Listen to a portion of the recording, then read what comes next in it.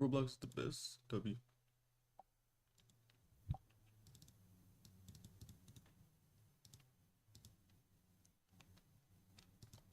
I need to take a pee.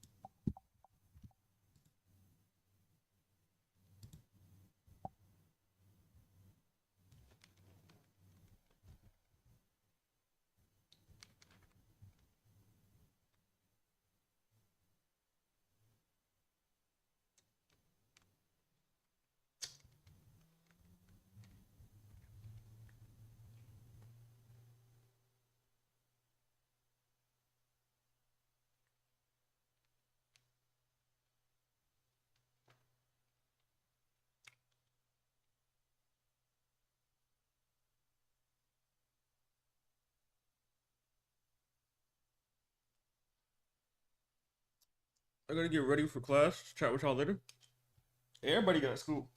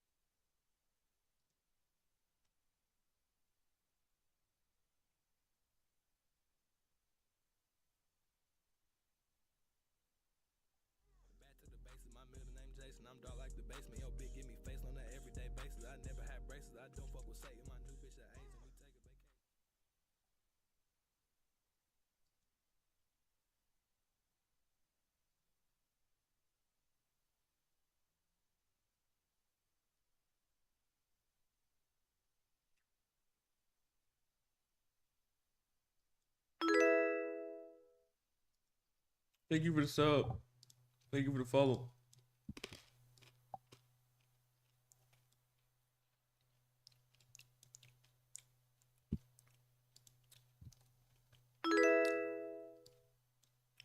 Thank you for the sub.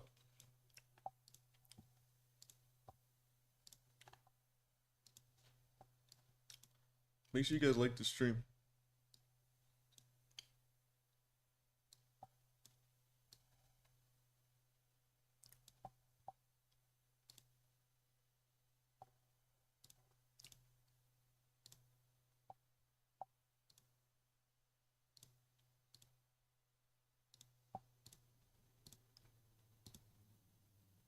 Thank you for tapping the screen. I appreciate it.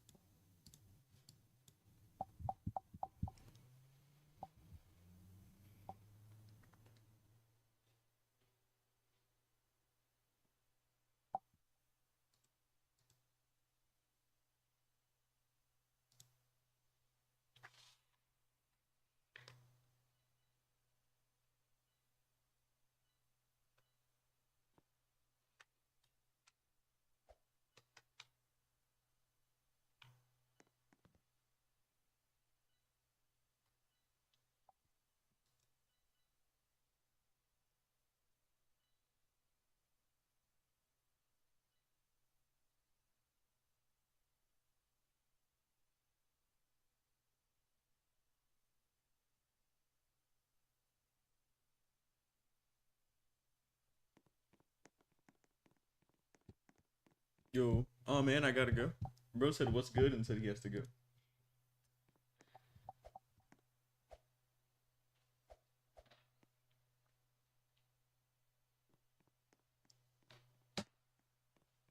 Do you play Steal A Brainrot? Yeah, I do. I do. But how you doing, yo, lead, bro? You doing good, bro? Make sure you like the YouTube stream, man. I would really appreciate it, my boy.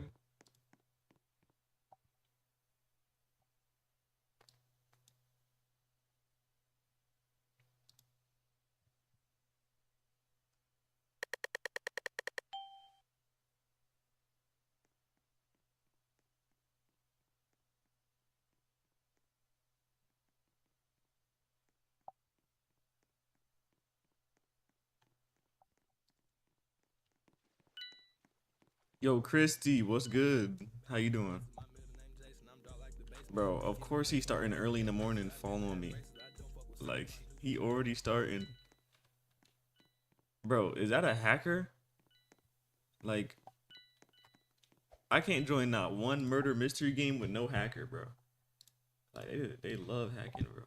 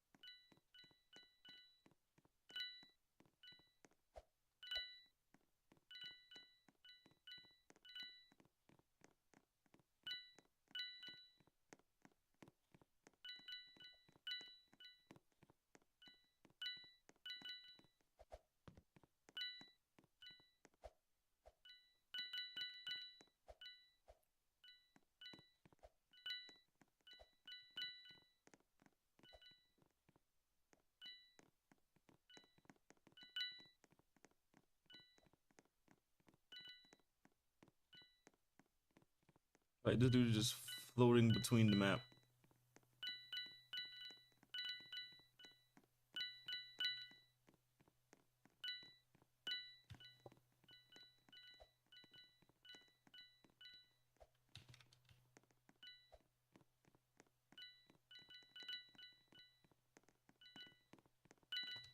So no one has a knife? Like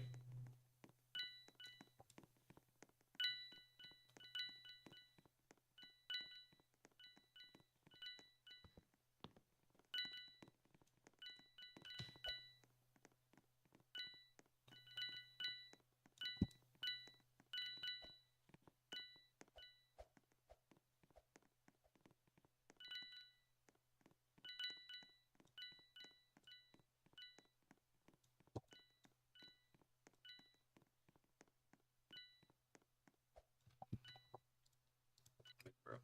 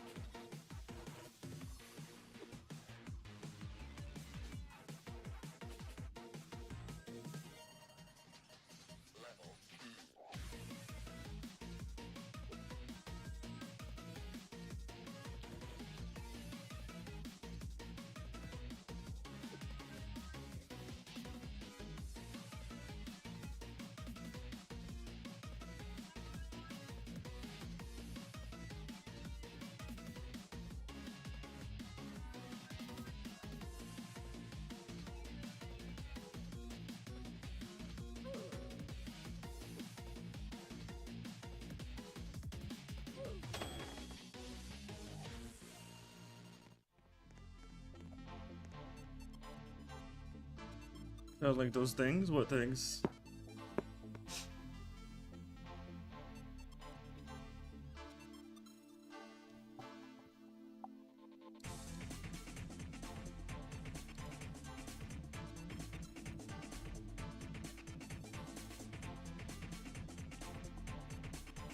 You are. Yo, what's up, MG? I appreciate you for stopping by, my boy.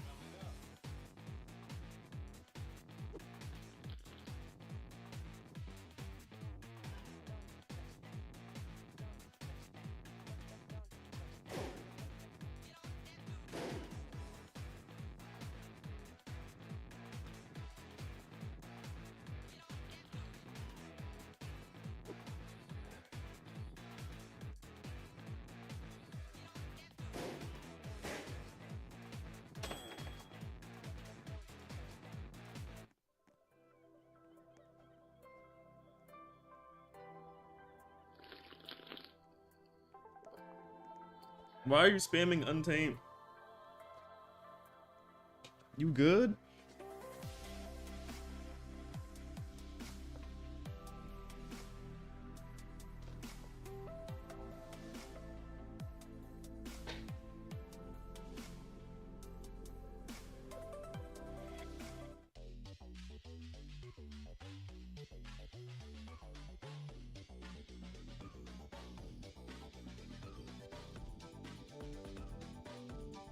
Bro, what?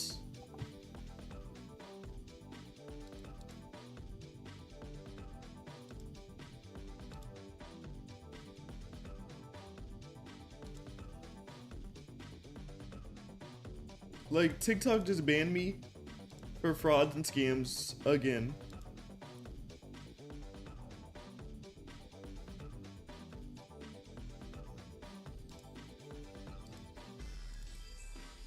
Like, bro, I don't even be doing anything. I'm just sitting here.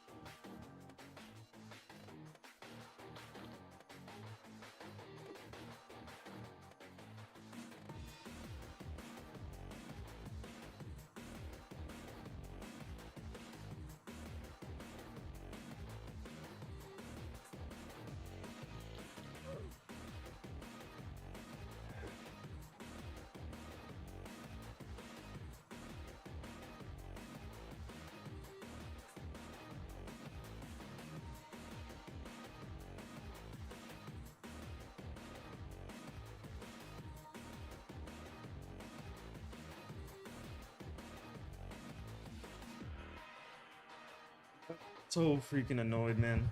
Good morning, Kara. Good morning. Like, I'm just generally not gonna stream on TikTok, bro. It's really getting to that point, bro. Like, it just don't make no sense, bro.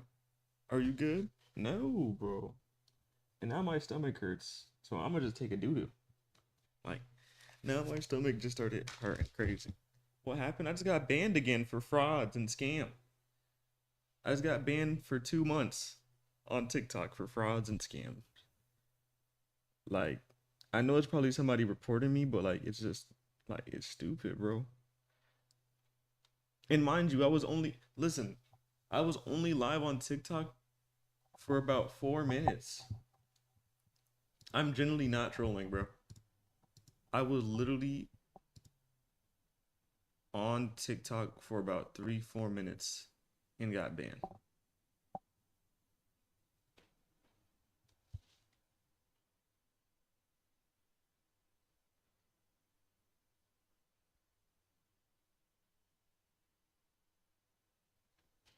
Yeah, nice. Appeal approved. Nice. Like, and that's not even the point though, bro. Like, I generally don't even care that I got approved. The fact that I even got banned for 2 months, like, somebody gotta be spam reporting me, bro. It's just stupid, bro.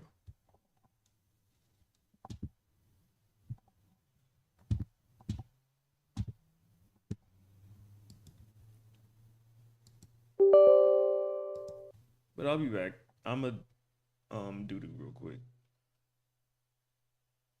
Or I don't even know because now my stomach doesn't hurt.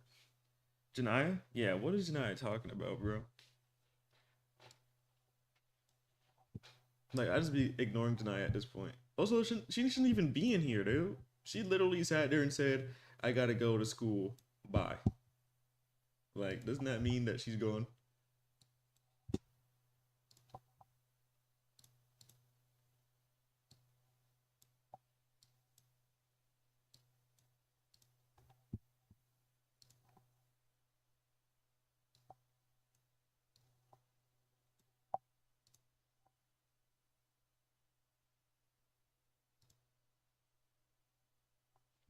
But like TikTok gotta stop banning me for, like, mind you, I've barely been talking to, like, I swear, I've barely been talking. I'm just sitting here, bro.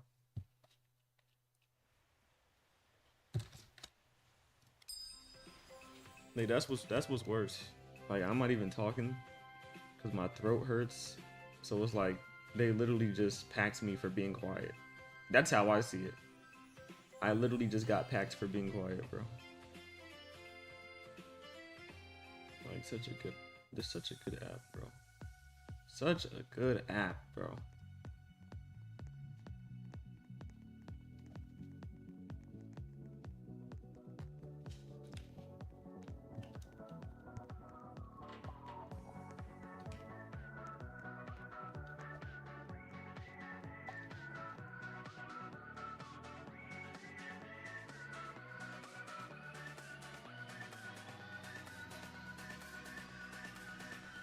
I see everything but my number, dog. Yeah, I'm cooked.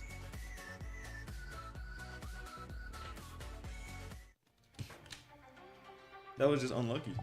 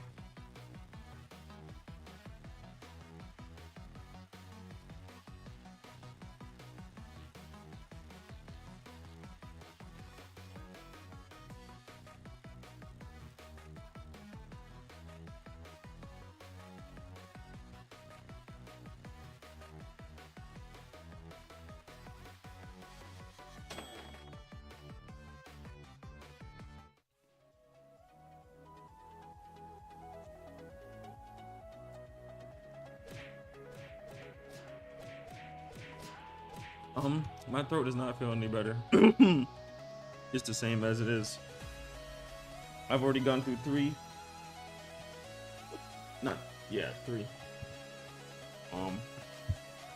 Cough up. Like I said, it's just not my week, bro. The past couple weeks has not been my week.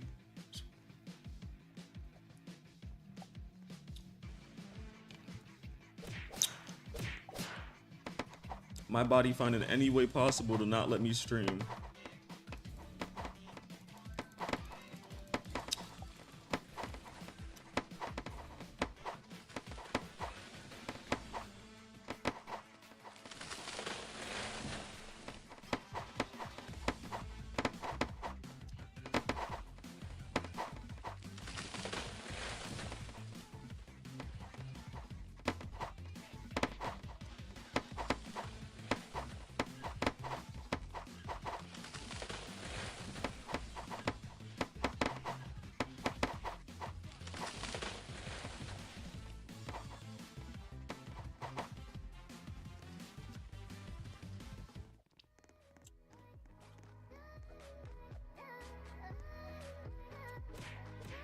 I had a weird dream.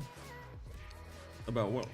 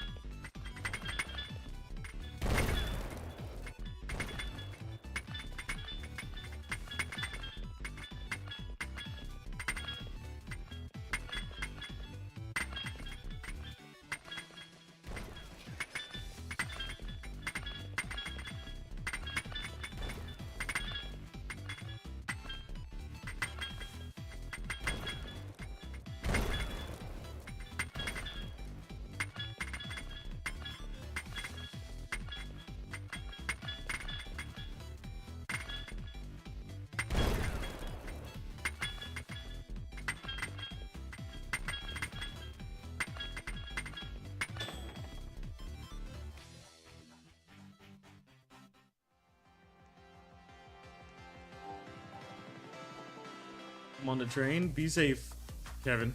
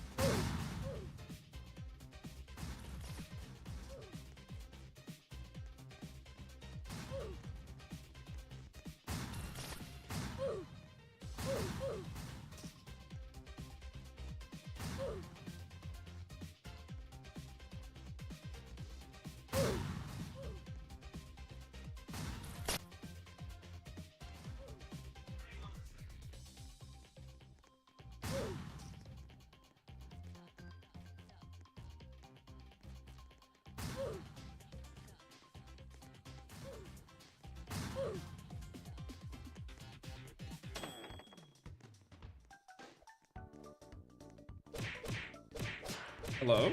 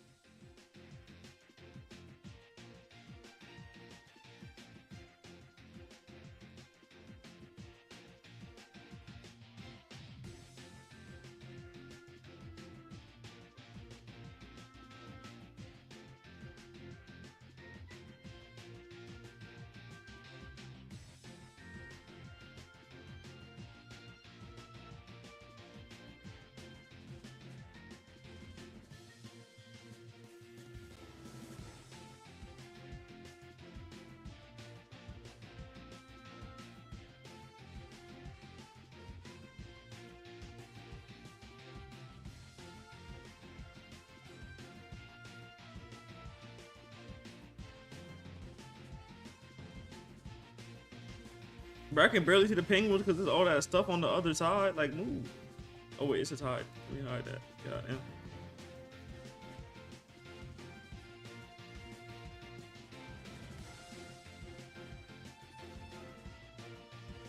oh my gosh, I'm so locked in.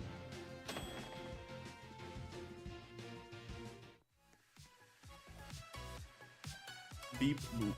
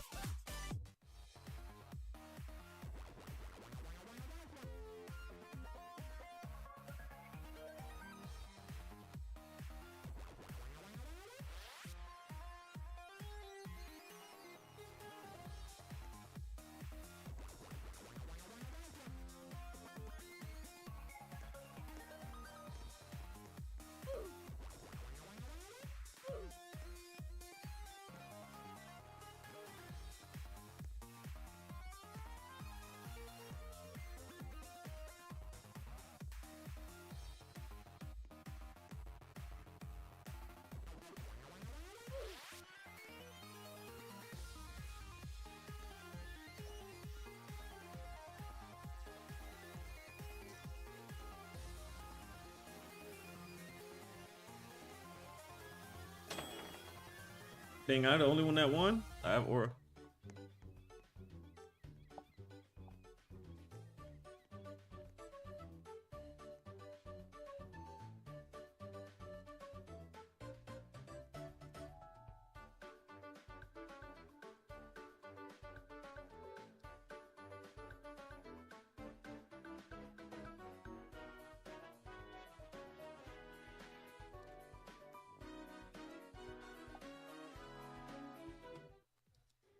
Oh, here goes the balls.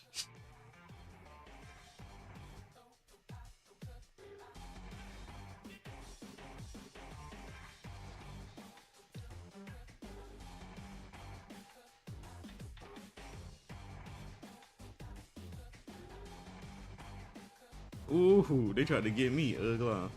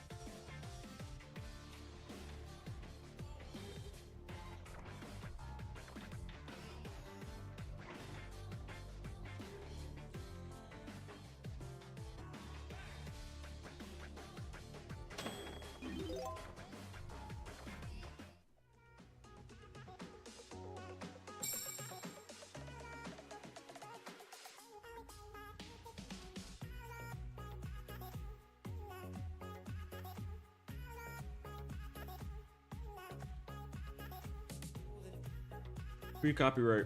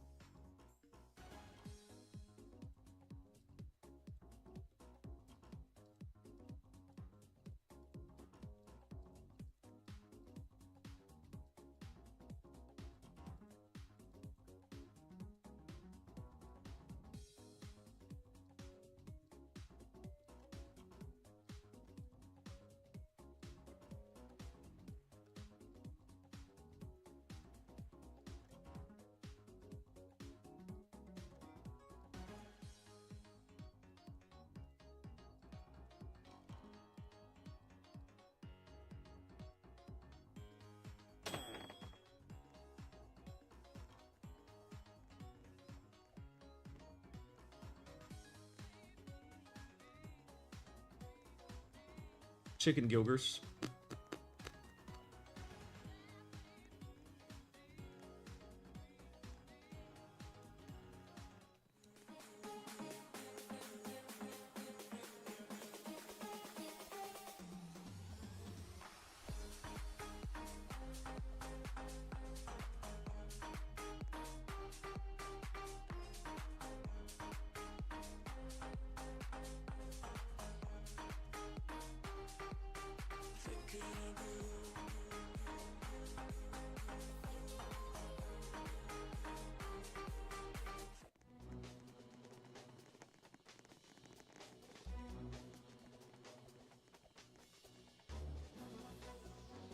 You swim funny? Okay. That's just how I swim.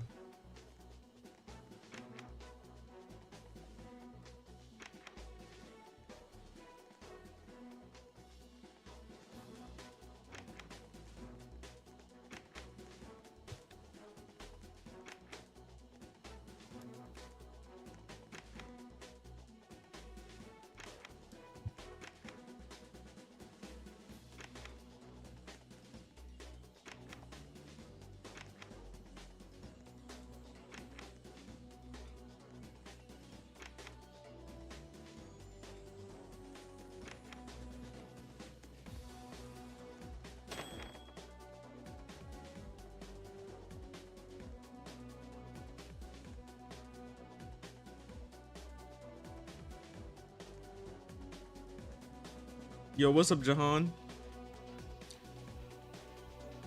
Make sure all of y'all sub to the YouTube channel. Make sure y'all like the YouTube stream. I appreciate you.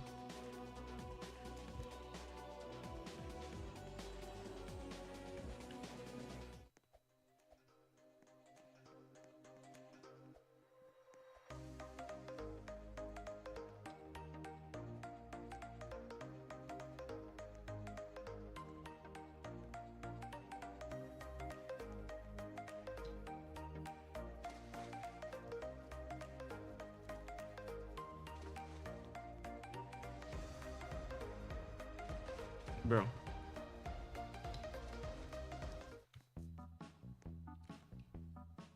Traverse the obstacles to reach the middle.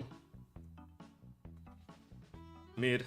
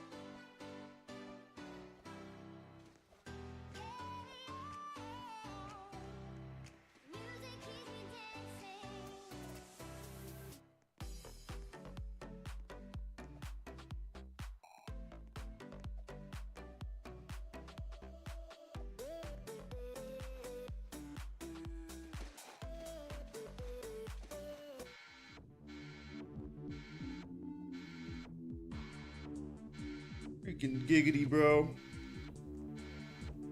I just have aura when I walk up the ladder.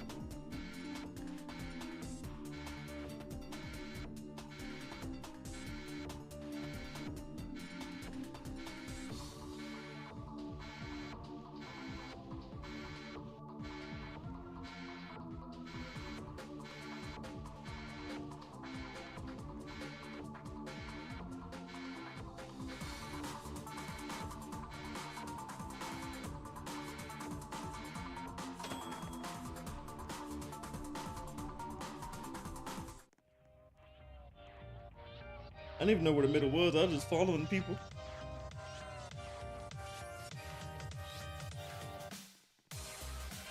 What's up, Edward?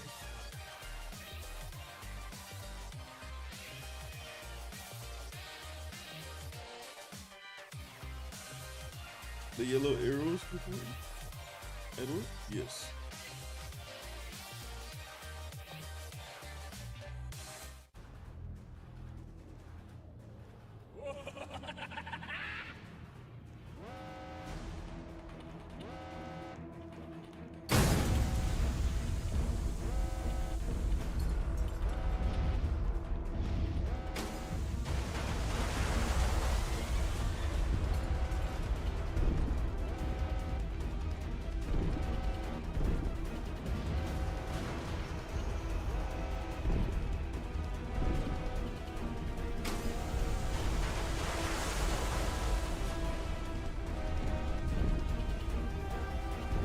I'm gonna repost that video. No. Of course I get hit. But there's a video yesterday about the school bathroom or something. I just took it off. But I'm glad I did. Because the phone charger video blew up. 400 likes. 27k views. Hasn't been 24 hours yet.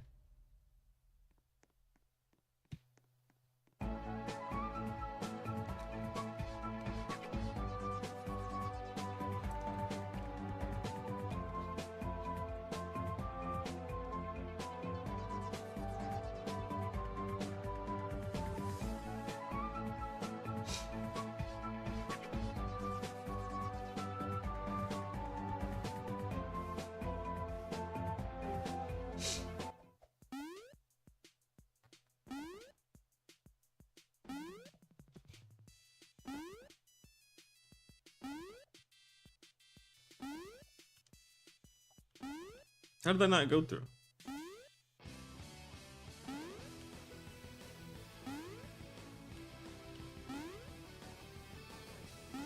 This reminds me of the Sonic vs. Mario games. If you know, you know. What y'all know about those Sonic Mario games, man? Y'all wasn't tapped in.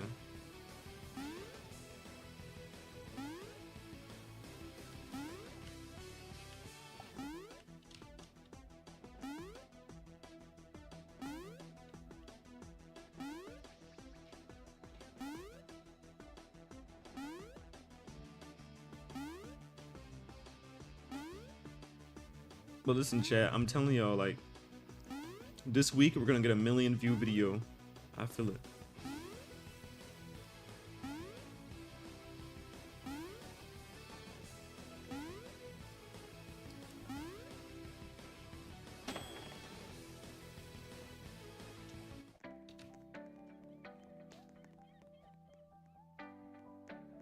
Alright, hold on. I'm about to post this video right now. Shit.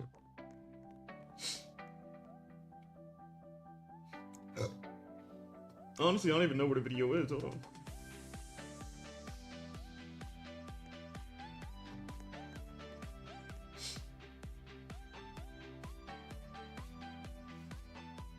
I need to delete some of these videos. This is bad.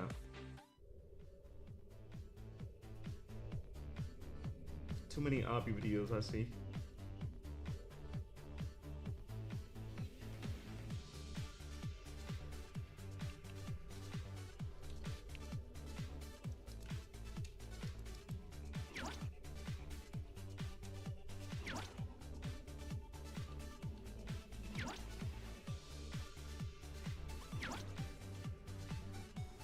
But I ain't gonna lie, this game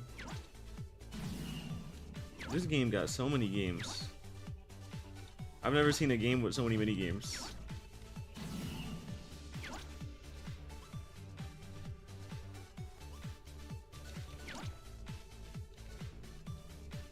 But I mean, it's been out for 10 years. They said it's been out for 10 years, so I mean, it should have this many games, honestly, if it's been out for 10 years. If it did not, I'd be worried.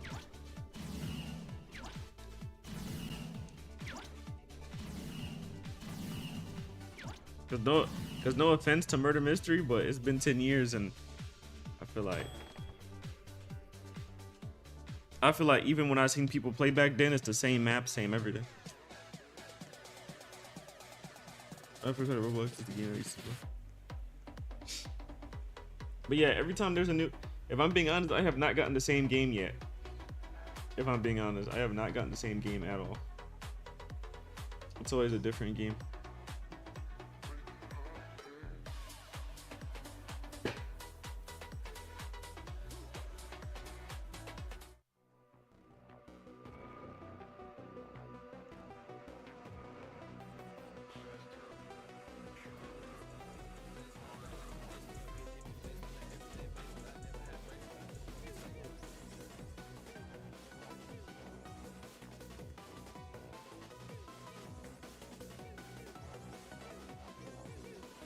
Turn on Lumia. Alright, I just did. I don't know why it doesn't turn on by itself. Like, I need to see why it just doesn't want to open on its own.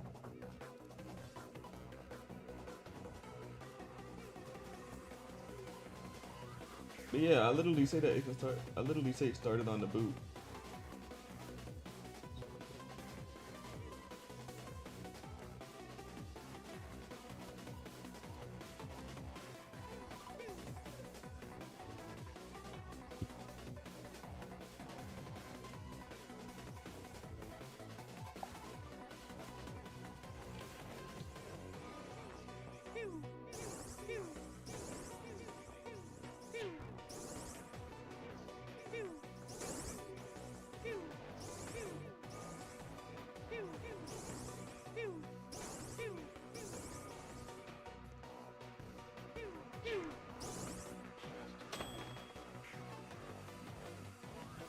The fact that I still won and I wasn't even locked in, that means I would have freaking annihilated them.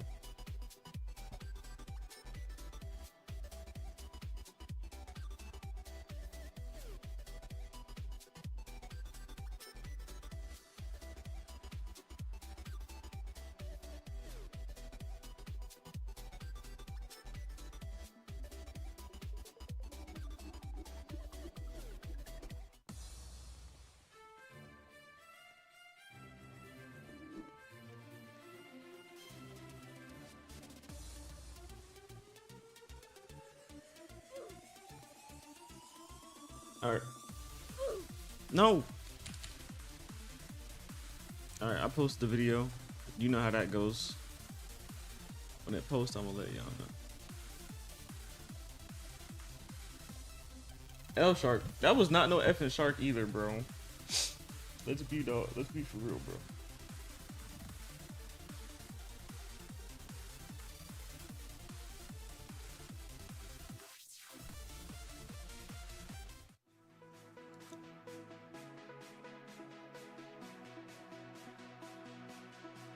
In the work group chat, they talking about sugar daddies? Yeah, no.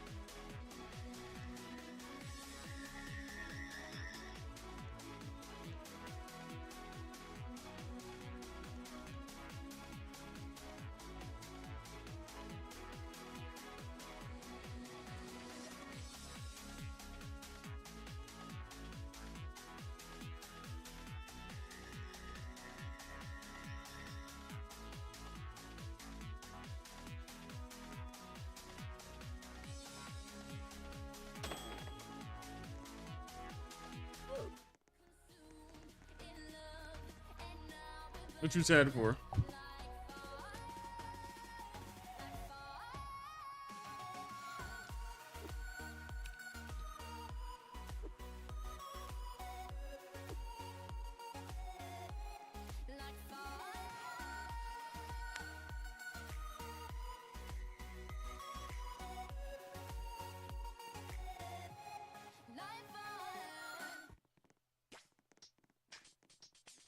I turned on the light and looked in the mirror last night. Huh?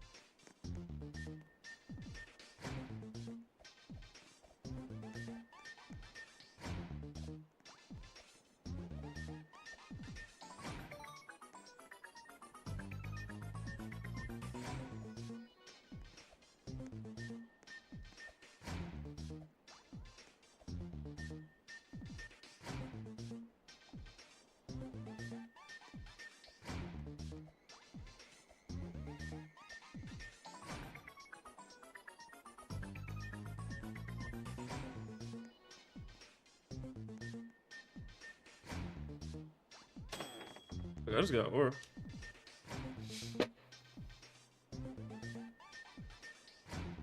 I got sunbird. Yeah, nah.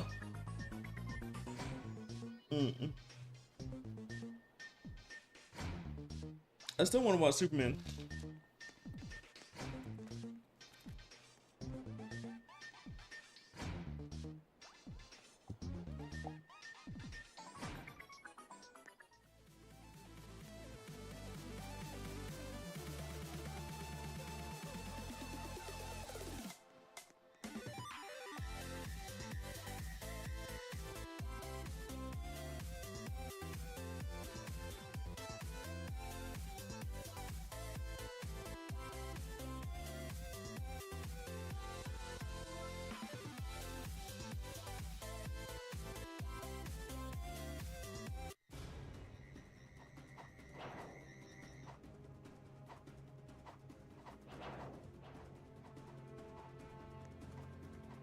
Appreciate you, Nutter.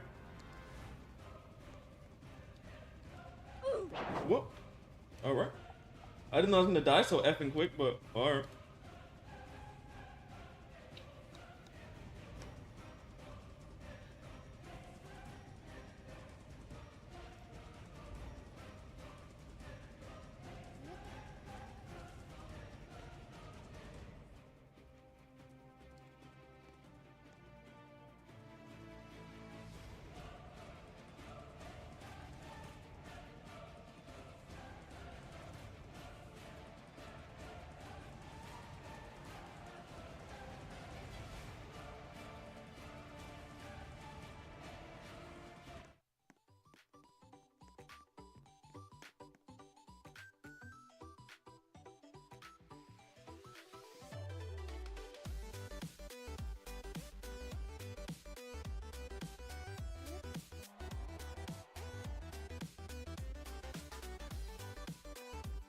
Yo, Duolingo, what's the word, bro?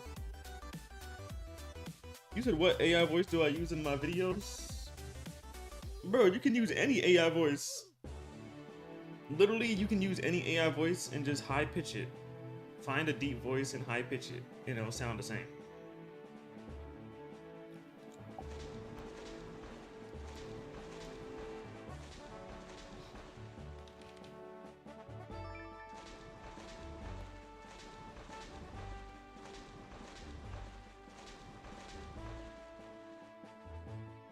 No, DWAD. A D A W A.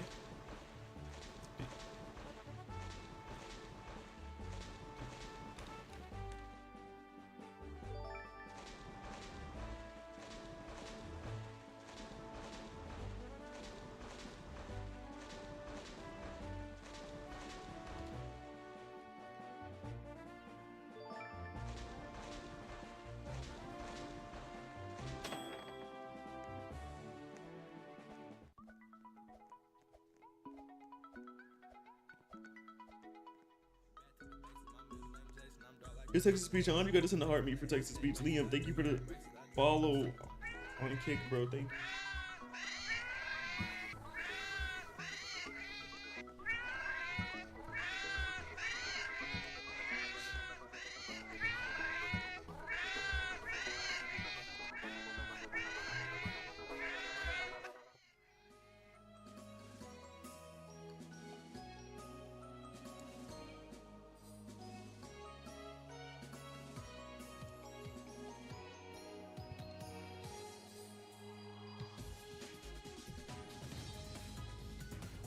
Did you say meow?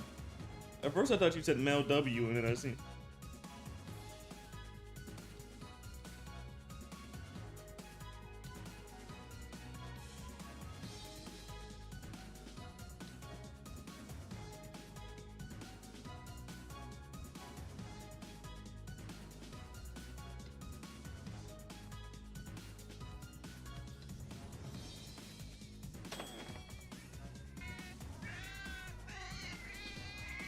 Bro, what's all? Oh my ears, bro. Bro. Oh hell no. And then you're laughing like, bro.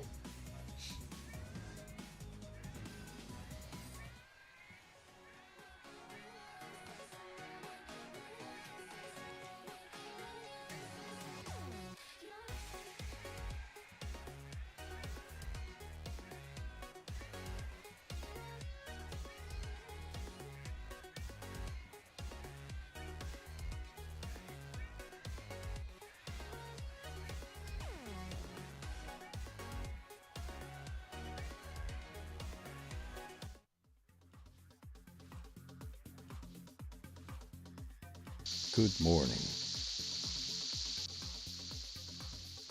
Good morning. Good morning to everybody, man. It's been progress. Oh wait, so chat. tell Make sure me, you guys go watch my videos. Go watch my videos, chat.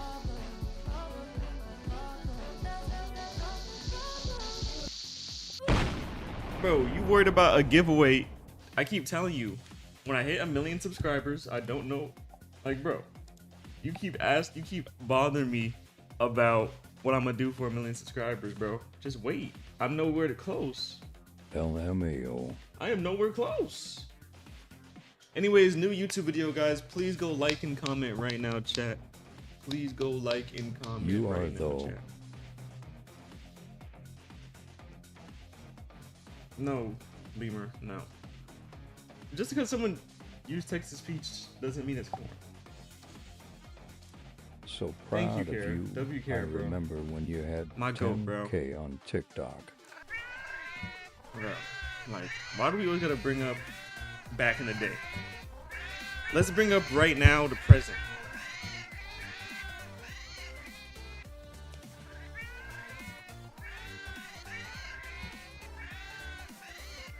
Which is I'm the freaking GOAT.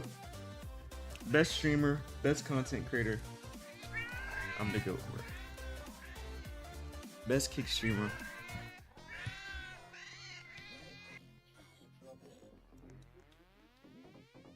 The mang is annoying now? Yeah. Now it's annoying, huh? Let me put the Hispanic emotes in the chat.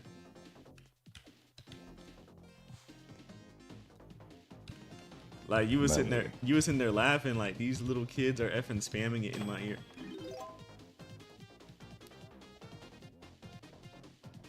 Am I an OG? No. No. No. Heck no. No.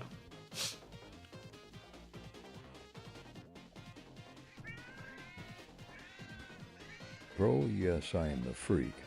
No, you not, bro. Y'all not about to tell me my definition of OG, bro. You not about to tell me my definition of an OG. You do not qualify to be an OG. You can say that you've been here, but you don't qualify being an OG. Why not? There's many factors to it. In my opinion, like you've been through it all. No switch ups. You know what I'm saying? You sat there on my highs, my downs, whatever the case may be. You seen me grow. Like you actually seen me grow. You didn't just disappear. Like you know how many people were active? I can name a bunch of people that were active. I ain't gonna name them, but there's so many people that was active. They were my mods, all that. If they were still here and never switched up or whatever, you could label them as an OG. But they not here. They not here. There's a lot of people that have been here for years. And if they came back, they're not an OG to me. You not. You can't just disappear for 8 months, 7 months, come in my chat, be old. You know what I'm saying? I rock with you and say you're an OG. Like, I don't know. I just don't do that. There's like maybe 5 OGs maybe.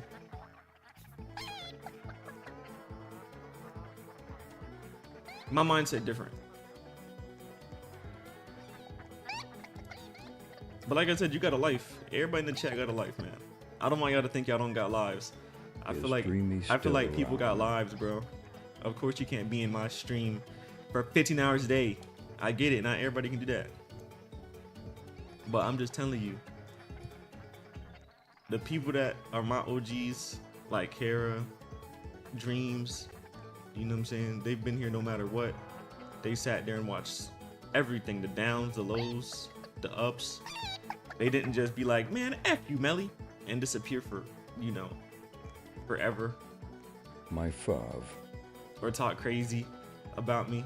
Not saying you, but just in general. Nah, I just have a different way of expressing my OGs. The people that I appreciate.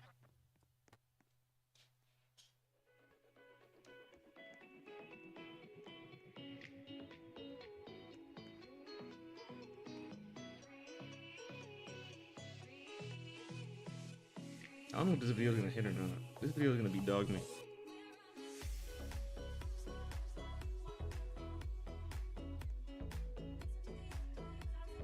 But Dream's been around. Listen, Dream's been around. Listen, I was 17. No, let me see. I'm trying to think how old I was. I think I was 17 when I met Dreams. I'm pretty sure. Like I said, Dream's been around longer than so many people, bro. She been here since the Twitch and YouTube days when I was streaming on YouTube and Twitch.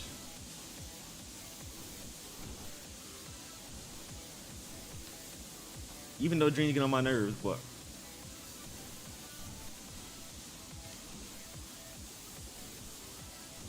she's probably the last person standing that's been here for a long, long time.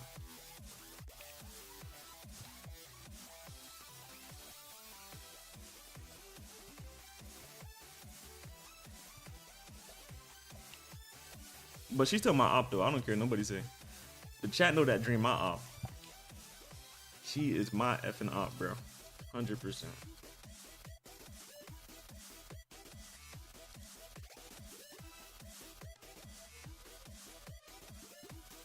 So this is how you get pets. Hold on. A skeleton cat is crazy. Oh my goodness, is that a lion? Like, chat. Remember when someone owed me a lion, chat?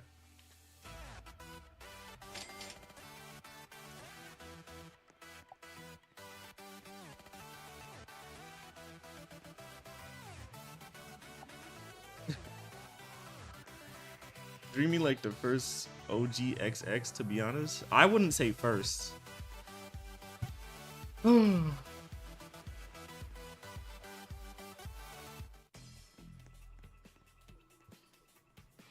I wouldn't consider her the first OG. Like I said, she's the last OG standing.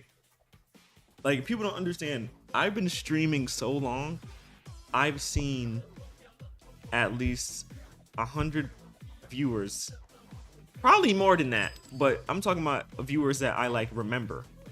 I know about 100 of them that graduated or, you know, was in high school or they were young.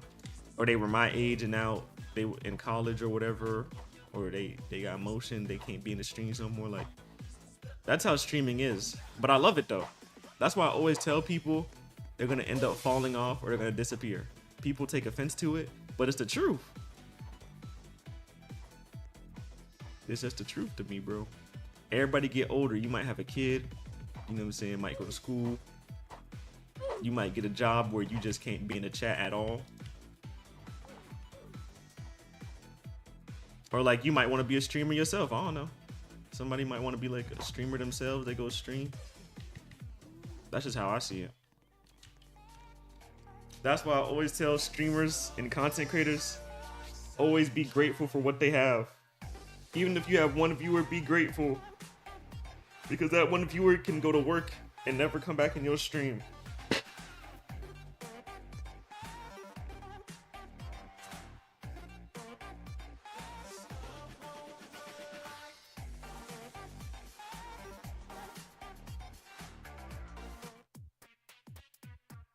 Welcome back, Jake. How you doing? Make sure you sub to me on YouTube. Also, Jake, can you do me a favor?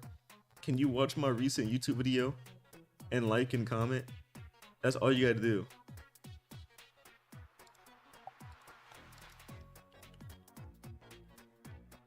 Chat, how am I supposed to do that? Oh my god. Bro. Did they really put me on an effing boulder and expect me to... Okay. Like, is this cool math games? They must think this is cool math games.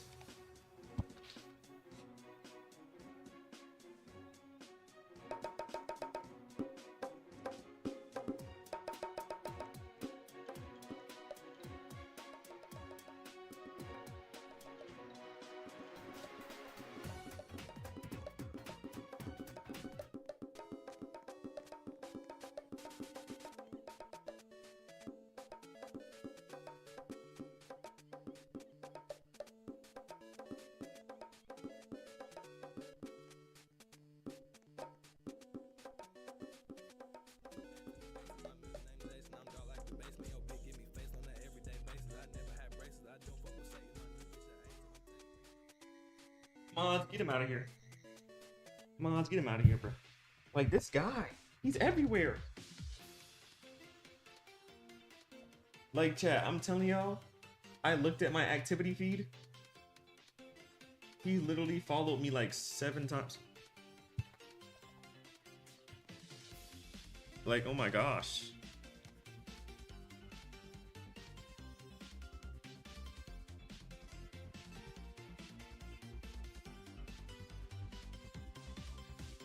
Like, he has to have 1 million accounts. He has to have made 1 million accounts. It's just no way.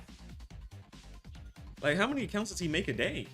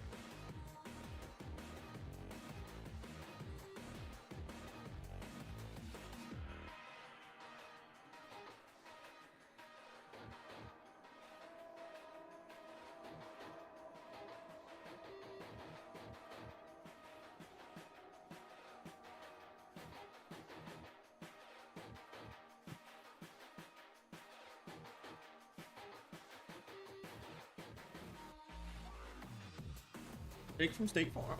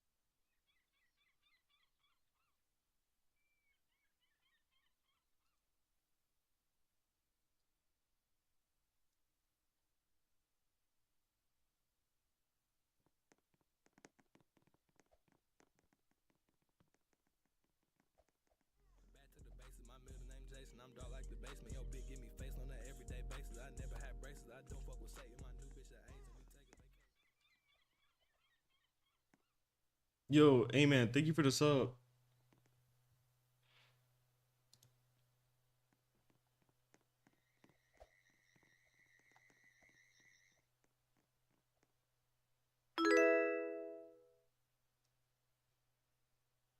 Official, thank you for the mother freaking. Yo, appreciate you, bro.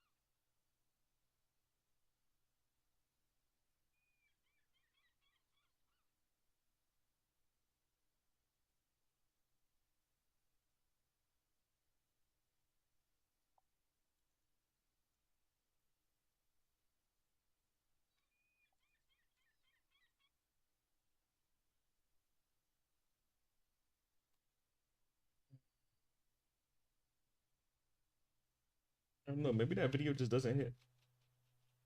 Every time I post that video, it just doesn't do good. That's like the second time I reposted it. Oh well.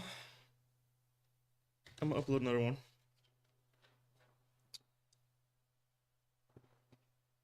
But yeah, that one just doesn't hit shit.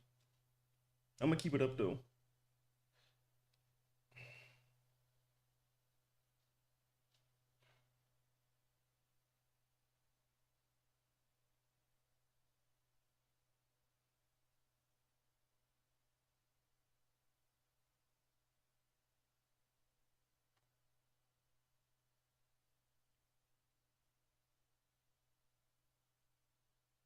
It'll hit. I trust the process. You're right. Now, sometimes the videos are slow though, I feel.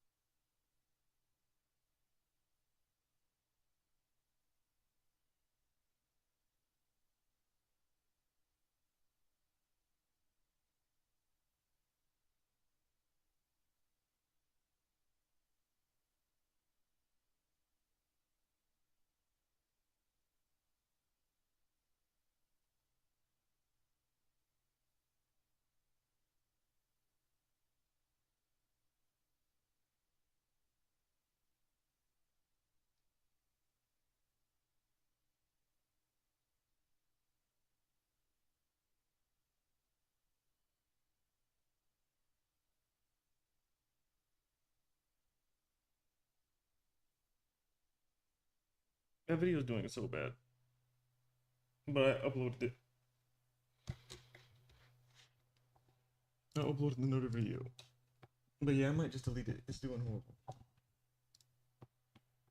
Also, I don't know if it's because I changed my categories. Because, like I said, I also explained to y'all that none of them was in the right category. So, I don't know. I don't know if changing the category messed up my videos.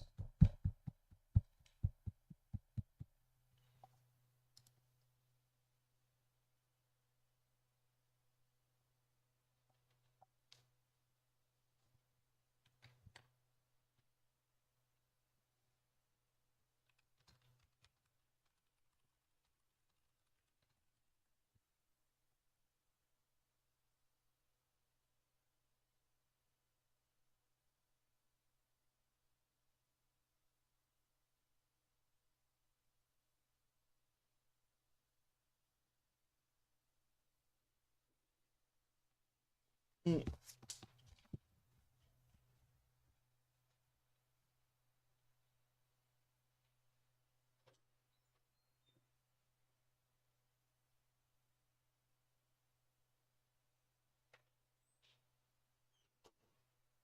Ooh, my stomach grumbling.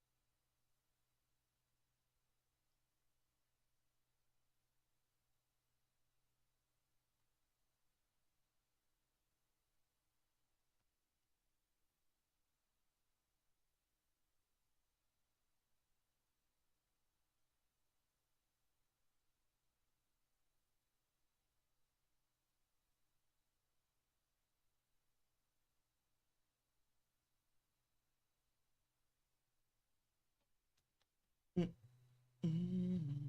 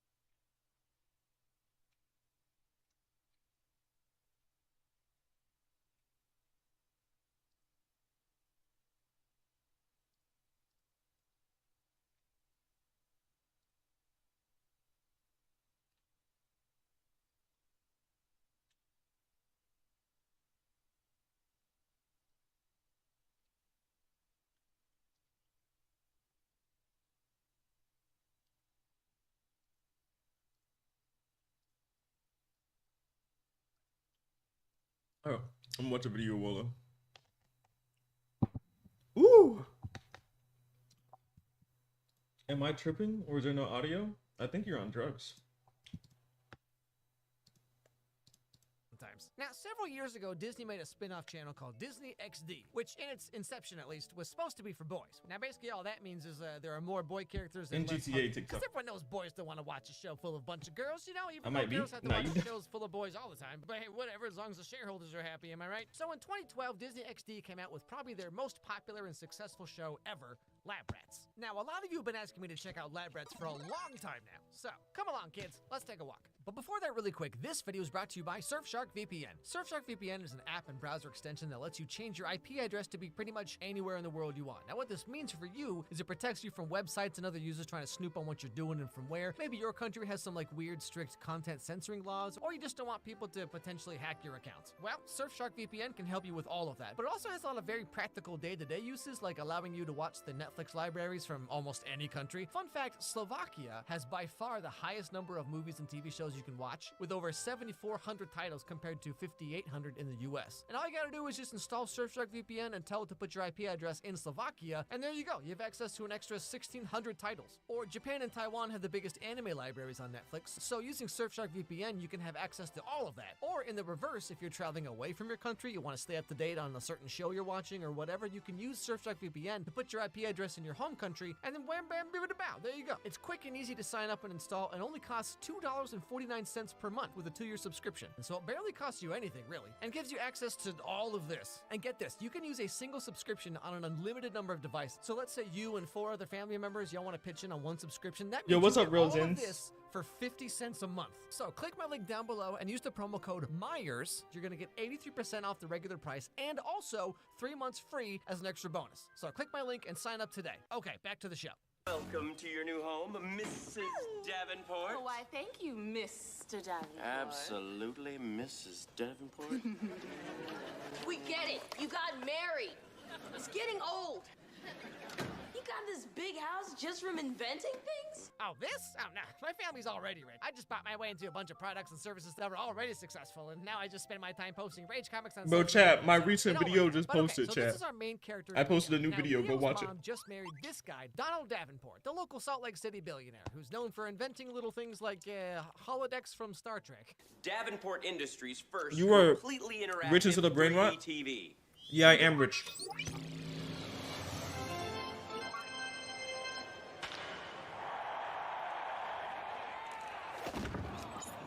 Watch the face, termite! Mom, I think the little voice inside my head is back. Oh boy, oh goody, we got wisecracking robot smart houses. How did this show not go on for like 18 seasons? You know what I'm saying? Also, I am learning a whole lot about this kid right now. So after settling in for a bit, Leo goes to explore the house, and he accidentally lightly bumps into this inconspicuous control panel thing on the wall, and wouldn't you know, it opens up a secret door. Genius billionaire scientist, you say, huh? So naturally, he goes in to check it out. Whoa! My new dad is Batman! And here's where Leo gets to meet some, interesting people, shall we say. Give me back my E-Pod! Oh, you took my E-Pod! Taylor Swift Megamix? Really? Hey, well, why you gotta talk about Taylor Swift like that, huh? You better watch your mouth.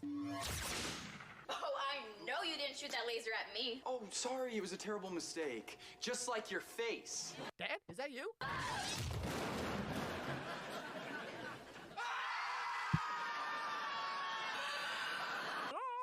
So we come to find out that these 3 are part of some secret experiment that Donald is doing to make genetically modified bionicle super kids to, like, fight crime or something.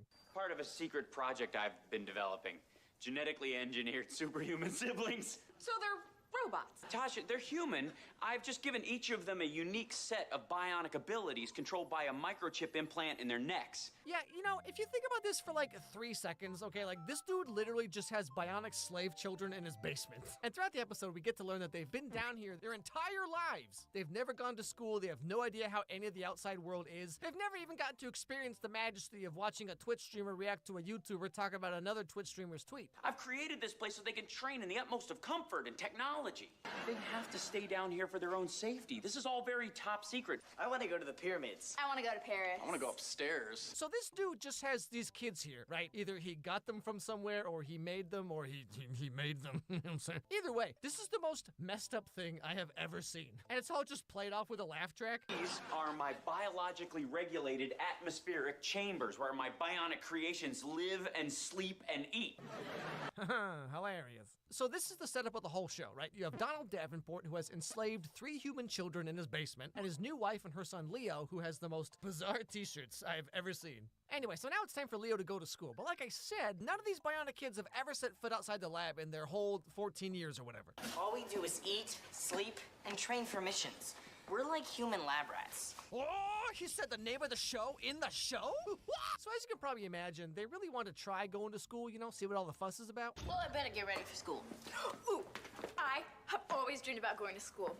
Passing notes, going to prom. Yeah, you know, I tried the whole passing notes thing myself, and trust me, that is a road to disaster, my friend. Something, your face is prettier than a new pair of snow tires, something, no one else sees the real you like I do because I stare through your window every night. Something, do you like me too? If yes, write me a note. If no, do a backflip at lunchtime. And the next thing, I'm just sitting there eating my rectangle pizza, you know, and she just, wah! Anyway, so they're all like, golly gee whiz, Leo, we sure wish we could go to school. And then What, Leo's emo? like, so why don't you just, like, leave and go to school? Well, shoot, why didn't we think of that? And so they walk right out the lab and just do that. I can't believe we're actually at school. I am so excited.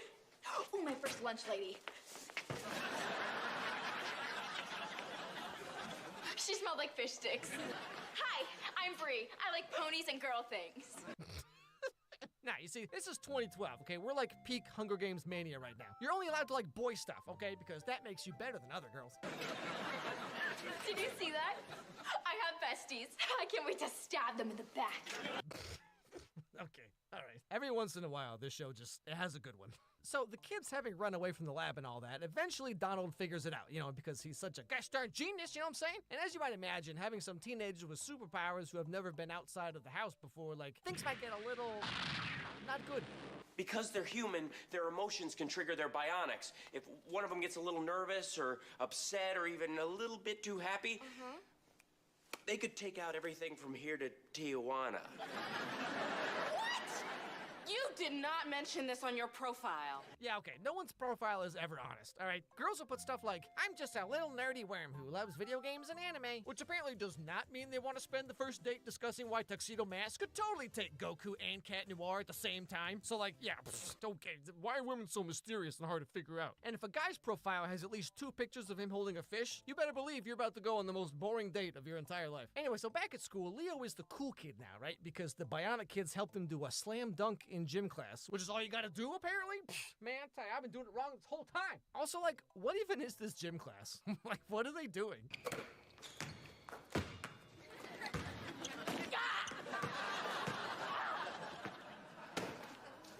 What do I do? Throw it. I mean, there's not a single teacher in sight. Everyone's just standing around these tiny little bleachers for some reason. They don't even have one of those parachute tarps, you know, where you grab the end and then everyone runs under and it pulls over the head and then and then it's like, wow. Anyway, so as you can probably guess, a whole bunch of stuff goes wrong. The mascot won't stop bothering the tall bionic kid, which makes him get so angry that his heat vision acts up and he just vaporizes this kid. Oh no! His heat vision! His what? It's a glitch. Whenever he gets too upset, his heat vision acts up. But more importantly, okay, like, what even is this school? There's just like 4 people sitting here doing nothing. The band is here, cheerleaders over there doing whatever. But then there's like some random girl in regular clothes in the background dribbling a basketball almost as badly as I do. And Leo's over here signing autographs. What is happening right now? Oh, wait, hold on. Is this one of those like rich kid tutorial schools where like no one ever gets report cards or nothing because everyone always gets an A+ in being yourself? You guys watching this? Cause it's junk fire. What you mean? So, how was school? Anyway, so they all go home and their billionaire dad just gives them a real stern talking to about hanging out with normie kids. I had to write a check to that school for 30 grand to make this go away. For 30 grand, I'll go away. Look, I designed you guys to go on highly classified missions, not try out for the cheerleading squad. I know you're mad, Big D, but Wait, what did you just call him? So although Mr. Big D is upset. He's kind of just whatever about it at the end of the day. Low-key, I didn't think about that. Later that night and Low-key, I never thought about that. He would always call him Big D. But it was never weird. Just wanted them to have one more night of fun before you put them back in their display cases. As of tomorrow, you're all being relocated permanently Where are we going? to one of my remote research facilities where you can complete your training.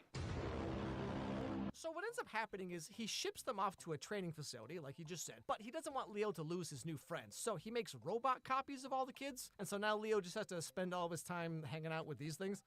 Sensing human hostility. Must exterminate. Robots, attack. Destroy Leo.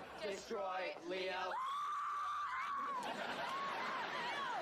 Leo, we're not robots. It's really us. We told the driver we forgot something, and then we swapped the robots in our place. Whoa, bet you didn't see that one coming, did you? And so now they have to pretend to be robots around Daddy Large D. And since Mr. Ricardo Daddy Rando Large over D here is thinks that they're crazy. robots, he doesn't feed them anymore, right? So Leo has to snap into action and figure something out. Breakfast, you get wheat bread and a side of sugar packets. My favorite! 3, you get 2 old wings and a drumstick from the chicken shack.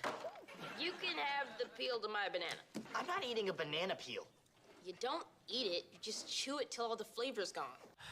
You know, every time I think I got this kid figured out, he says something like this and just turns my whole world upside down. Now, Leo's mom is starting to get kind of creeped out by the fake robot, just kidding, not actually fake robot teenagers. But like, she married a billionaire scientist and is somehow surprised when he has killer robots in the house. I mean, come on, amateur mistake. Donald, I don't want them around. They're creepy. What am I supposed to do, just throw them away? Recycle them. Wait, you want me to take my genius technology and have it crushed and melted down and turned into hubcaps? No way. Either they go, or I turn your lab into my walk-in closet.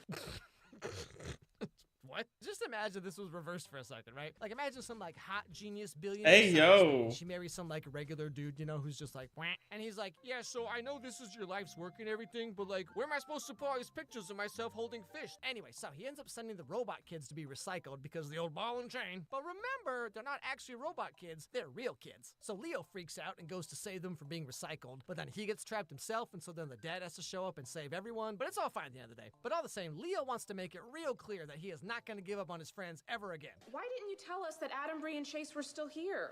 Because I was trying to protect my friends. And I'm still gonna protect my friends. You wanna send them away? You have to go through me first. It's go time, little man. It's not the size of the dog in the fight, it's the size of the fight in the dog. Yeah, it's not about the size of the boat, it's about doing the hand stuff. I don't know, this is a weird sample cap. I've been focusing too much on training the superhuman side of you, and I forgot all about the human part. You're teenagers. And bionic or not, you deserve to experience teenager things like school and classes. Or being fed the worst garbage cafeteria food of all time and then having to hold your farts in for the entire rest of the day? Every high school kid deserves a medal. And all the same, that's pretty much how Lab Rats get started. I gotta say though, sometimes the show's pretty okay. Even kind of funny once in a while, okay? But sometimes it's just, it's kind of hard to watch, okay? Like, have any of you gone back to watch it lately, okay? Because this show is kind of rough. Ooh, I have always dreamed about going to school. Passing notes, going to prom, breaking into choreographed dance numbers after math class. Talking, no texting, no nothing. Oh, what about the lost art of pantomime? Like, the jokes themselves are not that bad, but if you cut out all of these parts here, like, the show would be 100 times funnier. Now, sometimes when I make these videos, I also talk about how the show ends, but right after Lab Rats ended after 4 seasons, they made a spin-off show called Lab Rats Elite Force. Yeah, horrible. Which is technically a spin-off of Lab Rats and Mighty. No, actually horrible. Oh my god. No, that was horrible, bro.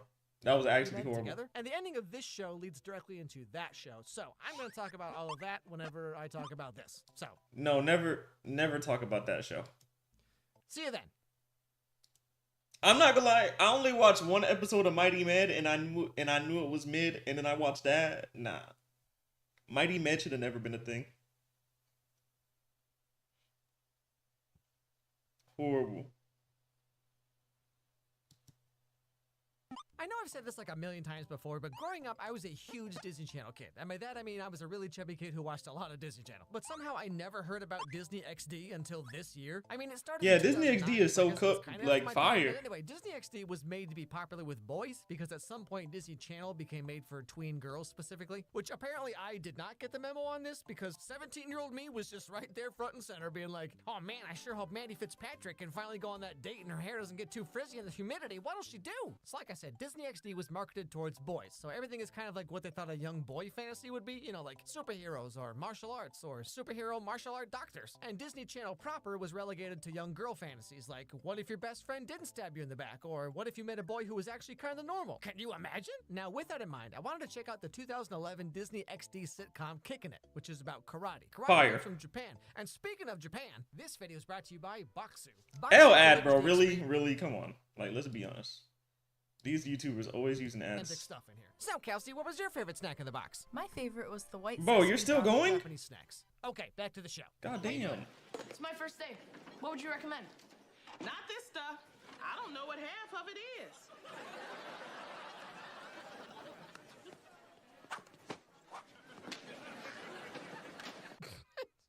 Just do like hacky sacks Or- to Apple as if the girl's gonna be like, well, shoot, I was just gonna ignore you until you showed off your sick hacky sack skills. Now I'm just hoping you'll sit me down and explain all the intricacies of cryptocurrency. All right, that was almost cool.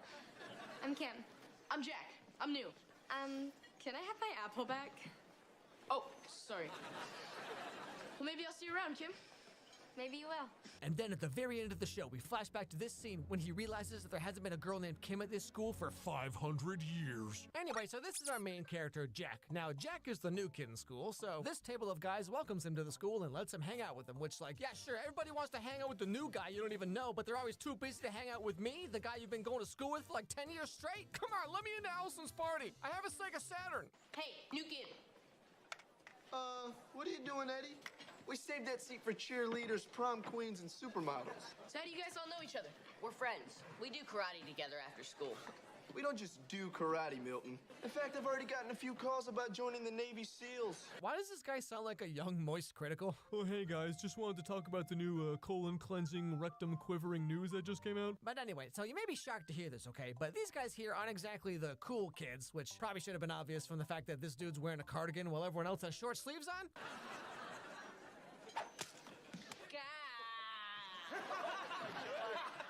That's awesome. A kid from the Black Dragon Dojo just wailed you. Not cool, man. Not cool. Wait, hold on a second. So the cool jock bully kids also do karate? The heck kind of school is this? Anyway, so Jack, being the new kid and having nothing to lose anyway, decides he's gonna leave his mark on the school and go tell the mean karate boys what's what. Aren't you gonna do anything? Wait, I thought you guys knew karate. Yes, we do. But they know it better. I got this. Why did we learn his name? Now I'm gonna miss him. Hey, I like your outfits. You guys, cheerleaders? Aura. So much aura, bro. You got a problem or something? I didn't come over here to fight, man. Oh, okay. Oh, it's gonna be one of these shows. I probably should have seen this coming. So then Jack proceeds to beat the crap out of these guys just right here in the cafeteria, and everyone's like, wow, he's so cool, he does karate. But you know, back in high school, I tried showing off my taekwondo once, and everyone was just like, all right, who invited the weird Naruto Sailor Moon kid? And also, Kim's just like completely unfazed by this, you know? She's like, huh. Isn't that something? And like not a single teacher or safety officer for miles around, apparently. Like in my high school, the PE/economics teacher who could barely form a coherent sentence, because like that's the kind of school I went to. But like that dude would tackle you in the hallway if you just like took out your cell phone. The heck kind of Lord of the Flies school is this? Anyway, so skipping ahead a little bit here. In this town, there's a dojo called Bobby Wasabi. Hi, I'm Sensei Rudy, and I run the Bobby Wasabi Martial Arts Academy. Come on down to the Bobby Wasabi Martial Arts Academy today. Now, you see, that's how you know it's real, authentic Japanese karate. Because, you know, if there's like a Japanese word in there, like, it's gotta be real, you know? I mean, it's just like Mr. Sato's Chinpoku Hibachi. But there is one little problem with this dojo. None of your students are advancing. If you don't win 2 belts at the next tournament, we're closing you down. Uh-oh, I know where this is going.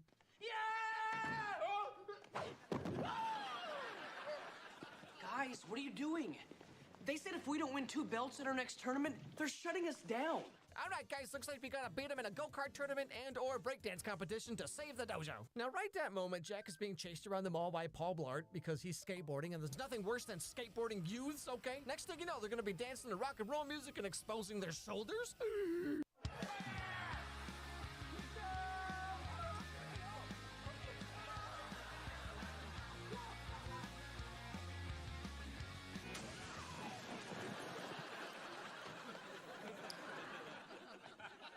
Okay, I know we're all falling on hard times here, but like, why is this shopping mall made out of paper? I get the feeling they might not have actually filmed this at a real karate dojo. Anyway, so because Jack destroyed a place of business with a skateboard, see, it's how it always starts, what I tell you. He might end up going to juvie. You're in big trouble, Jack. But if you join my dojo and help me win 2 belts, I'll tear up this report and you won't have to go to juvie. Juvie? That's jail for kids, fella. I would join your dojo, but I'm not a karate guy. I'm a skater. Yeah, I'm not sure those are mutually exclusive, my dude. Sorry, old man, who's probably like 28. Ew. For karate, I'm a skater, which means I spend all my time trying to do like 1 kickflip while also hanging out with girls who only wear black hoodies and cut those weird thumb holes in their sleeves for some reason. But this is the part where we finally get to know about Jack's anime backstory and like why he has magic ninja powers and a mullet. You took out 4 black dragons all by yourself and did a perfect flying sidekick through my wall. Okay, truth is, my grandfather was a karate sensei. He even trained Bobby Wasabi for all of his movies. Your grandfather trained Bobby Wasabi? And as a young boy, I would always watch my grandfather practice karate and copy everything he did. But one day, my grandpa died in a tragic gender reveal accident, and now his soul is stuck in this necklace, which gives me magic karate powers. But then later on, I'm going to learn that the real karate was actually confidence or friendship or something. Anyway, this recipe requires 2 double boilers and 14... But anyway, so he agrees to join the Bobby Wasabi dojo and help them not get closed down. But right after this, he's hanging out with Kim one day, and this is where the plot gets real thick real fast. You know, like me, with Thanksgiving and Christmas being back to back. Like, whose idea was this? Looks like you know something about karate. A little bit. So what are you doing at Bobby Wasabi? You should be training at the best dojo in town. What do you know about karate? Hey! I guess you do know a little something about karate. This place made me a black belt. Everything at the Black Dragon is best of the best. Yeah, so it turns out Kim is actually one of the bad guys, and they want the Bobby Wasabi dojo to close down for some reason, even though like they only have 5 members and they're all really bad at karate, and the Black Dragon dojo has like 50 people in it, so why do they care? So, what do you say, Jack? Will you join the Black Dragons? I'd like to, but I can't. Here you go. You keep it. Let it be a reminder that you're always welcome here. Wow, thanks. But that was my bow staff. My mom gave it to me. And I gave it to her. That's right, you heard me. I'm seeing her. Yo. What the heck is happening in this show? Here, kid, take this bow staff. It's yours. But that's my bow staff. I'm sleeping with your mom. Now, because, oddly enough, he does not want to go to juvie, and of course, to avenge the memory of his long-lost grandfather. What? I'm fine. I've just been down to the strip club. Jack decides to stay with the Bobby Wasabi dojo and help them win the tournament. That was unbelievable, Jack. These guys are your friends. They didn't break the Wasabi code. I did. I broke it too. You don't walk away from your friends when they need you. Unless, of course, they're the kind of friends who always need you because they can't quite seem to figure their lives out for themselves. But anyway, so they all train for a while, and then we get the big tournament where it looks like the Wasabi Dojo's gonna win, and so the Black Dragons have to pull out the cheap tricks. You know what you have to do. Rudy, I can't get up! You gotta get up! You gotta get up, champ! Rudy, I can't get up because you're kneeling on my leg! Oh, sorry, my bad. I thought it was cause the thing, but actually it was cause the other thing. But of course, in the end, the Bobby Wasabi Dojo ends up winning 2 belts, whatever that means. And so they don't have to close down and the day is saved. And the real kicker here, okay, is that after this, you'll never guess who also wants to join up. Kim, what are you doing here? I quit the Black Dragon. You guys were all right in the tournament. The way I see it, you need all the help you can get. What do you think, guys? She's in. Got my vote, A+. A girl? Cooties, gross. And so the show kind of goes on like I like that. kicking It's it. pretty much just like Yeah, every kicking it other is Disney valid. Sitcom is just with like a karate twist. Just think like Hannah Montana, but with karate instead of music concerts. But at the very end of the show, okay, 2015, Kim has gone to Japan to study karate, and she comes back with her new sensei dude who has some very interesting news. Ah, You must be Sensei Rudy. I've come because two of the finest students I have ever seen have trained at this dojo. Thank you. We do what we can. I was talking about Kim and Jack. We are considering offering you position as Grandmaster at the Otai Academy. Yeah, so even though karate has been a thing in Japan for over 100 years now, we really want some American dude from a Midwestern strip mall to come and show us how it's done. Also, just a quick aside here, but like, puberty was very kind to everyone on this show. So if nothing else, this show is a great reminder that, like, if you're a teenager and you think you're kind of ugly and awkward or whatever, just wait a while. I mean, I didn't even look semi-decent until my mid-20s, so good luck. But of course, ultimately, Rudy decides to stay where he is because, you know, friendship or something or whatever. Rudy, what are you doing here? I decided to stay. Why? Because you guys showed me that here, I can make a difference. And that is the Disney XD sitcom Kicking It. Anyway, thanks for watching, everybody. Hope you enjoyed the video. If you did, don't forget to subscribe. Don't forget to ring that bell. Good show, good show. Good show, good show. Good show.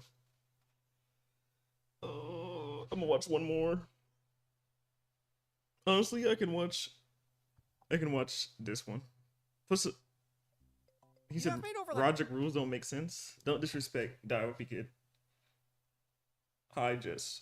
Diary Kid is so fire. 200 of these videos, and I still have no idea how to start them. Every time I go to write these intros, I'm always just like, huh? So a few months ago, I made a video on Diary of a Wimpy Kid, just about how, like, utterly bizarre that movie was. I mean, it was actually a lot funnier than I thought it was gonna be, but also, like, that's a weird movie. But all the same, turns out there are 3 more of these movies, or 2 more, depending on who you ask. So I thought, why not check out the second Diary of a Wimpy Kid movie, Roderick Rules. But before that, really quick, this video is brought to you by Under Lucky Stars. So Under Lucky Stars is a Bro, these ads, man, you need to be stopped. star map today. Okay, back. My brother is really overrated. Probably always says he wishes. Ew, that movie? Jess. That movie. Who does Jess think she is? Don't ever disrespect this show again. Oh, hell no. You tweaking. Like, you tweaking. Boy, do I wish I could give him one of mine. I've looked into it, and unfortunately, it's not legal. Okay, I'm sorry. I just got to interrupt for a second here, but like, what's going on with this kid's cowlick? This dude just wake up from a coma? Roderick is the king of laziness, except when it comes to torturing me. My mom has started writing an advice column for the local paper. She wrote an article last week about how your brothers will always be there for you. Now, I will say, thankfully, that's only as true as you want it to be. But all the same, finally, it's the first day of school, and that morning, Greg's mom has a little something to share with everyone, you know, as moms always do. Gotta go, Mom. Later, Mom. Yeah, see you, hon. Okay, hold on, wait a second. I need a moment for a family meeting. Oh, no, trust me, nothing good ever happens when Mom calls a family meeting, all right? It's either going to be her sharing way too much information about things you never wanted to know about, or just like the most passive-aggressive, backhanded conversation you've ever heard in your life. Okay, kids, today we're going to talk about something your dad does that I don't like very much, but instead of talking to him about it, I'm just going to wrap it up in a metaphor that makes no sense. Things between the two of you have really gotten out of hand. So you need to get to know each other. You need to spend more time together. What? Ha ha ha. Mom bucks. For every hour that you spend together without fighting, earn a mom buck, which you can then trade in for $1 real. Wait a second, hold on. So the exchange rate on mom bucks is 1 to 1? Why not just give him $1? Why you gotta add like 4 steps? But yeah, so this whole mom bucks thing lasts about maybe half the movie or so, and then just kind of randomly disappears. Like most of those weird schemes your parents try to do to hopefully turn you into like a semi-normal person. Like when I was about Greg's age, my parents and teachers were always telling me about how like, you gotta stop being a smart aleck and making jokes all the time about everything. Because one day you're gonna have to grow up and get a job, and what kind of career could you possibly have just making fun of everything all the time? Well, who's laughing now, Mr. Butler? But all the same, as per last time, between the 3 bully kids trying to skin him alive, him sacrificing some kindergartners to a local eldritch god, and getting the cheese touch, somehow Greg survived the 6th grade. Most kids hate it when summer ends. What is Jess talking I have about? to say, right now, school is starting to look pretty good. I'm so glad that's not me this year.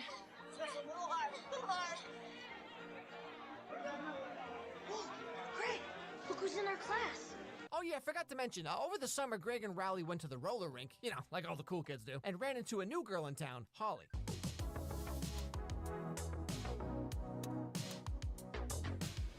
Who is that?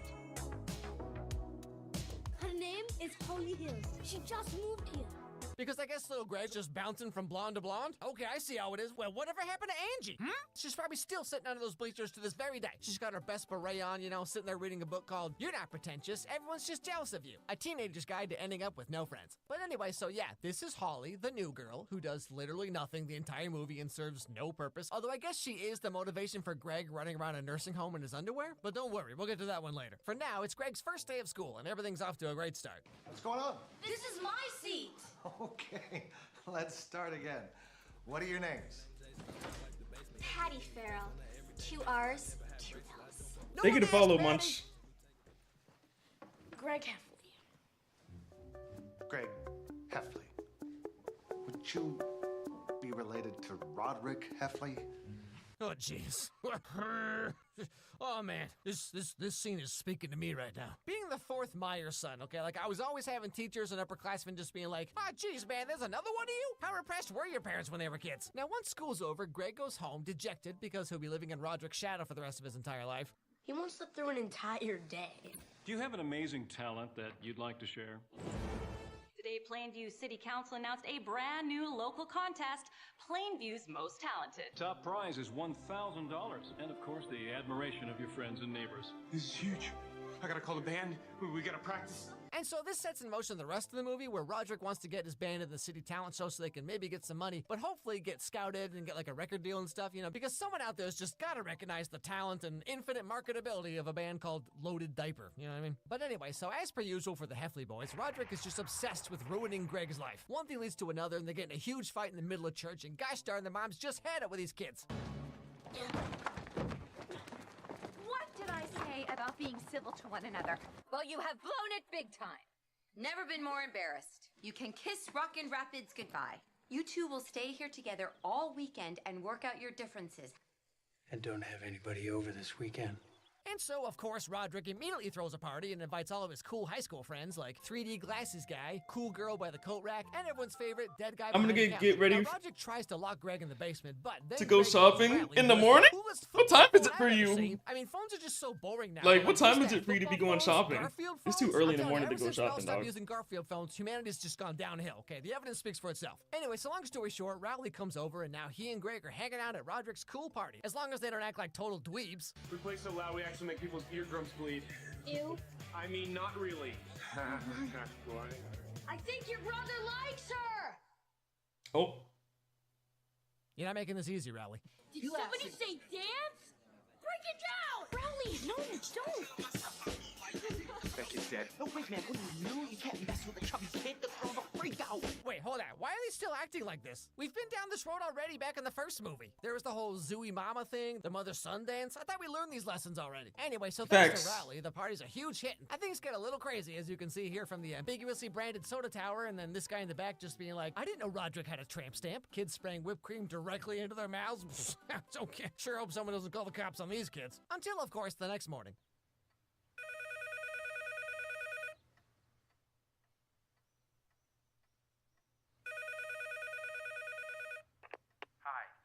The Heffley residence. Please leave a message. Hey guys, Manny's sick. We're on our way home. See you in an hour. So they clean everything up in record time, and Roderick desperately has to remove his eyeliner for some reason, even though he wears it all the time anyway. Ah, crap, I gotta take off my party eyeliner and put my school eyeliner back on before anyone notices. Now also, during the party, someone wrote on the bathroom door, which means now they have to completely replace it with a different door that they somehow just miraculously find in the basement. But there's one little problem.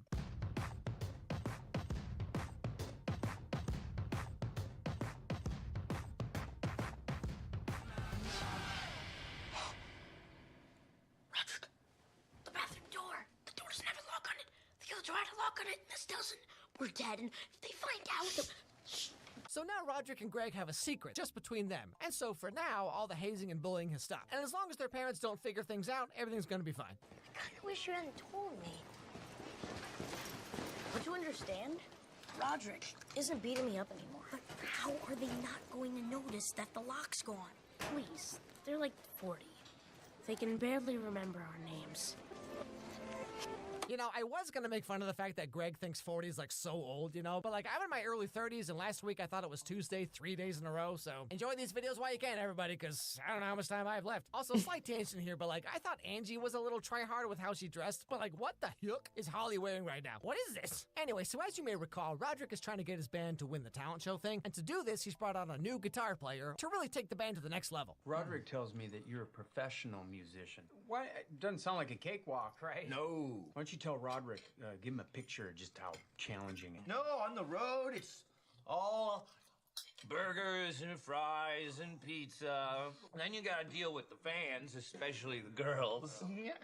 It's definitely not for everyone. Well, you get girls. Well, you get pizza. I love horses. But anyway, so one day, eventually, as parents always do, they figure out that something might have happened while they were gone that weekend. What happened to the lock? I don't know what you're talking about. There was a lock on this door. I don't think so. Roderick, I've lived in this house for 10 years. I've locked that door 10,000 times because sometimes it's my only moment of privacy of the day. And no, it's not related to the fact that that's where I keep all the electric toothbrushes, okay? Do not change the subject, Roderick. And so after some wonderful gaslighting about the bathroom door, their mom decides to check out Greg's story. You know, just to make sure everything matches up. Greg? 2 words. Bathroom. Door.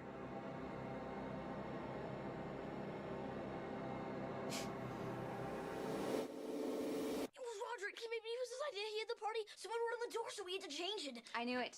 Okay, but like, let's just stop for 1 second here. Why exactly are they so worried that because there's no bathroom lock on the door, their parents are gonna find out they had a party? What kind of party involves removing the lock on a bathroom door? Like, there's at least a million reasons why this could have happened. But all the same, Greg convinces his mom to not let Roderick know that he told her the truth, like an idiot, so Roderick won't get mad and go back to giving him swirlies and, you know, strapping C4 to his bed while he's asleep. And it works for the most part. You didn't buckle. Deny, deny, deny, right? You know, you may not be half as lame as I thought you were. So now Greg and Roderick have a secret, sort of. Greg and his mom have a secret, and Greg and Roderick's dad is a little too into the Civil War, if you ask me. But anyway, so now Roderick and Greg actually are sort of kind of friends, I guess? You learn the secrets to an easy life. I'm tired. How long were you at work? Rule number 2. Or are you still at work? Always lower mom and dad's expectations. Rule number 3.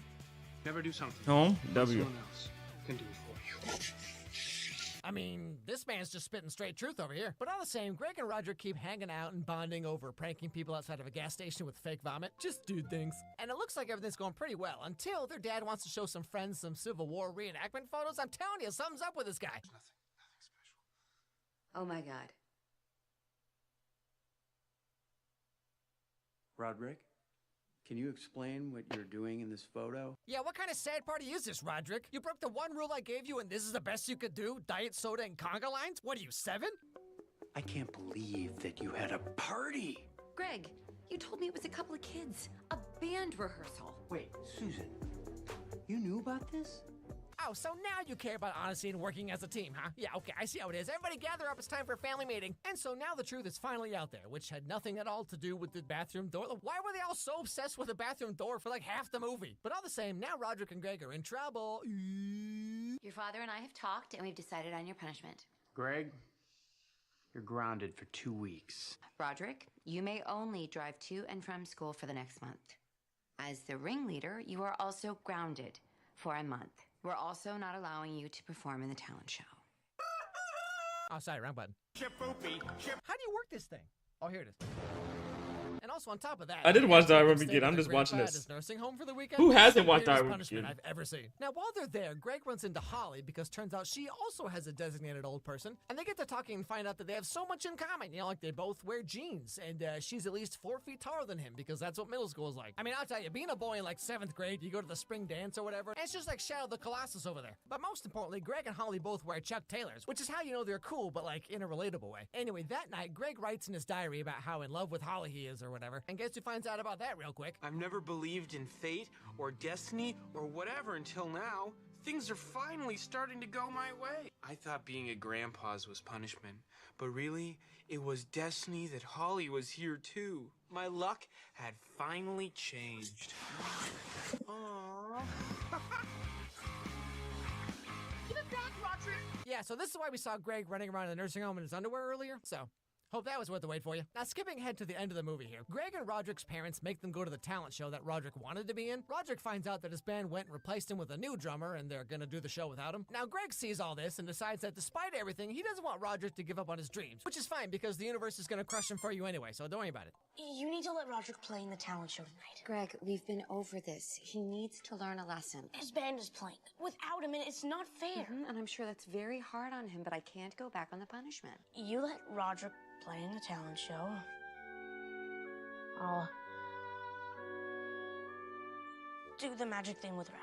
Oh yeah, this probably doesn't make any sense, does it? You see, Rowley wanted to do a magic thing for the talent show, but Greg thought it was lame, even though the entire first movie is about him learning that Rowley's actually cool, and everything he does makes him more popular. So yeah, really. Nah, facts. All those life lessons Facts. last year, Greg. But anyway, so in the end, Roderick gets back with his band, and they play their smash hit single, "Exploded Diaper." Yeah, hard to believe this band hasn't taken off yet. You know what I mean? Rowley got It's a magic motion. Show with Rowley, and it goes super well. Even Holly's into it. Oh my gosh, you guys did great. That was really funny. The unitard or the performance? Both.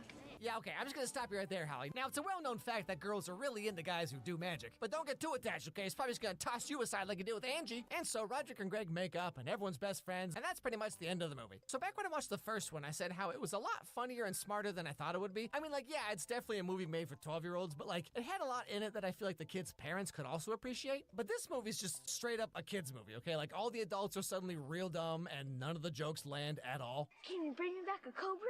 I want to tease it to dance.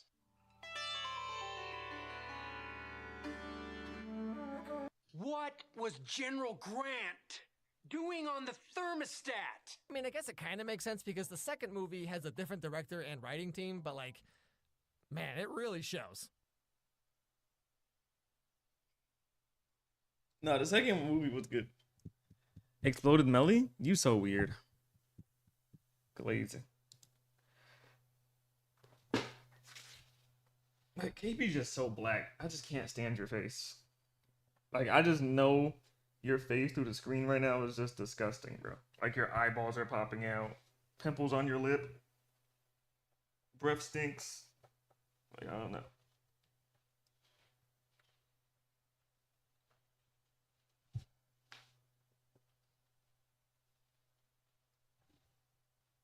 I'm not you, Cap.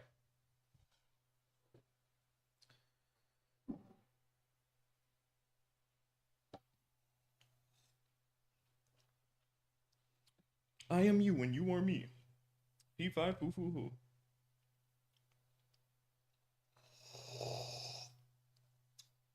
Oh, I have pimples on my lips? Cap.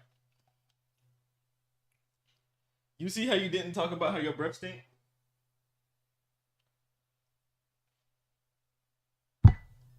Take your brain rods back? Bro, I can't take anything back. What do you mean? You talking about some take brain rots back. My whole thing is full. Also, F to the brain rot. No cap.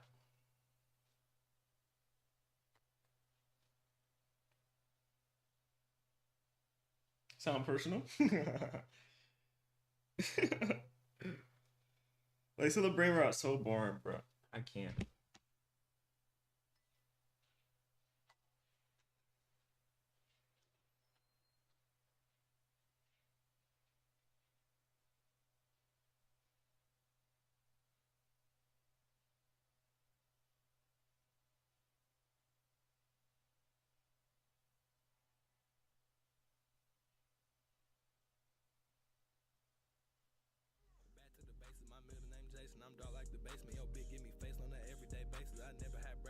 Who followed? Let me guess. Oh, never mind.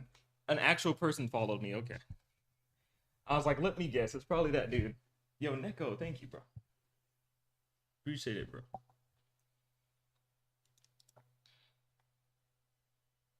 Hello? Hello? Like, why did he play hello like that?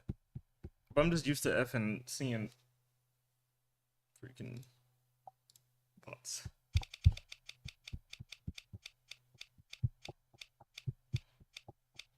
Just Timmy? What Timmy? I did it, baby. I don't know. But like I was saying, chat, I don't know. If I'm being honest, like, I literally go and steal a brain right now specifically for content. And I don't know what content to make. Because majority of the people that have content on that game, they spend money. Literally all, like, because people open boxes and stuff, and I'm not spending $20 for a effing secret lucky block, bro. Like, that's not even worth it, bro. I've been told you that game was mid. But that's not the point, though. That's not the point, though, KV. I told y'all what the goal was. The goal was to start going crazy on YouTube, which I am. Because don't get me wrong, a lot of the posts are from Obby, but literally my first videos that blew up were Steal A Brainrot. And they're still getting good numbers. The same thing on TikTok, too. My biggest posts are from Steal A Brainrot, so that's why I'm playing it. But like I said, it's strictly for content now. Like, it's just, I can't sit in there. And then, like I said, I can't get content either because I'm not about to sit there and take time and use my alt account to put all my stuff on my other base. Because the other thing that was kind of fun is when I would join games and I had nothing to lose. So I could just sit there and try to take people's stuff. But at the same time, it wasn't fun because people would leave. So it was only fun for like 30 seconds and they left. Because literally, if someone joins a public game with a secret and they see people trying to steal it, they leave instantly, bro. So it's just not fun. That's why it's, listen, chat. In my opinion, I think all that content I see people stealing secrets and stuff, it's all scripted. Like, that's the, like, if I wanted to make content, I'd have to do it like that and get scripted content. Because it's just no way these mother effers are really stealing secrets, bro. Like, the way that these people move. Oh, I just got cooked. But yeah, the way that these people move. Yeah, bro. They just leave. Steal from your mods. But that's what I'm saying. I can do that. I can do that 100%. I'm not saying I can't do that.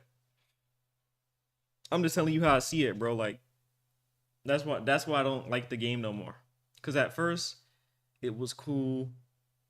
But I just like playing with the chat. And, like, I want to play pubs instead of just being in private servers. Like, obviously, when I do my obby videos, I got to go to a private server, yeah, like, so I can get the clips. But besides that, like, I just want to play with everybody. I'm tired of trying to make private servers and telling people to join. They can't join. It's just stupid.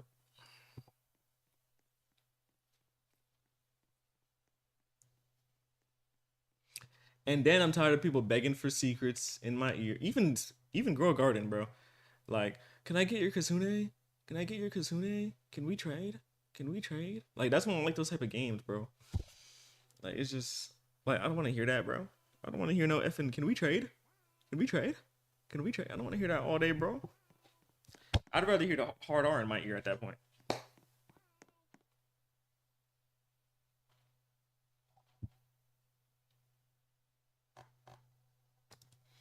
Am I one of those? First of all, Micah, you're not sliding, bro.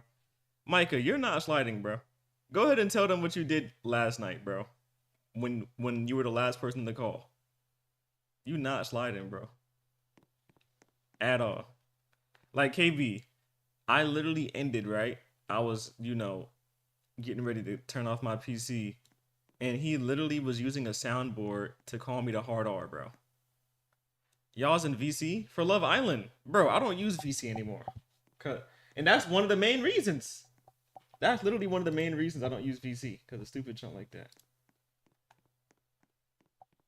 But yeah, I kicked him from the server, bro. I didn't even know it was an emote. Nah, bro. Nah, bro. You knew what you were doing. You should start again. Maybe, bro.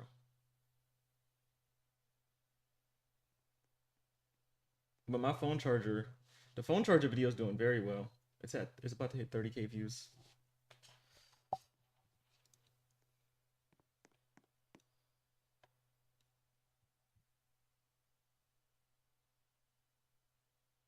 I don't see a point talking to any of y'all.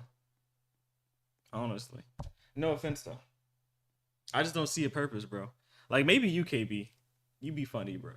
But I don't know, bro, cause like mother effers are dry, bro. Like if I'm being honest, and that's why I say like it'd be funny when I see some of y'all be live or whatever. Cause it'd be like funny, cause like y'all don't got it in y'all, bro. Y'all not true gamers. I think KB like the truest gamer, or like somebody can like produce content.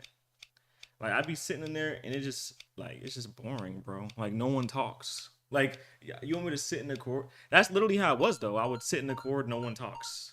Like that's fun. Like even with boxes, bro. Like when I used to do boxes with everybody, bro, it's like I'm the only one that had the energy, and everybody just like boring as freak. Or like KB, maybe Kai too, back in the day when we would do boxes, he'd maybe speak. We have a whole box, everybody quiet, no content, no good segments. Like I don't know, but that's why I'm going calls. It's like, and then you could say, oh, go on a call with content creators. Well, I don't want to be in the call with content creators either because they weird.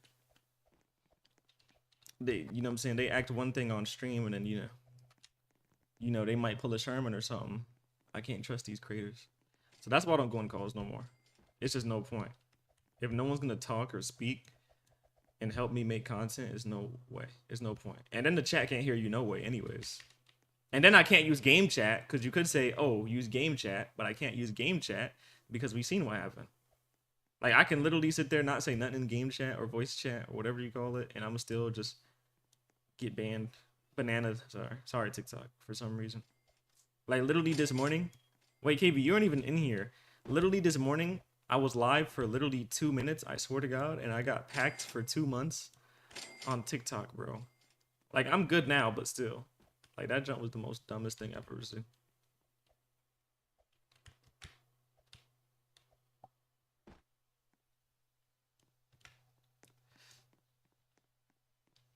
I don't cuss anyways.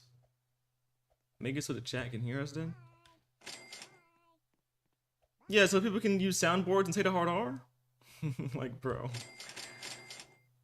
Like, dog.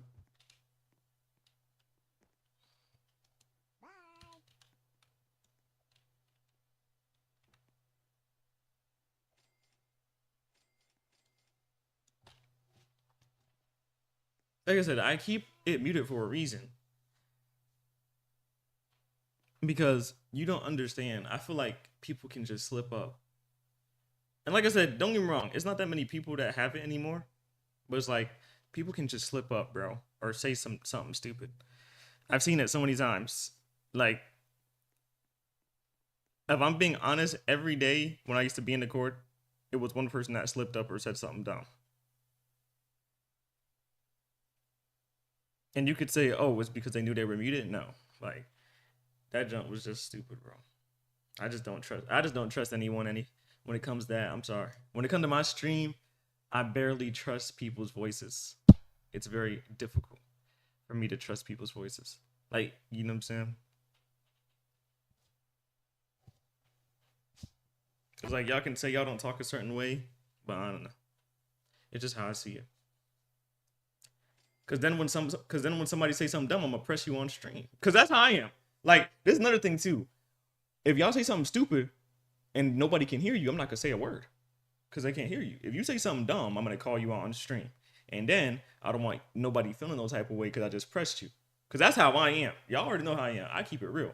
So if somebody say something dumb on stream, I'm gonna press them. I don't care if it's Kara, I don't care if it's KB, I don't care if it's Dreams, I'm gonna press them. And I know if I press y'all, y'all might feel the type of way. And I don't want nobody feeling the type of way. Because I know how I am.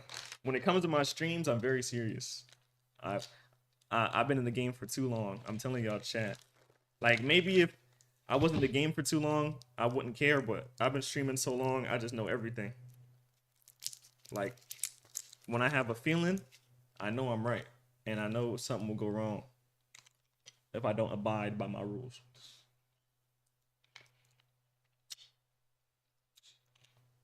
My PC in the same room as my mom, so I don't cuss around or say crazy stuff. I feel you.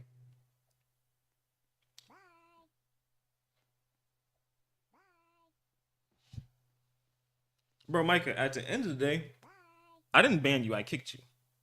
Because I tried to give you a chance. But I'm gonna say it like this, Mike. At the end of the day, it doesn't matter if nobody can hear you or not. You were a perfect example of why things are muted. I kept asking whoever was doing it to stop doing it. That's why I was pressing everybody when we were watching Love Island. And you wasn't a man enough to say it was you. You feel me? And then when I found out, like I said, I'm a very understanding person.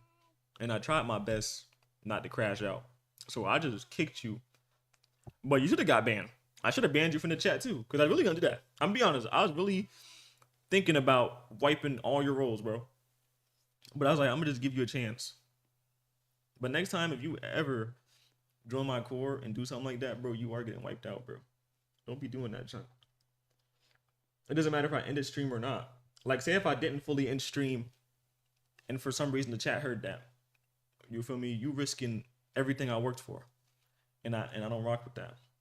The chat know how I feel about that. If I get myself packed, that's on me.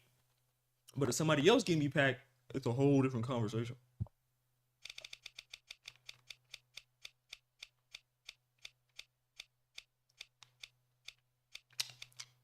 I bet this guy is just looping this. Did you say I'm looping my stream? B4B4VR.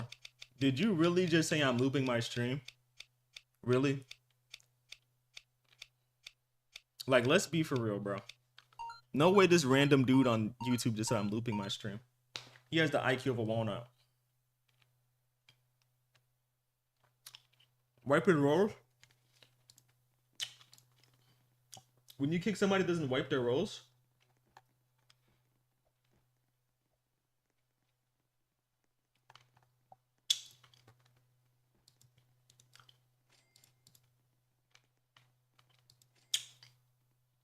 It doesn't even say he's in the server. Yeah, it doesn't say he's in the server.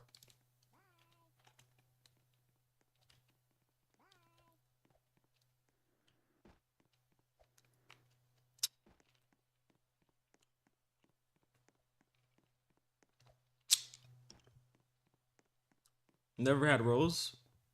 Bro, why is this dude acting like he didn't have rolls, chat?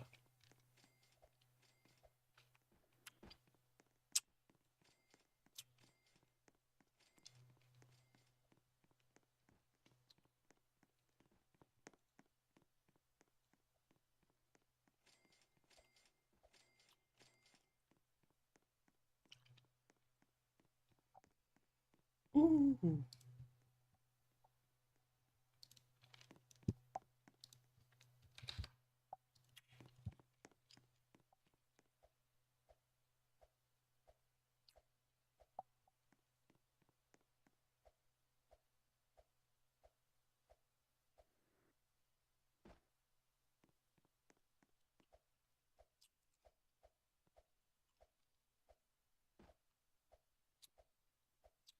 Mm.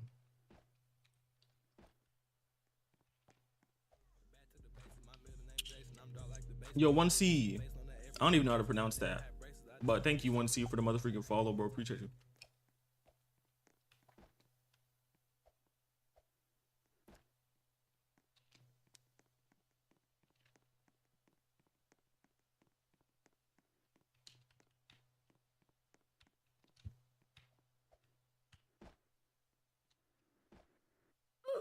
No. F you. He came in here and just started spamming emotes. Boom, bucklats.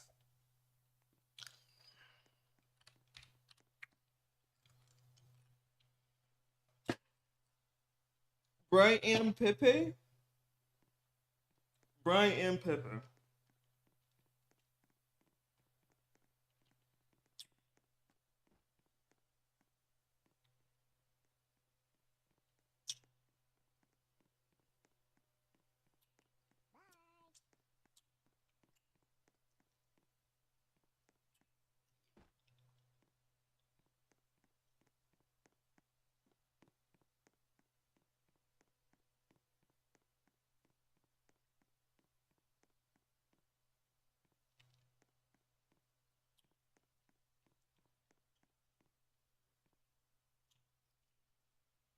All right, KB.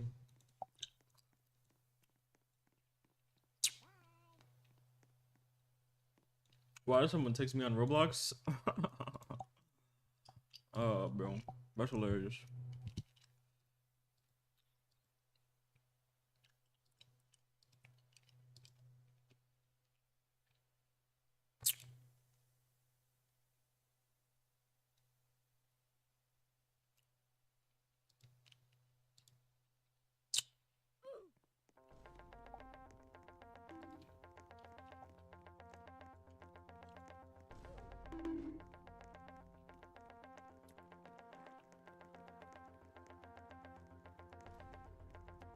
Who said, what are you, Blum? Okay. I mean, tell him what you playing. He doesn't want to know what you playing.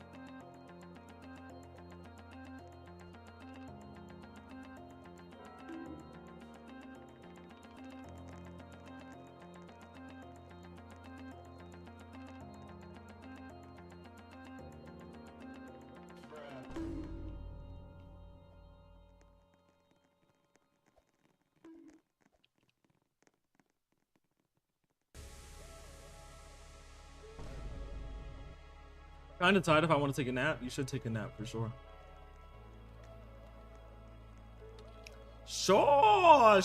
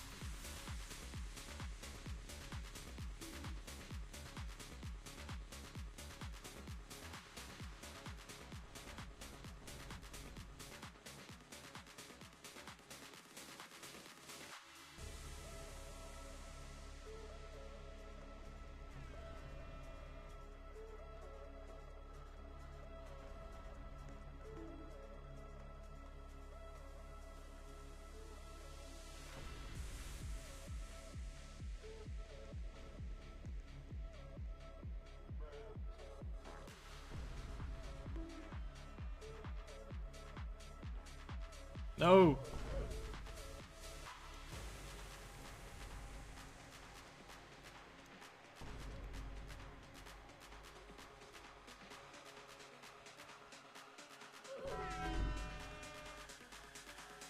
There's no winner? Damn. Bro, I gotta take a doo-doo, bro. Like, I've been holding this junk in, bro. But I think I'm cooked.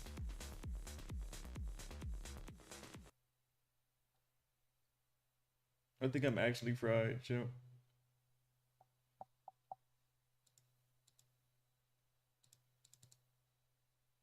I'll be right back.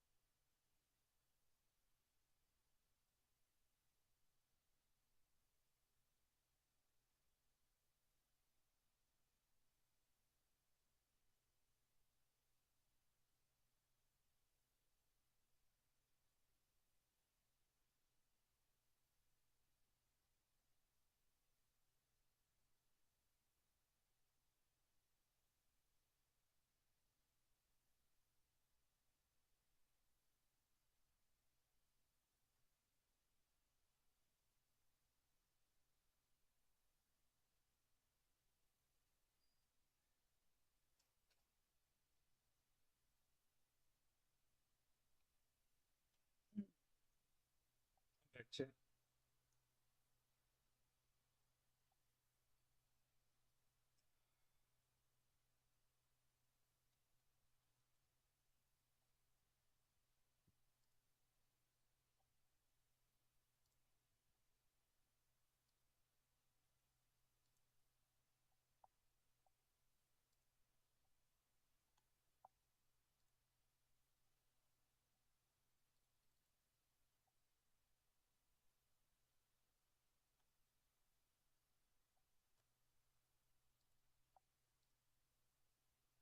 Yo, what's up, Ben?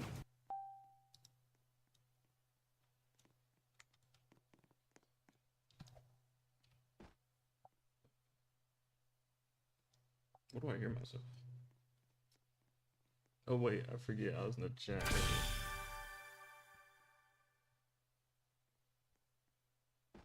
Here.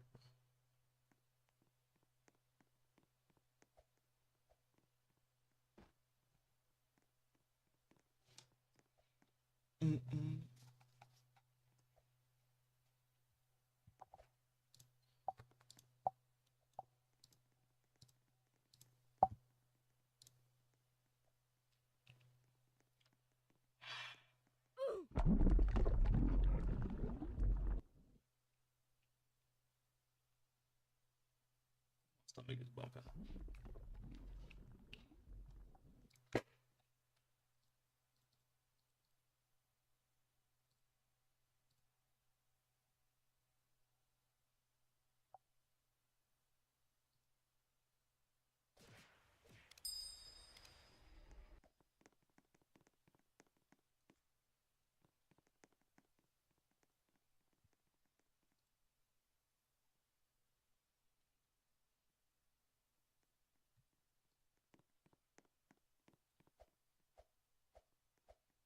Bro, is admin abuse Taco Tuesday? Yeah, I think it's today. I'm probably not gonna play it, to be honest.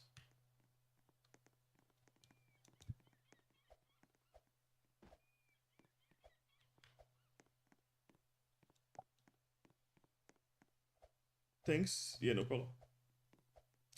No problem, Ram.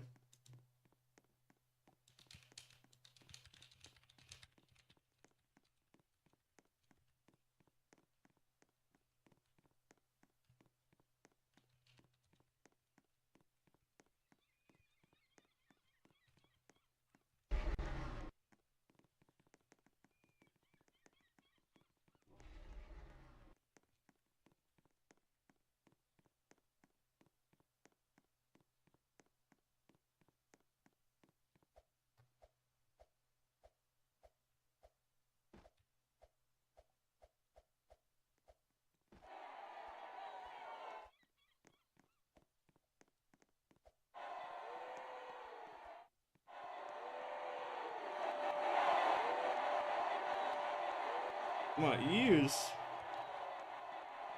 God damn.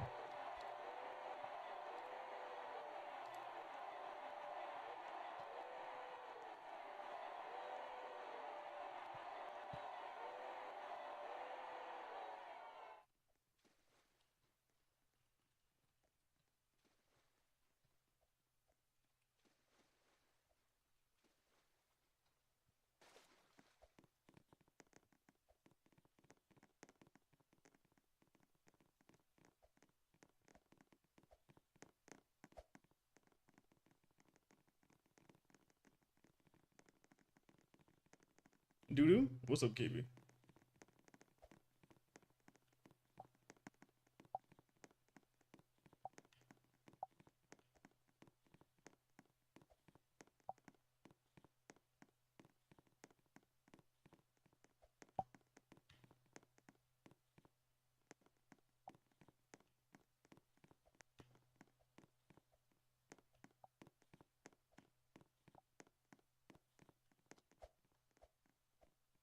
I'm so confused on how this works.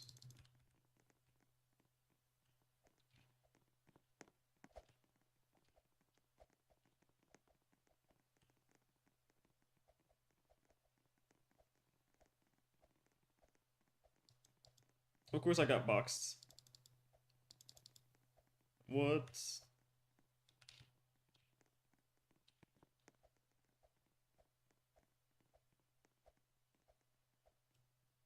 Good game.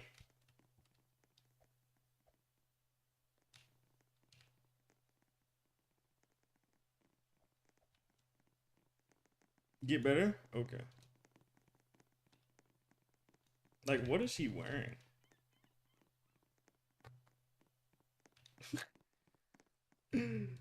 Bro, that's effing ugly, bro. Shut the F up, KB. Pretend gamer? Bro, how am I pretend gamer, bro? None of y'all are gamers. I'm a gamer. I'm a gamer, bro. None of y'all game like me, dog. I don't consider anybody in the chat a gamer, bro.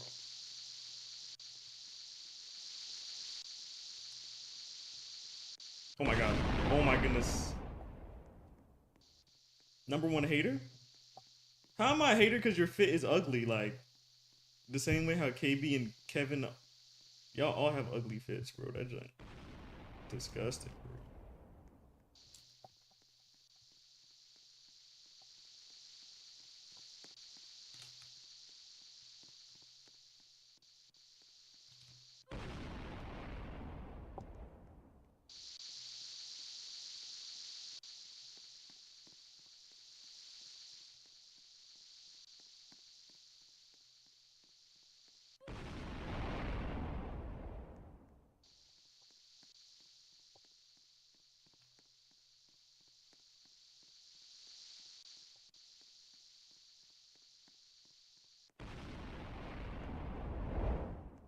Keep yourself safe, KB.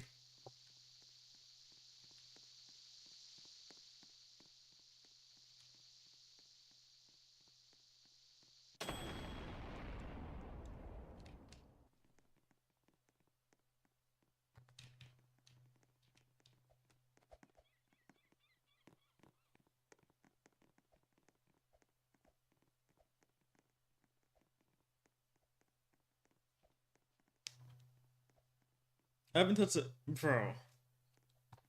Bro. I still pick Clark. Oh my god.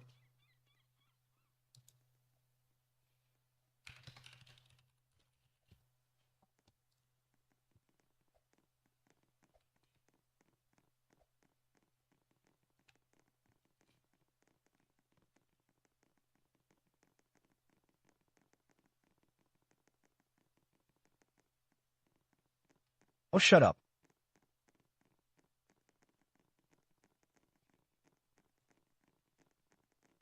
They broke up? Wait, who broke up?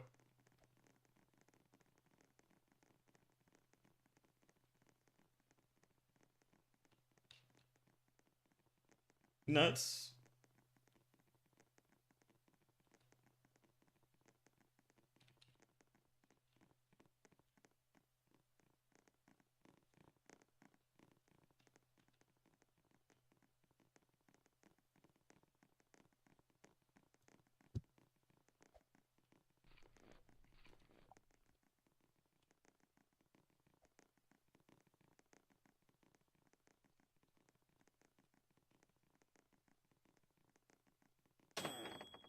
Blue team better. Blue team is so much better. Team blue. Team blue.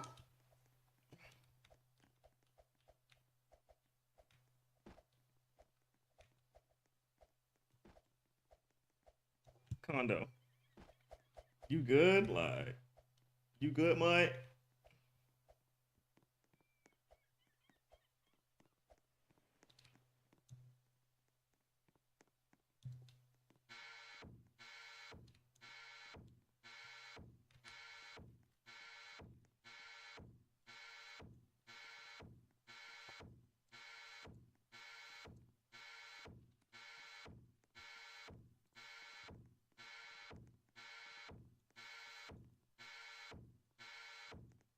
Alright, my editor just sent me some more stuff.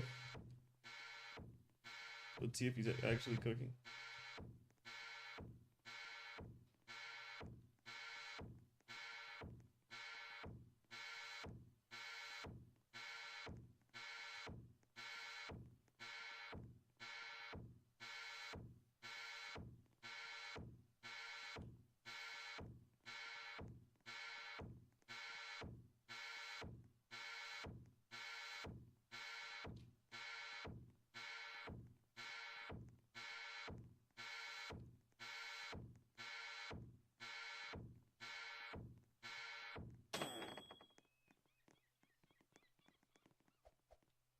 Oh, my stomach.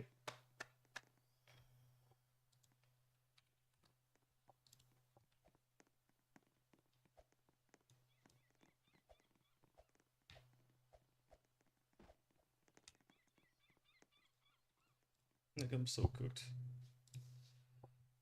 Oh.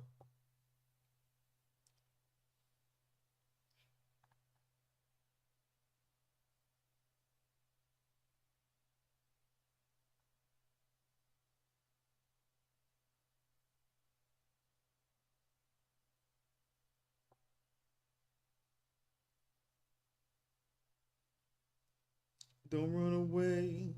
Don't run away from the truth, 'cause I'm not giving up on you. Don't run away. Don't run away from the truth.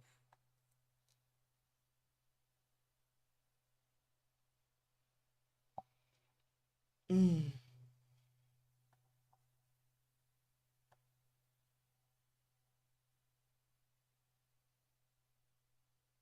Cooking time? Cooking time. I'm not fat. Not fat like you, Kondo.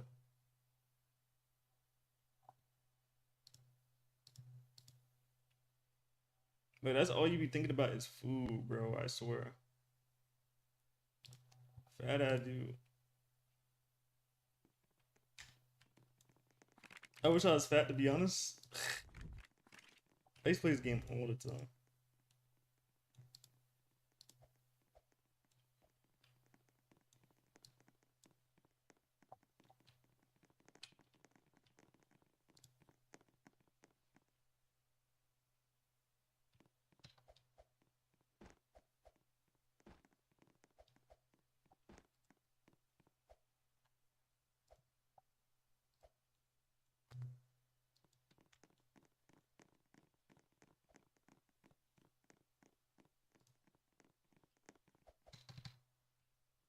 Once I was 7 years old, my mama told me. Death Ball fell off hard. Man, game just fell off hard, bro. Free, bro. Free, man.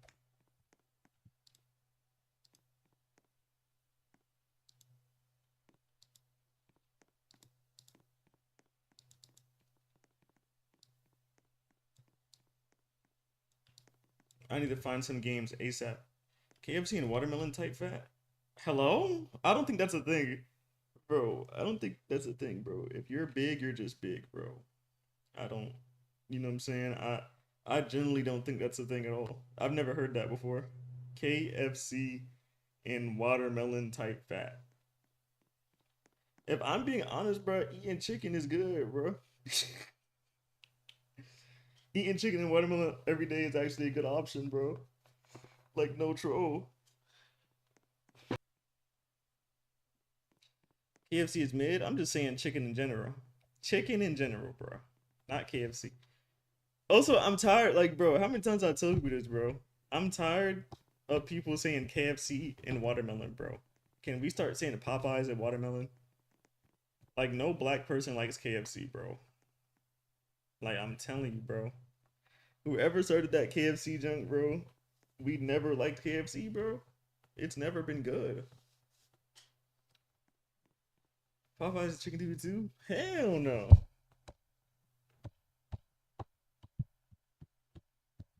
You be eating Church's chicken, dog. That's what you be eating, bro. Fat ass dude. Fat ass dude, bro. Also, Kondo, you be talking about I need to work out, bro. Have you worked out, bro? Romania or Germany? Neither, bro. Neither, dog. Like, people always want me to pick a side between certain countries or whatever, bro. Like, I don't know, bro. I've never been over there, bro. And even if I've been, I don't care, bro. Like, I'm an American. I work out every day after work, 5 to 8, cap. Because you're still 450 pounds. Whoa, bro. Whoa, bro. Micah, really? Really, Micah? Come on, bro. Really, bro? Really? I will show you I'm built different. I don't want to see you, boy. People always want to show me themselves, bro. I don't want to see none of y'all. Y'all are all ugly and chopped, bro. I'm gonna be honest. I don't think there's not one good-looking person in the chat. Y'all all chopped as freak, bro. Y'all make me want to cry, bro, when I look at y'all. You disgust me. Please add me. If you want to get added, you have to follow me and you have to add my Roblox. My Roblox is in my description. Do you know what the description is? Because if you look at my description, you'll see me.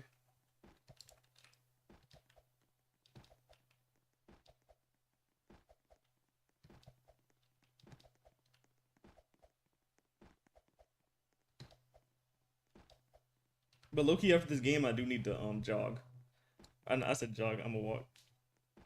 Like one day I'm gonna just go outside and touch grass and just do a little jog.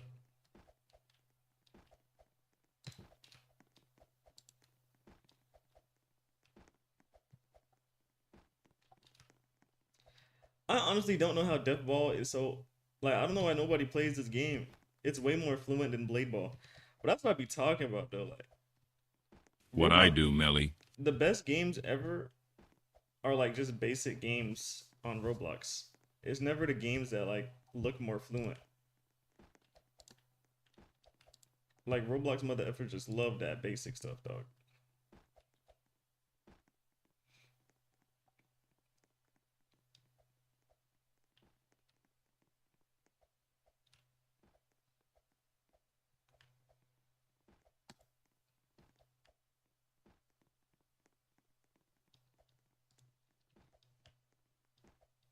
My eyes! Oh my god.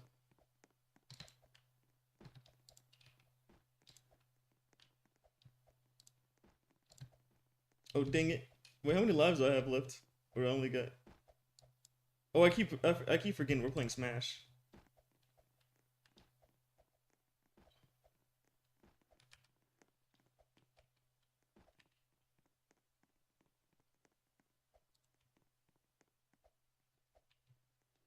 Wait, what?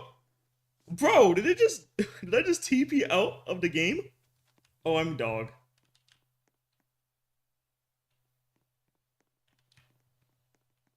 Jogger, other word for hard R, by the way. Yo! Bro. But anyways, hold on. Let me lock in, bro. Because listen, even though you're fat, Condo, I'm fat too, bro. I'm fat as freak. What game do I... I'm gonna just sit and grow a garden like I normally do.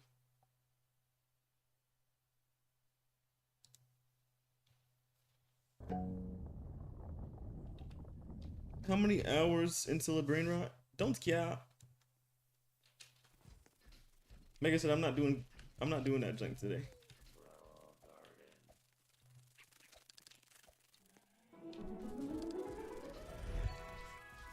But honestly, it's my fault. I need to figure out some content to do for Steal A Brainrot.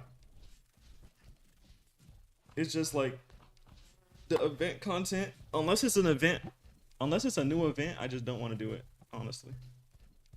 Like the Taco Tuesday event is literally the same event every time.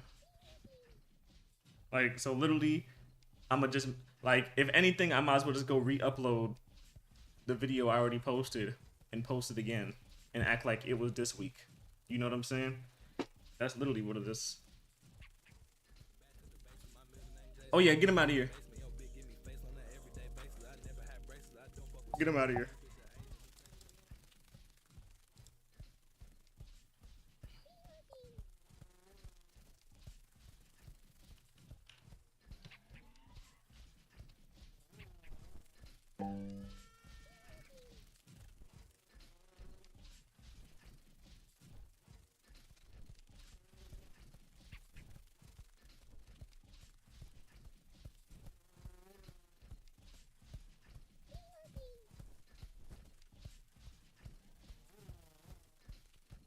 Oh, wait, so, bro, Condo. He's been here since last year. He's literally posted me on his Instagram several times. I'm not even trolling. Like, he does it to everybody, I think, but it's still weird. Like, when I found out his Instagram because he tagged me, like, I was so confused. Like, he's been doing this for like a year straight. He'll make an account. Actually, he stopped for a couple months, though. I told the chat that I don't know if he went to jail or something, but he did disappear for a while. Now he's back.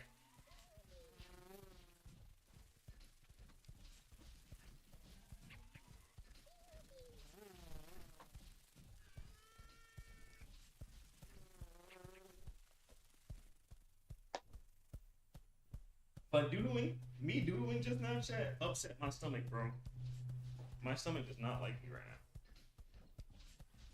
I do nothing. Someone just got a Magic Marcia on TikTok Live. It's a gift that you can only get if you spend $20,000. A secret gift or whatever they call it. Bro, what? Condo, what? What the F is Skynet?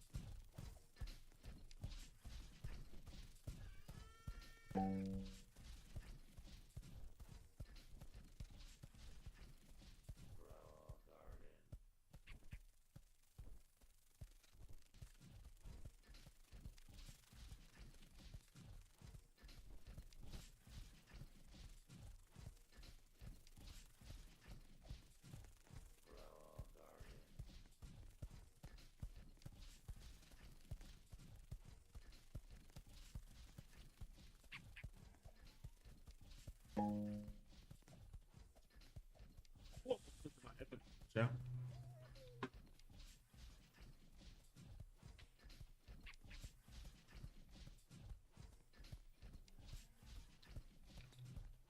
Bro, I don't want, bro. I don't, bro, chat. Listen, don't come for me. I feel like you're gonna come for me. I've never watched a Terminator movie.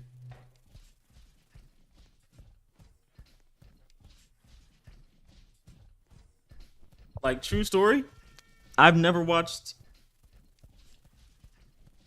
Terminator or Star Wars movies.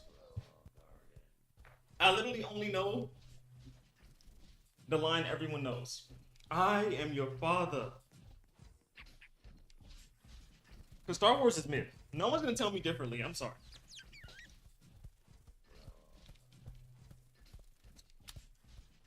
Thank you for the gift, baby bro.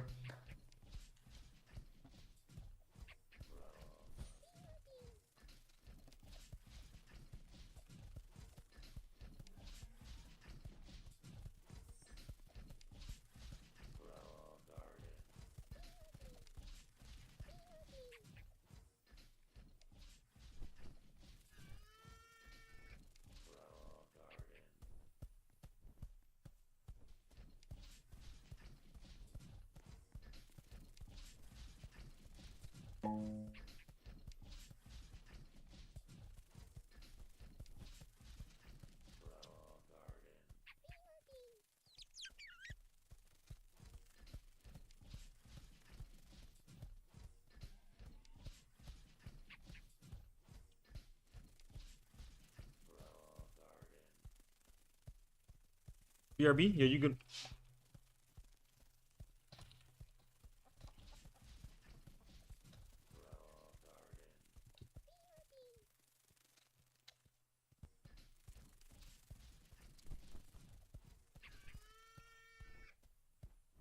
Ugh. my back hurts, then stretch your back, twin.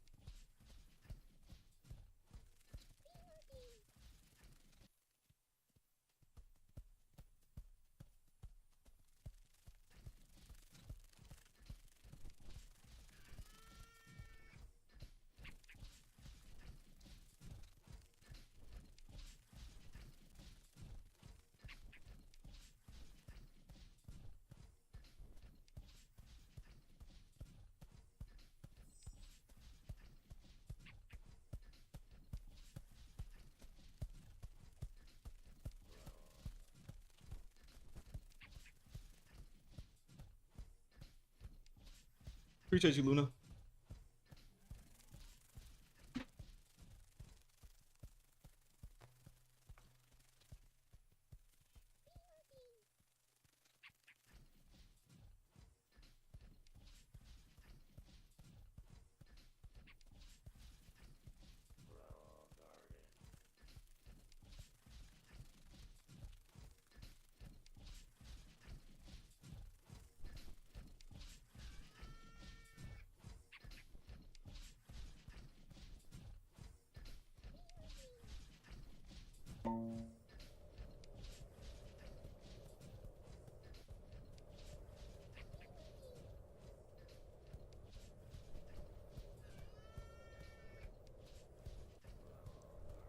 I'll see you later, Melly. I'll be back in 5 hours. Does bro got school? Does bro have school, bro?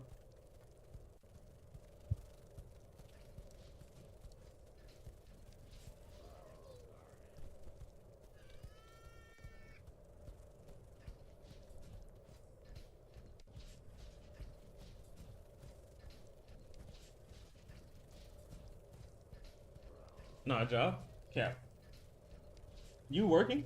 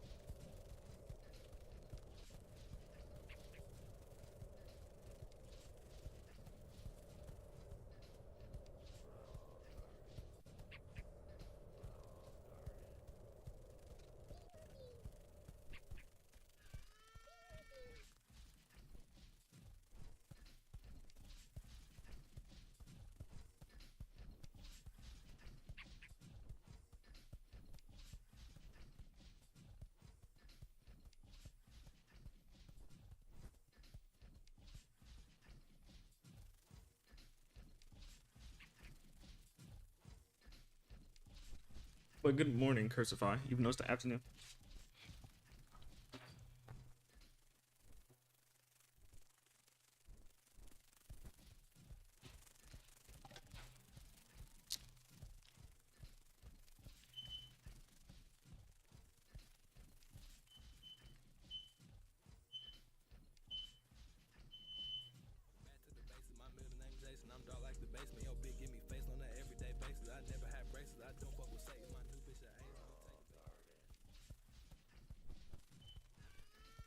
Fun to be in the lab making any type of chemical known to man. Hello?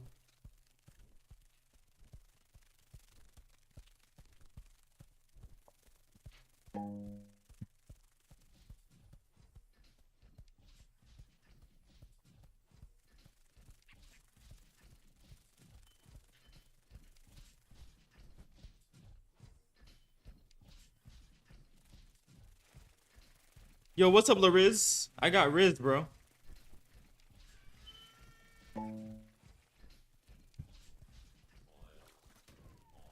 Please play Steal A Brainrot. I'm working out right now, bro.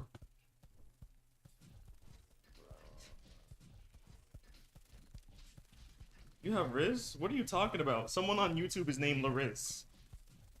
Alright. I'm gonna be Dexter? That's not what Dexter does. Dexter is a blood splatter analyst.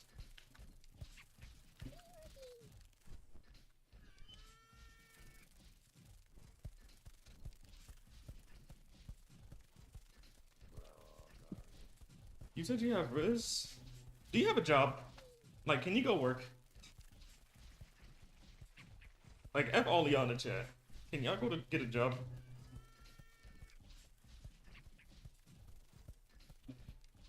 Can you? You can't go band for band with me, Kira. This ain't the old days. You're washed up, buddy. None of y'all can go band for band. Watch your tune.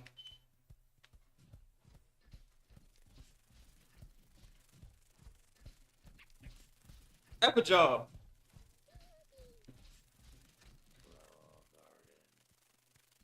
And how many times I tell y'all, chat? Digital footprint.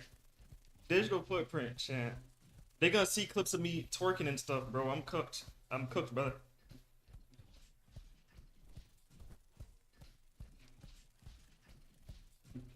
You're washed? I'm never washed. I'm up. But at least I do wash. Because we know you don't. You smell.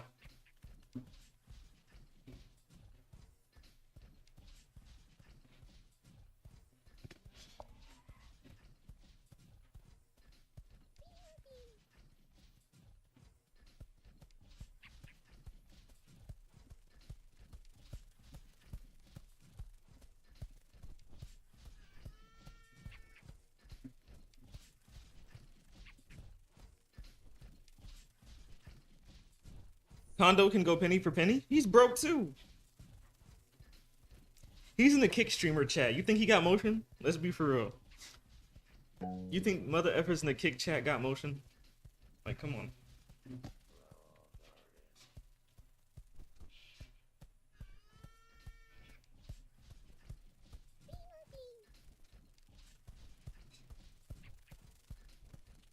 Also, he has a kid. I know he broke. Chat. He has a kid, chat. I know he broke his hell. He can barely get stuff for himself. Like, I'm telling y'all, chat. You can say you got money. If you got kids, bro, you broke, dog. 100%. Babies are more than rent. Like, chat, no cap. On God, babies are more than rent or whatever you pay on a car note, whatever, bro. Some months it could be 500. The next month is 3 bands. Next month it could be 5. They get sick, you're cooked. I'm good on that, baby, bro. Janaya, you grown? Yeah, Janaya's a grown. Excited about candy machines? But we already know that she grown. She a effing. I don't know. Janaya's slow.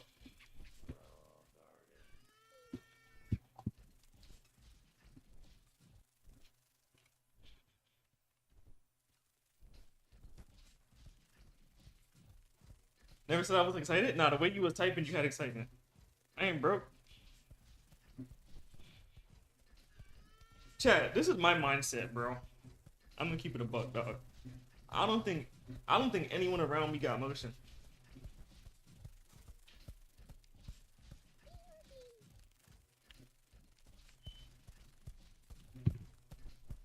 Especially Janaya, she the brokest one in the chat.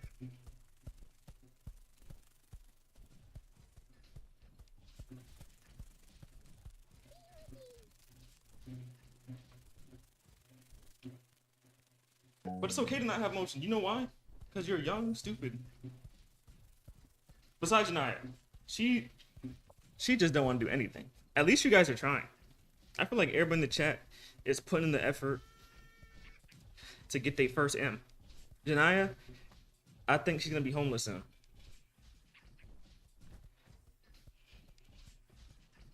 I told you I only spend big bills? Yeah, on your baby. You spend big bills on your baby, bro. Wow. Anybody gonna spend big bills on their kid? You not spending big bills for yourself? Broke ass shit.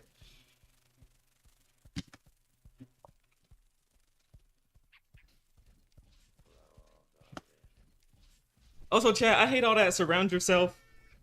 Cause I feel like teachers would say that a lot. Surround yourself with other successful people.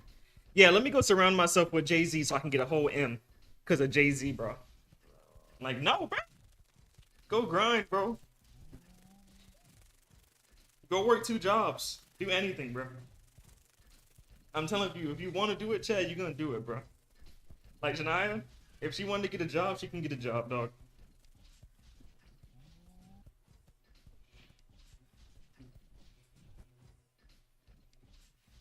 Let me go surround myself with Beyonce. Beyonce? Bro. Because like I'm gonna give you a perfect example. People think just because if I go hang out with Drake or if I'm in a music video, I have money. Don't get me wrong. If Drake put me in a music video, I'm gonna try to take advantage of it. Go on interviews if I can. You feel me?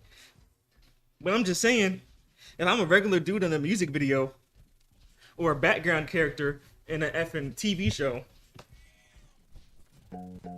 talk to the main character.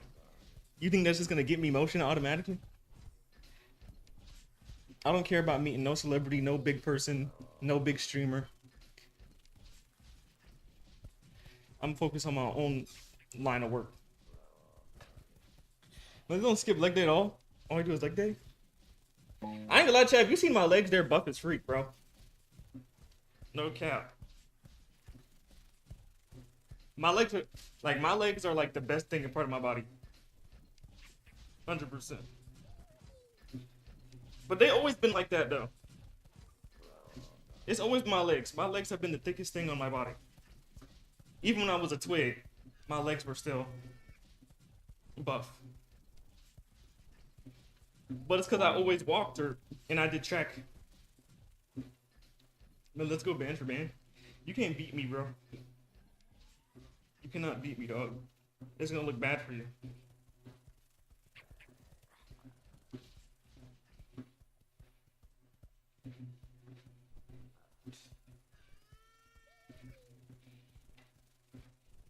I make money drop shipping every day. I have 5 different incomes from 5 different platforms.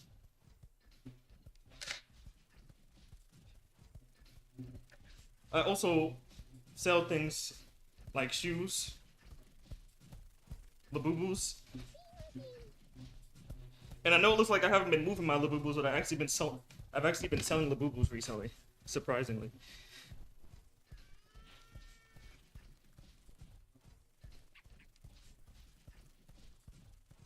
It's just because I keep getting more. Like I thought I was done. I didn't know I ordered so many Labubus. I kind of lost track. But I have so much. I think I actually have 2 more coming. I thought I was done. I still have more coming.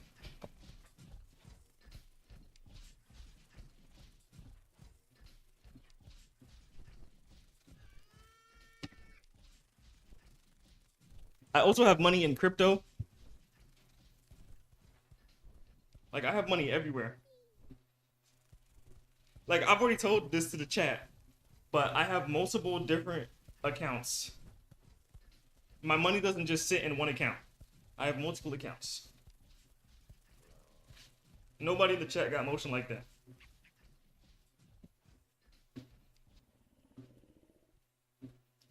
And mind you, I'm unknown too. That's the thing. I feel like I'm really irrelevant. Like, I'm an irrelevant streamer doing this, or content creator. Imagine if I was up there with Aiden. Oh my god.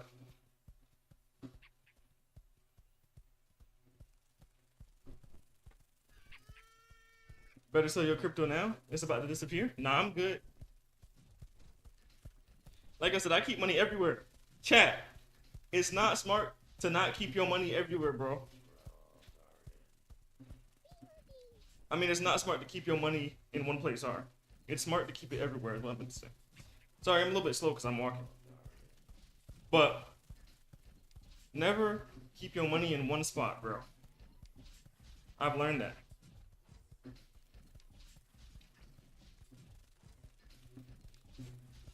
You never know who's out to get you.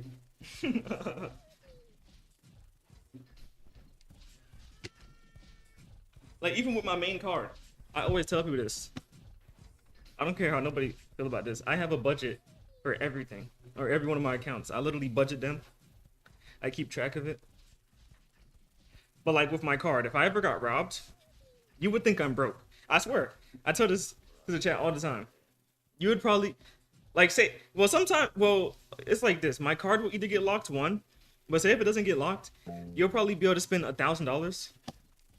And then, you know what I'm saying, you won't be able to spend any more. So if someone came and robbed me, say if they can spend the money, they're only gonna be able to spend like $1,000, bro. I never keep money on my main card or my debit, never. I don't know how people do it.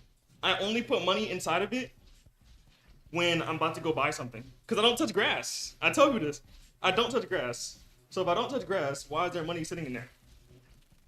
It don't make sense. That's just my opinion, though. For other people that touch grass and stuff, that's fine, but I don't touch grass, so why is it in my main account?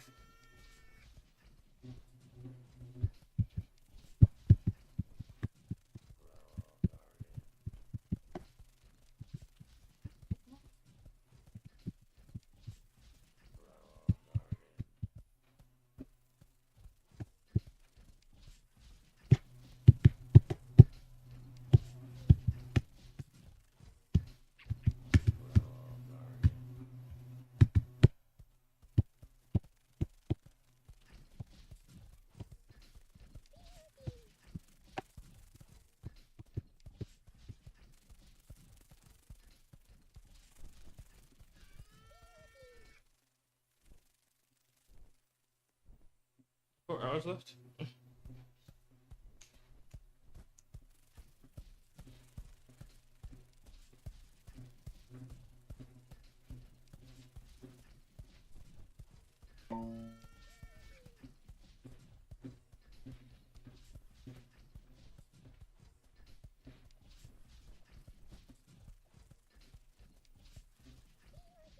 Can my other job start that I have?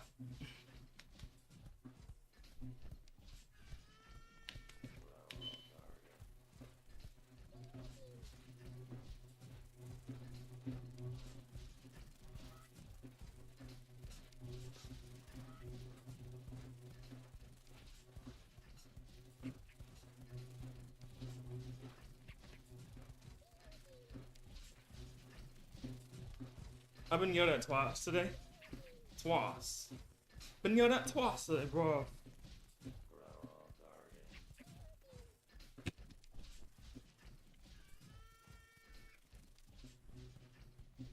I only took 12 calls. That's crazy. Is today not busy?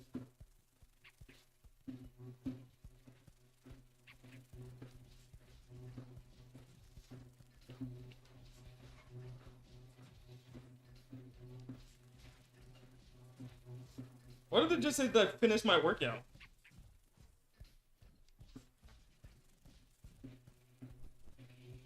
But does it seem like I stopped moving?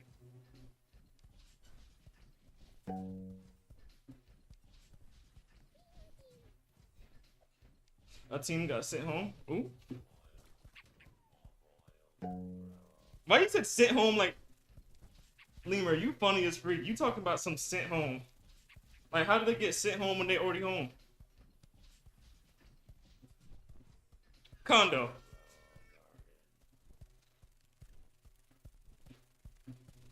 Some of them in the office? Oh, there's an office? Ew. Yeah, go to the office, Lemur.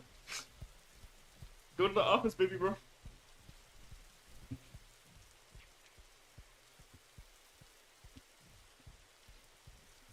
The Florida hits, dude? Yeah, go ahead and go to Florida, baby bro. I love feet? Hell nah.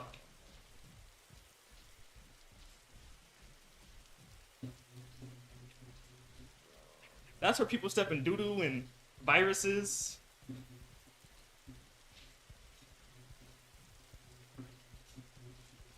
Something gonna go up your nose when you smelling that feet, and then bam, you cook. Condo K, bro. Bro, your full name is Mid.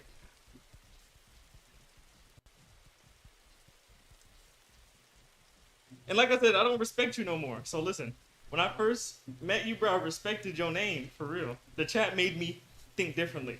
When they were talking about it, I was like, you know what, you guys are right. And then you said you had a whole kid? How you gonna have that name with a whole kid, bro? You lost my respect, bro. You don't even use them. You can't have a name that you don't use.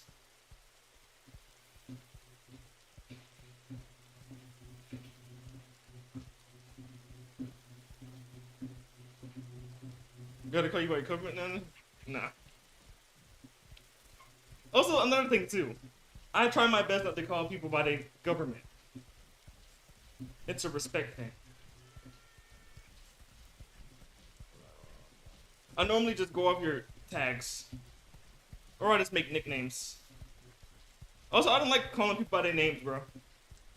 Like, as a streamer, no cap chat, as a streamer, I hate saying people's name like I know them. Like, what's good? Like, don't get me wrong, I know a lot of people in the chat, but I'm just saying, like, what's good, Corey? You feel me? Like, what, bro? Like, what are we talking about?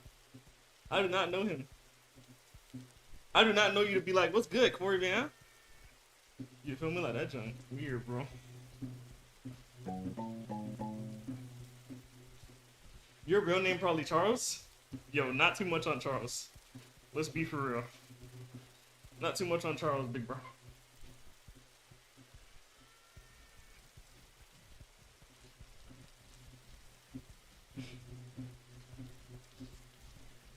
So let me get this straight. You think I went from Charles to Melly? That's a crazy transfer, bro. But honestly, I can't even say nothing in chat because I told y'all before. So, I told y'all before my name, one of my names was Young Todd. So honestly, I can't say nothing, bro. Because Todd is way far off.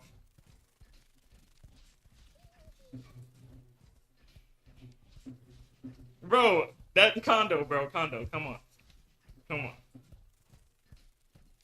No, condo, real talk. Like, I used to be in PlayStation parties all the time. And everybody thought my name was Todd, bro. Like, when they talk crazy to me, they'd be like, Todd, shut your ass up, Todd. F you, Todd. And also, so I used to, so listen, I don't curse at all anymore. The chat knows this. I don't curse off stream either. But I used to curse crazy as a kid. Like I said, I admit it, bro. Because people just think I'm an angel or something. No, I was a demon, chat. I'm gonna be real. I say the hard R in the party calls, all that. But yeah, one day I just said my name. They were like, what the F? They were so confused. Because people also thought I was white. Or pastry. So, when I say the N-word, they'd get mad. Because I sounded like one too. So it'd be hilarious, bro. I used to get people so mad. They're like, you should not be saying the N-word, dog.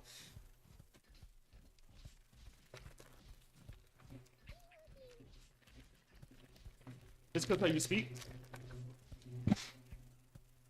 Yeah, the one thing I'll say, I've never spoke like a true monkey. Like, listen, I love my people, but I'm gonna be real. We do talk crazy, and I just can't talk like that. I gotta talk like I got common sense. So hearing a black man talk with common sense in the PlayStation party back in the day was outrageous. Cause I'm telling you, and I played 2K, Condo. If you play 2K, you know how black people get. Or you know how anybody get in the 2K calls. So I'm the only one that talks normally. So everybody like, oh yeah, he's a pastry, bro.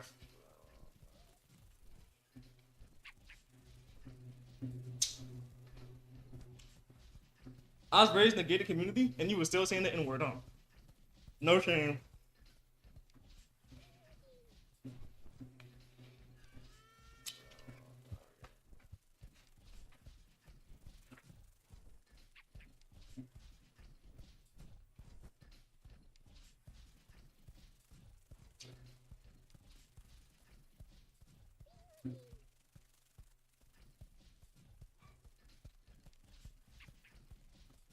Blame the society we live in? I don't blame society, though. Like, I'm gonna put it like this. Can you blame society you have a kid right now? Genuine question. And like I said, you maybe you wanted the kid. Like, you be trolling, so I don't know if you wanted the kid or if you still got your girl. Whatever the case may be. But did society make you get a kid? Did society make me be like, yo, let me become a streamer, and everybody gonna make fun of me for trying to be a streamer, and now I'm successful, and now they all want to meat ride me? Like, I didn't do that for society. Every human has a different connection and a different brain length, different mindset. We're all different in our own ways. So none of us have, like, even black people, because I hate that victim mentality as well. Like, black people swear they be like, oh my goodness, Martin Luther did this and all that. Bro, we were not there. Like, chat, this is me being so serious. We were not there, bro. I was not there when Rosa Parks was talking about we want to go to the front of the bus, all that. Don't get me wrong. I'm glad that we good now. But I'm just saying, I was not there, bro. So I'm not about to dwell on what happened in the past. I'm about to grind, put in the work, and lock in, bro. I'm not gonna be like, oh yeah, man, I didn't get this job because I'm black. Like, no, bro. I hate that junk, bro. I didn't get the job because I'm black, man. No, bro, you're not qualified, buddy. My daughter helped me grow up, though. But that's a good thing. Listen. When it comes to kids, man, I'm gonna be dead serious. I've seen a lot of my old friends have kids, or got kids right now. And when it happened, we're like, you're so stupid, you're 17, you're this, we're like, you're stupid as hell, right? And now they got a good job, they're stable.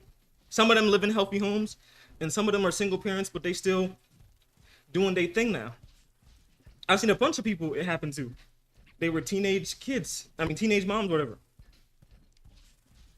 And I'm out here thinking how stupid it is, but it made them more responsible really quick. And it aged them up really quick. And I'm not saying that should be the way to become mature and grow up.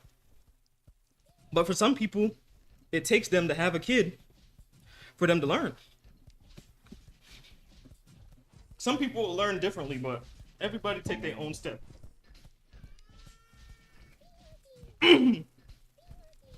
Everyone takes their own step to get on the path they need to be.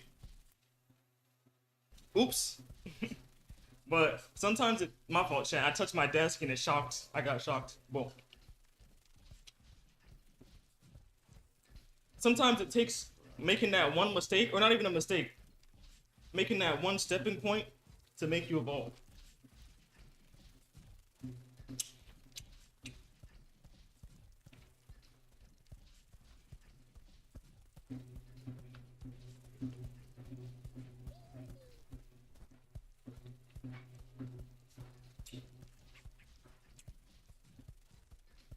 And then the sad point of it is some people don't learn. It just makes them more ignorant. You know what I'm saying? It just depends on the person. Oh no!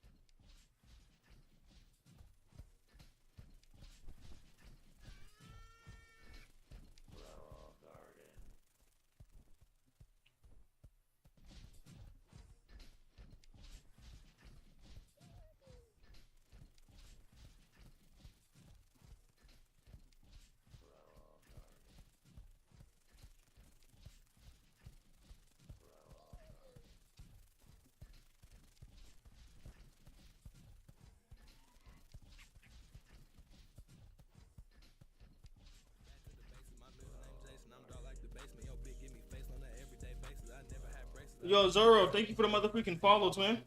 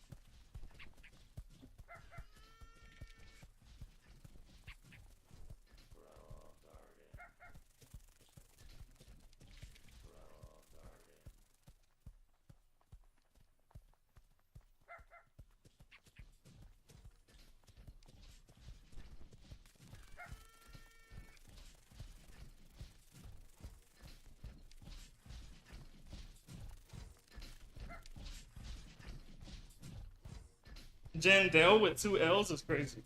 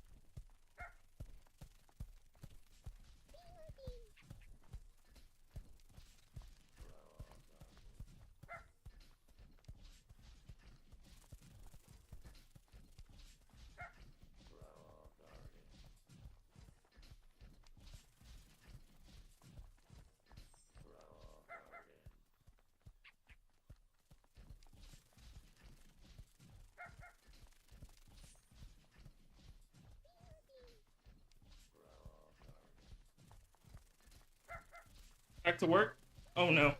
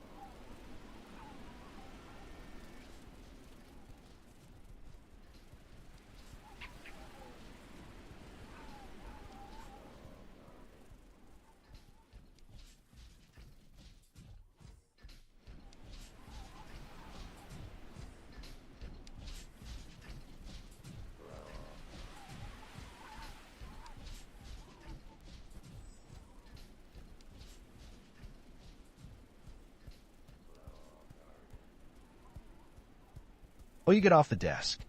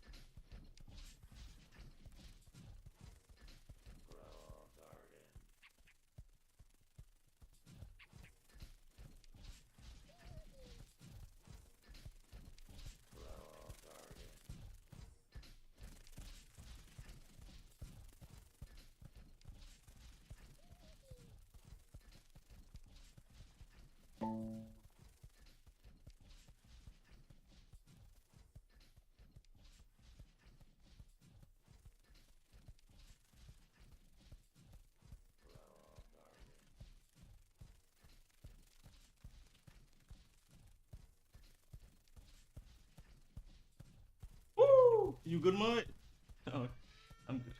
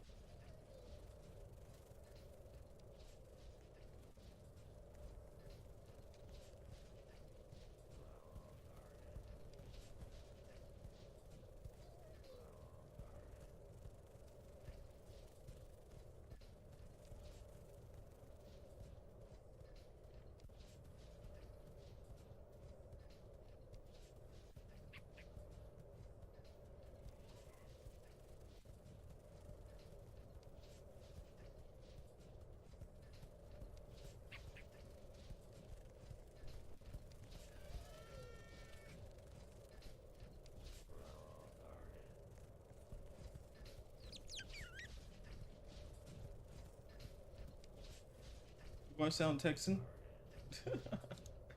Howdy. Yeah, you do, Lemur.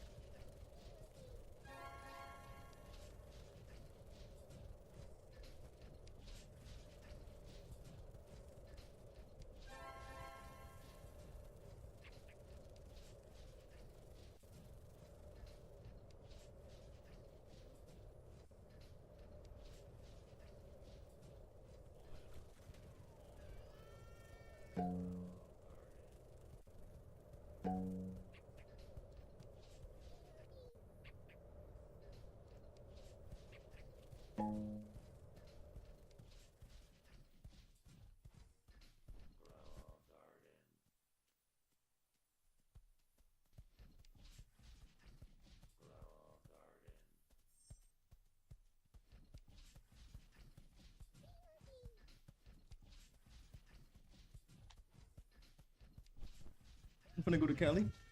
Oh, okay.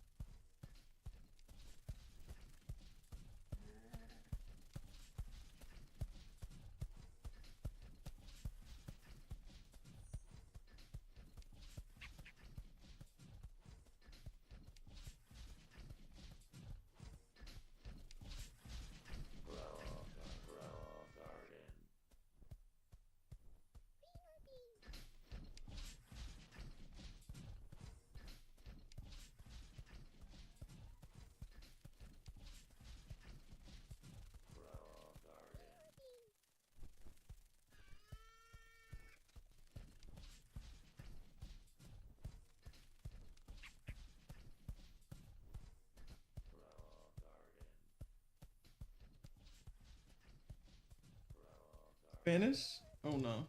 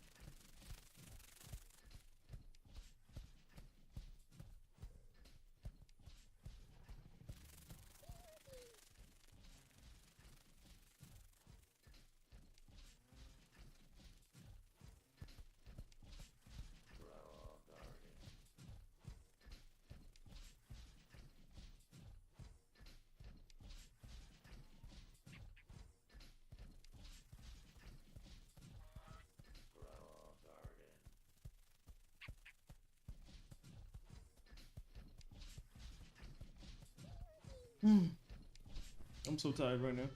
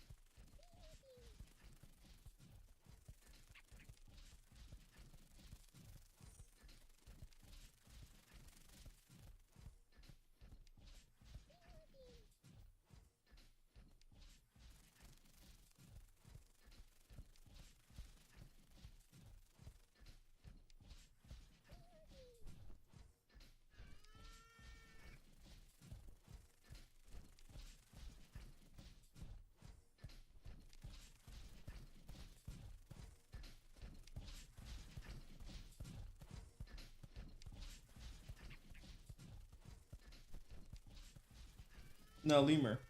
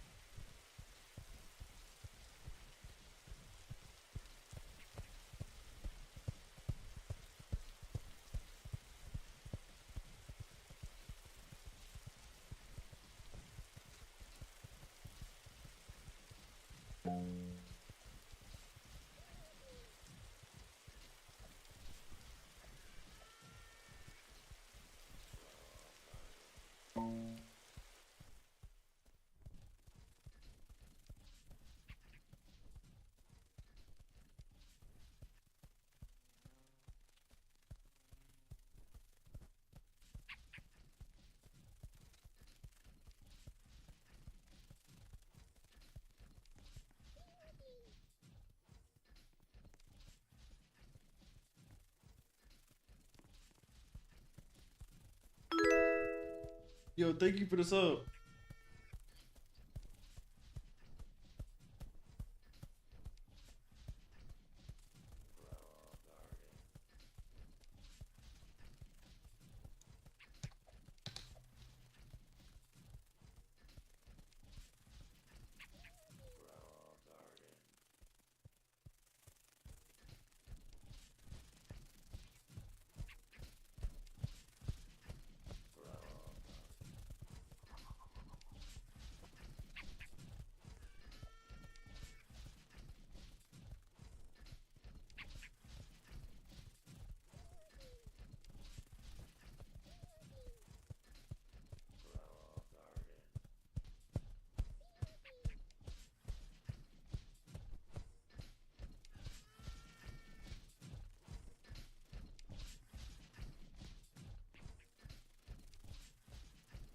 I'm at the library.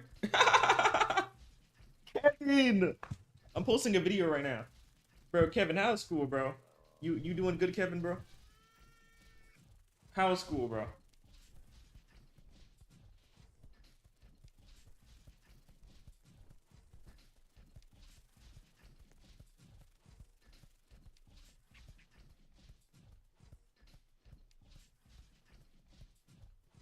The first class was kind of boring. Oh no.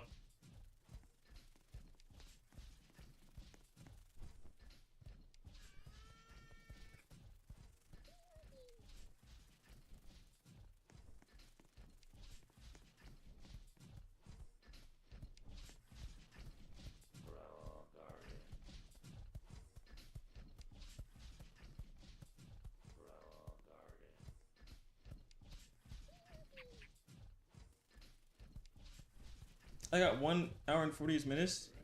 Oh nah. Free my dog, Kevin, man. Bean or bean or bean or leave bean or leave.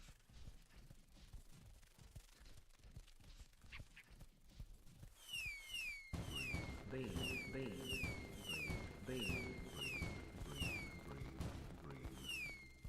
bean, bean.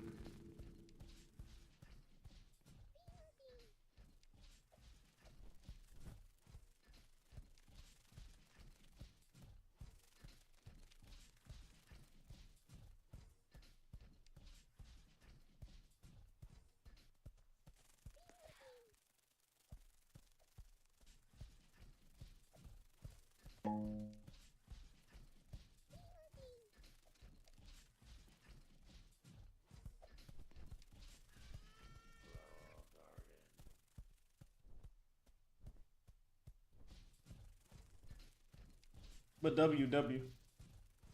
Bean, bean, bean, bean, or leave. Alright, chat. Just uploaded the video.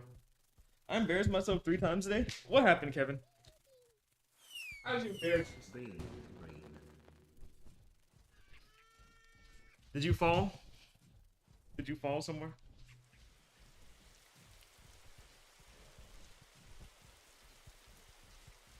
Bro, I'm still hella sweaty.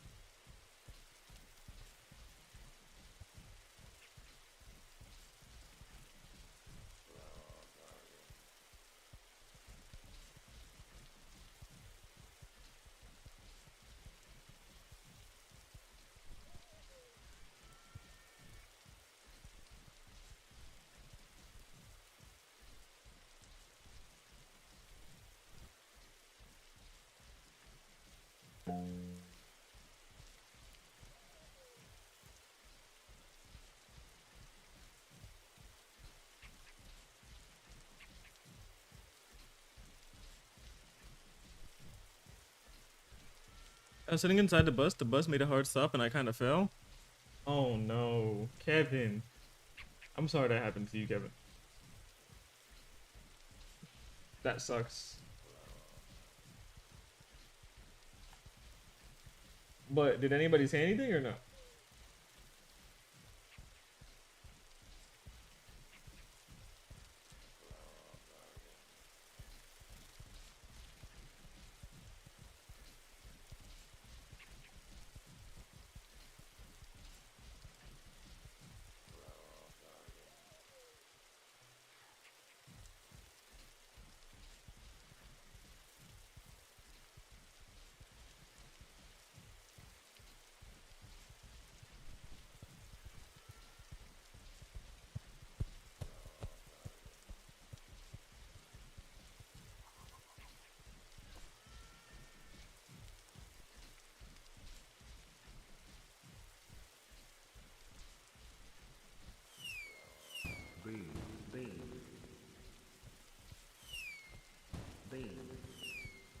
Yeah. Well, listen, Kevin. Like, if they say something crazy, bro, you gotta fight them, bro. You gotta fight them, Kevin, dog. That's all you got. That's all you can do at that point.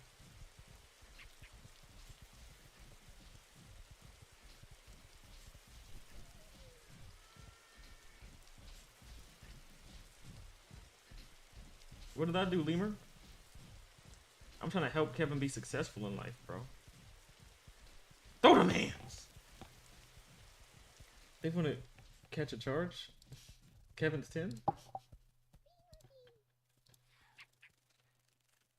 She said she was 12.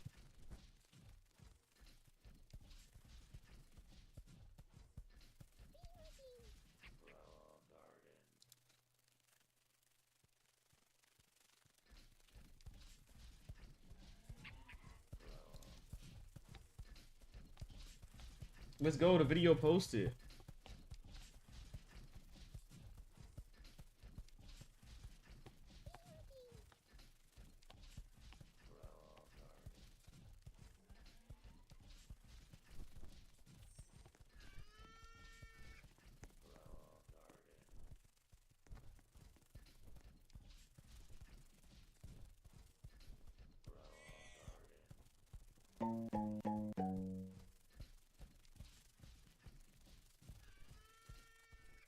Y'all know what to do with my YouTube video, man.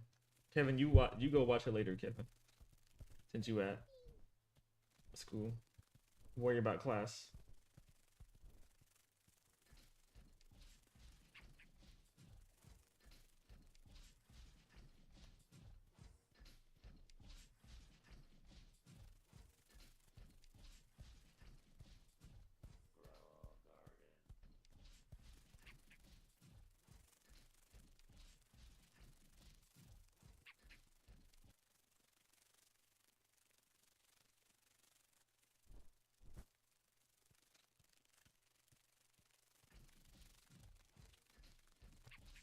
Second, I opened the door and it got stuck. I tried to close it, but I couldn't. Some girls just saw me trying to close it. I left it open and left. Kevin. Kevin's struggling with this school, huh?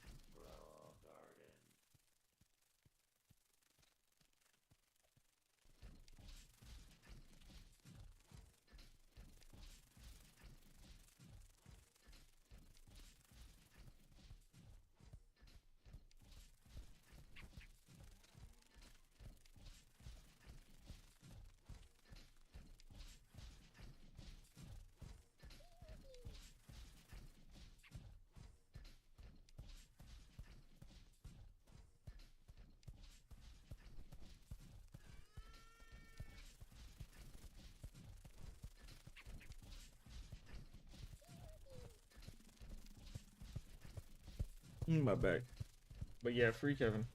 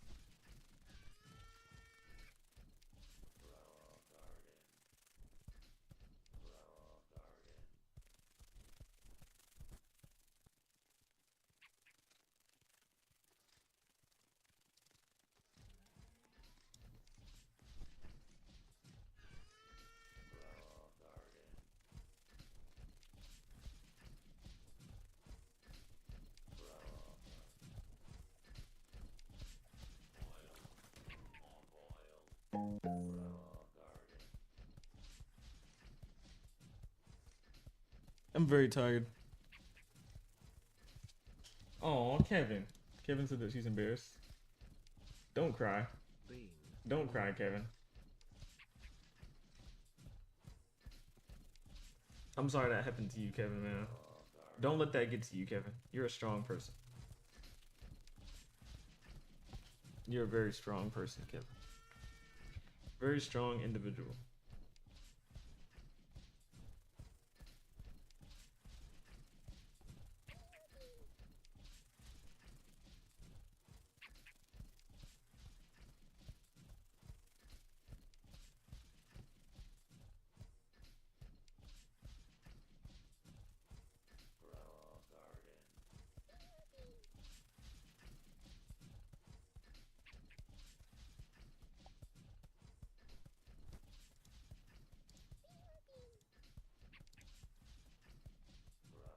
I am big? You're not big, Kevin. Calm down. Oh. W Kevin, man.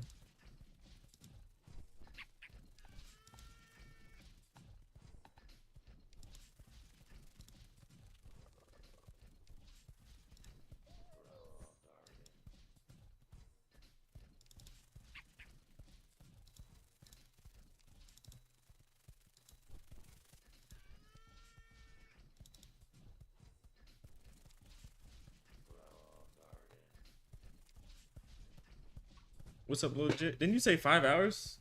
It has not been 5 hours, bro.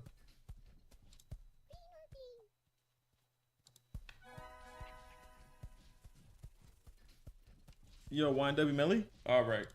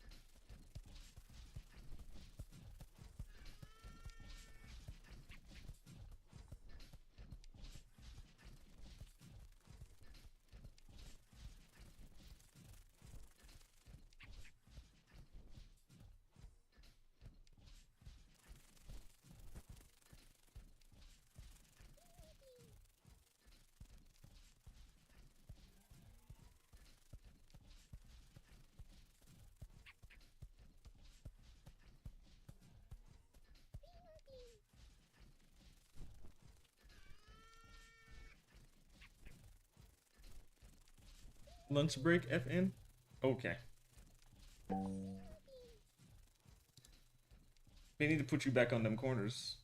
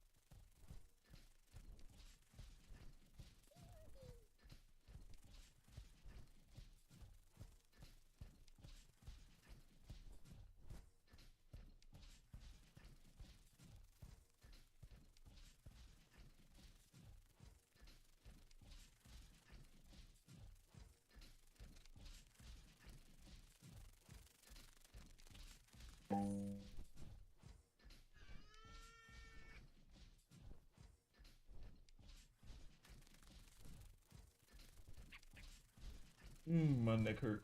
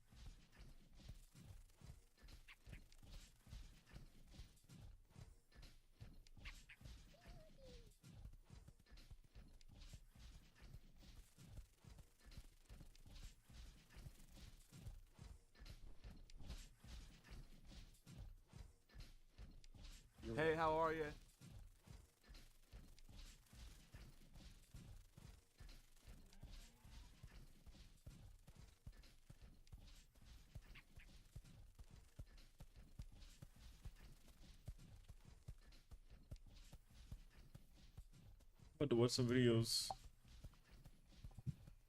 I'm just tired right now. I'm very tired. Change my category when you guys can. Today I'll be telling you about Hunter x Hunter, aka Peak. If you think Hunter x Hunter is peak and we should punish Make-A-Wish children, keep on watching. And if you're wondering, but Eustace, where's the blue lock video? It won the poll. You said you do it. I lied to you. And you know what? You can keep crying about it. I used to work at a suicide hotline, so I'm used to tuning people out and ignoring them when they cry. So Hunter x Hunter takes place in a strange world. It has extremely weird monsters. It's basically Australia, but without annoying people and gay accents. There's a lot of riches and also power, but the people that seek that are called hunters. But most of them are just terrible people, to be honest. Except for our main character, Gone Freak. Huh? Today is the day he can finally set out to become a hunter through the hunter exams. So he hops on this boat and leaves Whale Island. But we see there's a bunch of freaks on this boat. Like, why y'all got broski posted up, butt booty in the air? Like, come on, bro, y'all finna stuff his hot pocket? But Gon turns into a Foot Clan ninja, jumping up the mast of the boat, and says he can smell a storm coming. Bro must have the Bruce Drop Mob sniffer. Hey, he was not lying though. A storm did come. It almost turned to the Titanic up in here, bruh. But once he got inside, he met the goats, the femboy Kurapika, and the motion aura man Leorio. Take that back, Leorio! I said take it back. You posted? I deleted it. It's Mr. Leorio. But I did repost, I think.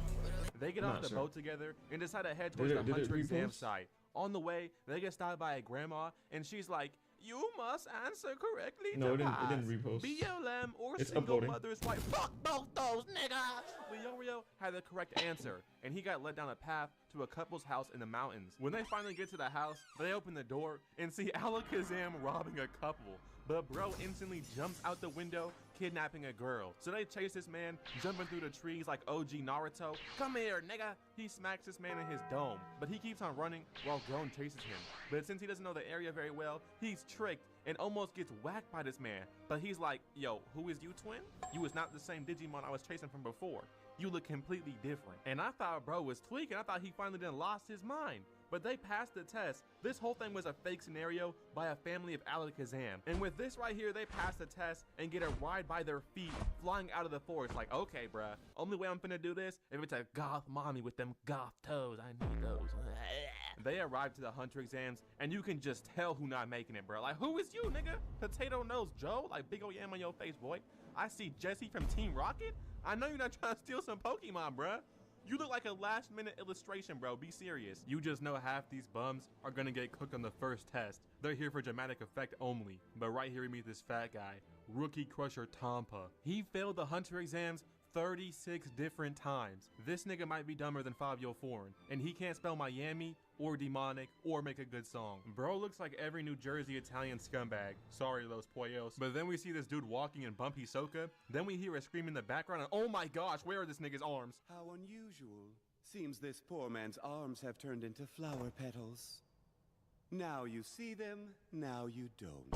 How is this even allowed in the hunter exams, bro? Like, whatever, man. Los Pollos offers them a drink, and they're about to drink poison soda, but Gon spits it out because it quote-unquote tastes bad. You know my boy Goon Freaks is codeine crazy. He let me drink that purple syrup. That boy be pouring up, boy. Gon be pouring up. "Hey, my name's Killua. I'll take one of those drinks you're offering. I'm really thirsty." "Okay, my friend, only for you. 1.99 cents. Only for you, my friend. I give you one soda." "I'm about to put this little nigga on the news." "Nah, don't worry about me, Wreck-It Ralph. Poison don't affect me, you fat bitch." That right there was Killua Zoldyck, and that anime kid is too clean, bruh. With the white hair and skateboard, you should have known better. That man just robbed you for your drink and flexed on you. But then the exam starts, and their first mission is to follow the examiner. And bro starts walking like a damn Lego stop animation video. He's low-key walking fast, though, I ain't gonna lie, moving like Squidward. Had everybody running in minutes. This nerd was like, "According to my calculations, okay, the test should be over very shortly." While the Oreo old ass was about to have a stroke. Killua cruised past this man on a skateboard, and this is where he hops off to meet Gon. And by this time, the fat kid was about to die. Bro was left in darkness. Yo, this is how it felt to play the game with your older brother, and then his friends join, and you already know what time it is, bruh. You finna get kicked and left behind, bruh. It's over. They finally make it out of the tunnel, and half these niggas done lost their mind on the way up.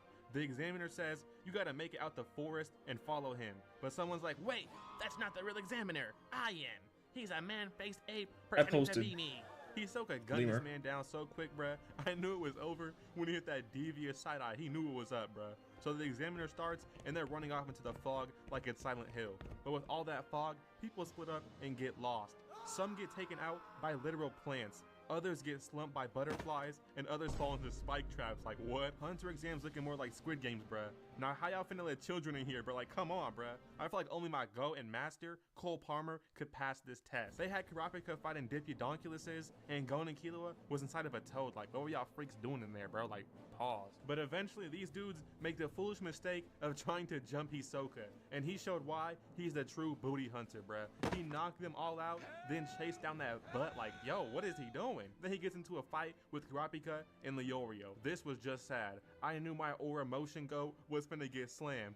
Bro tried to swing on Hisoka and got hit with substitution jutsu. He had to get saved by Gon with that fishing rod, and I have to say, originally, bruh, I didn't even watch this show because I seen Gon had some booty shorts on and a fishing rod. I said, yeah, this guy's lame. I'm not watching this show. But you know what I'm saying, it's actually peak though. This man Hisoka locked in and started aura farming, dodging all of Gon's attacks with his eyes closed. Then he grabbed this man by his neck and dropped him. Then called Gon a good boy and left with Leorio over his shoulder like a beach towel. Kurapika gonna pull up like, Gon, oh no, Gon, what happened? Are you okay? You'd probably know if you showed up, bruh. Where was you, bruh? The whole fight you was missing, where were you at? They finally make it to the next Hunter exam site, and Leorio says he can't remember anything. Yeah, bro, because Hisoka just took that butt, that grown man dussy, without your permission, bro. I'm sorry, okay? This gate opens up, and we see a baddie with some fat dude talking about some, cook me a meal. With all respect, miss, you're the woman. You get in the kitchen. Guys, it was a joke. It was a joke. I'm kidding. It was a joke, okay? I'm sorry. I'm sorry. These boys started cooking like Gordon Ramsay was finna pull up and yell in their ear, calling them an idiot sandwich, bruh. And then she fails them all. Not a single dish she liked. You wanna know why? Cause she didn't even try them, bro. Not a single bite and she fails them all. Imagine losing the Hunter exam, what you risk your life for, because Shorty said, yo, cooking is bad, bro. There's not no cooking test, bruh. It ain't the cooking test. Until the chairman of the Hunter Association jumps down and he's like, nah, Shorty, you tweaking. This test is nonsense. You just made Eustace cover this for no reason. Yeah, you're damn right she did, bruh. Y'all better like and subscribe, okay? Because I'm finna crash out, bro. I'm actually getting mad, bro. I ain't gonna lie, bro. So instead of that nonsense she made me cover and waste my time with, she makes him hop down into a cavern and steal an egg. Pretty peak episode. They get onto a blimp to the next exam site, and Netero pulls up to troll Killua and Gon, bruh. He challenges them to a soccer game, and first off, buddy, you're not my GOAT,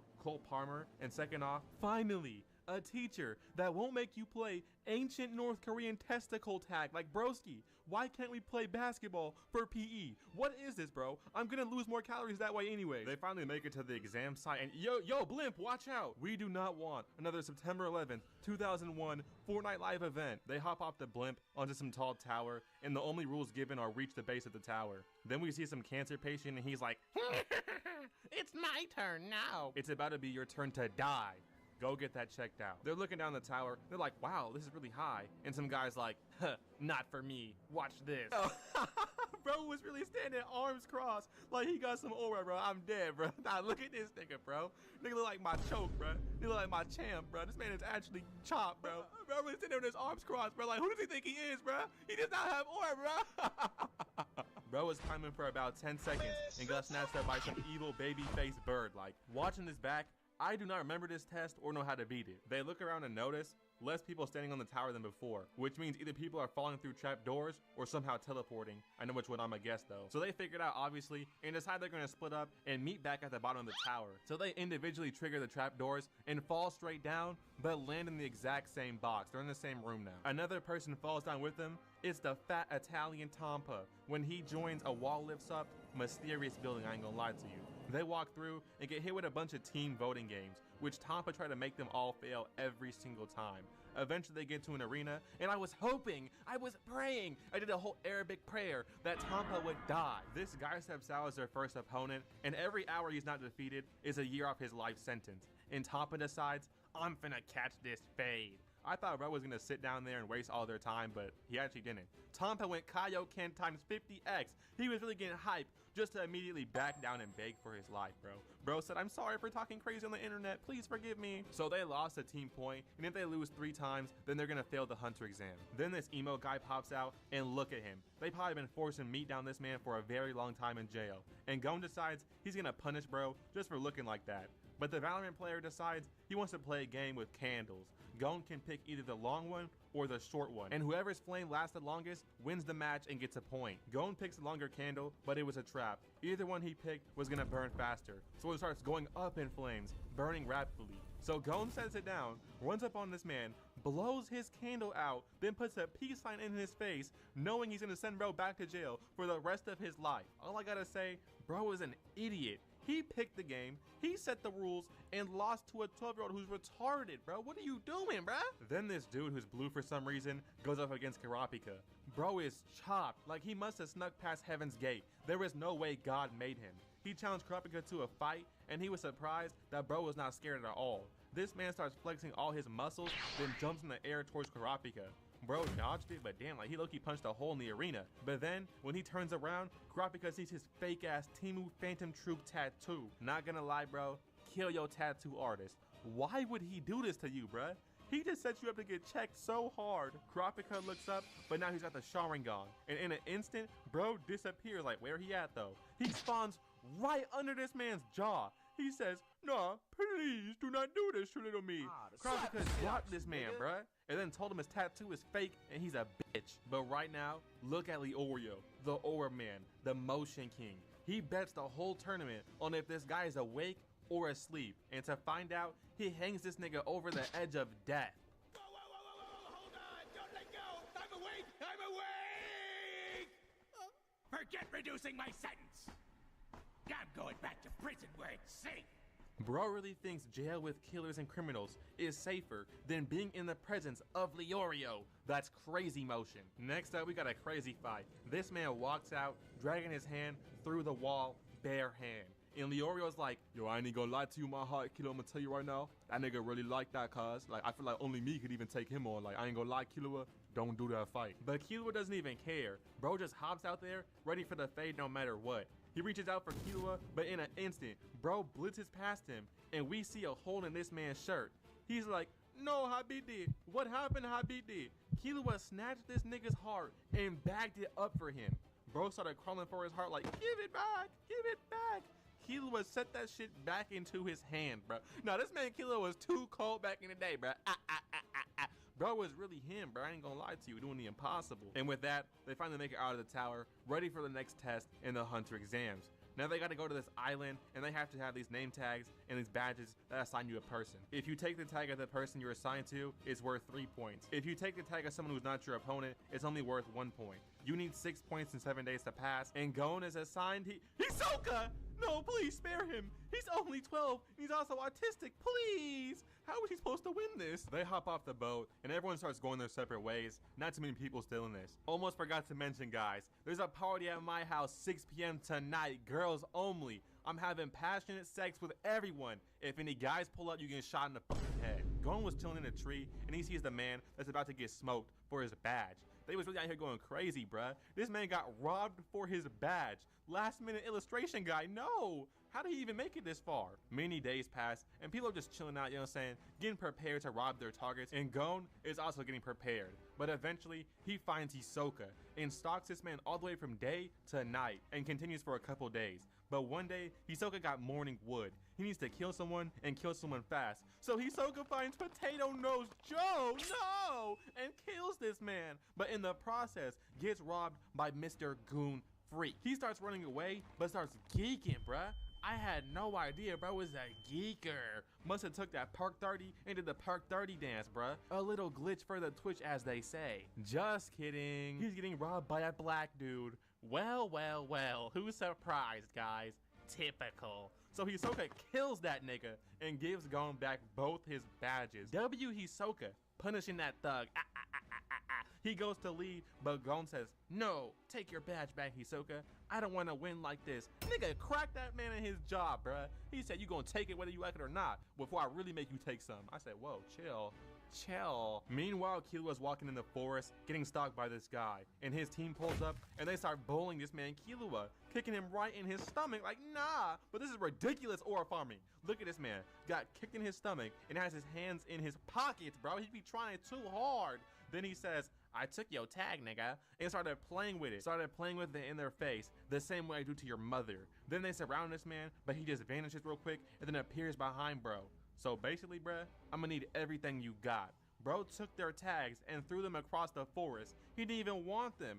This is one of the most craziest head moves I've ever seen in my life, bruh. Because they're not going to find that tag in time and fail the exam because Kilo robbed them for no reason. Eventually, the boys link up and they have all their tags except for Leorio's, aka that one girl, looks like Mario Toad, you know, that girl with the hat or whatever. Eventually, she leaves her legs open and Gon can smell it across the map. She's in a cave all alone, so Leorio says, you know what, I'ma handle this. He goes inside to find the girl, but also some dead guy that apparently used snakes to fight, and he surrounded the whole tunnel in snakes before he died, bruh. Like, damn, come on, bruh. He think he Ninjago? He think he the fucking Serpentine King? Why he got all these snakes, bruh? Like, why you got a snake ass your sister? So they have to use this girl's sleeping gas to fill the cave and put everyone to sleep while Gon holds his breath for 5 minutes so all the snakes pass out. Then this man has to hold his breath while carrying 3 people and make it out of a tunnel, bro. Like, come on, this man is ready to go. With the 5 days being up, Gon and the boys make it past phase 4 of the exam. There's only 1 more left. Let's go, boys. You know what I'm thinking? I'm gonna remove every piece of furniture in my house so when girls come over, they can sit on my face instead. They hop back into the blimp, and these are the final hunters, the people that made it past phase 4.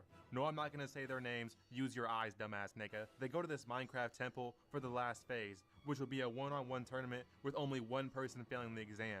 This is the bracket that got put together, and wow, I am so sorry for you, Kropika. Leorio, you got some free eats though, I ain't gonna lie to you, bro. You got free eats. Kilo was like, hey, this list makes no sense. Can you explain how this is fair? No, nigga. Netero was not having it or explaining anything. Gon gets put against Saitama, and honestly, I thought this was free eats, bro. Like, no way Gon's gonna lose this, right? But then the fight starts off, and Gon tries to keep the distance running off, but this man catches up immediately, necking this man like middle school in 2016. He instantly knocks Gon out, but bro was on the floor geeking, but he would still not quit the match. This man was getting tortured. He was like, Bobby, you must quit the fight. Bring honor to your family. But he kept getting back up and getting whooped. Honestly, bro, I felt kind of bad seeing this, bro. Leorio was about to step in and handle this man with ease, but you know Leorio, a real street dude, he gotta respect the one-on-one fight, you know what I'm saying? Keep it P, keep on moving. Bro puts a blade to Gon's head, and this man says, go ahead. I'm really about that hunter life. I would die for it. Like, yo, Gon, I didn't know you was built like that. So the bald dude says he'll just lose the fight because he can't beat Gon, so he humbly quits. Like, wow, man. I didn't know Saitama was that respectful, bro. He keeping it real. The next match starts, and it's Kurapika fighting Hisoka. They both start running around fighting, but eventually, Hisoka pulls up and says, I like little boys, and just walks away at the arena like, bro, what? Like, you finna explain that, bro? The third match is Saitama, and bro is back, beat this man effortlessly. I ain't gonna lie, it sounds like I'm speeding things up, but this is the real pace to win at. Next up was Hisoka versus an old man, and Hisoka displayed next level elder abuse. This man put on a show, the Hisoka montage. He beat this man so bad for like 30 seconds, bruh. It was straight terrible action, bruh. The next match starts, and it's Killua versus Bordero. But when it's about to start, Killua says, nah, this guy's kind of trash. Give me something better. So bro hops in with this mysterious man that hasn't done much, but bro starts shaking and transforms. Turns out, Killua has a femboy older brother that snuck into the match to pull up and say, Killua, you cannot be a hunter, you suck, you are trash, and do not become a hunter. So the next match is Leorio versus the old man, and Killua just pulls up and murks this man. Like, he low-key saved his life, because Leorio probably do worse to him, but it's like, bruh, if you wanted to get disqualified so bad, you know you can just, like, leave the tournament, right? Like, leaving was also an option. You know that, right, bro? When Gon wakes up, he was pissed after being told Killua got manipulated. So he walks into the room and grabs his brother's arm, breaking it. He demands Killua's location because they finna pull up in the load and swoop this man like a real one. And with that, the boys all pass the hunter exams except for Killua. Damn. Okay, anyways, they head towards this man's house, but the arc ends there. No more Eustace for you. Goodbye. Bro, the temple might mess me up.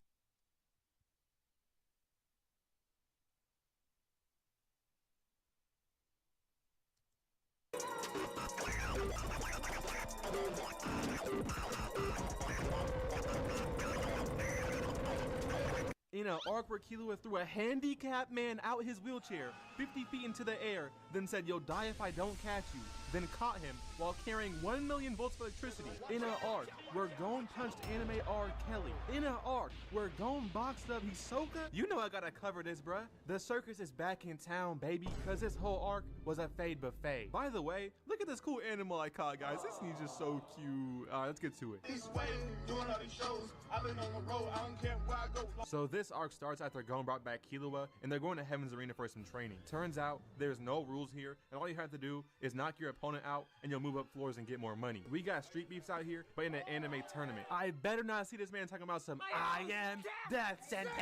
Because I'm gonna spaz out, bruh. I seen this man punch a dude in the back of the head, then hit this emote. How does he still have a fighting license? They walk into the building, and there's some NPCs fighting. Like, look at this man right here. He looks like a punishment from God. Bro looking like some bacteria. Anyways, Killua says he used to come here as a kid and earn some money. Like, bro, did you not go to school, bruh? Did you learn nothing, bruh? Why were you fighting for paychecks at 6 years old? Gon hops in the first fight, and bro is fighting someone's dad. He's like, I'm sorry, kid, but you about to get dropped. This man got weaved into the chest chop by a 12-year-old and got sent flying. Gon was looking down like, wait, am I strong, or is he a paid actor? Like, no, wait. Bro thought it was too easy. Since Gon won his first fight so easy, they gotta move up a floor. And this kid was glazing in the elevator. Oh my God, you guys are so cool. Nobody can beat you guys. Like, bro, zip it up, man. This dude's name is Zushi, though, and he's trained by a dude named Wing.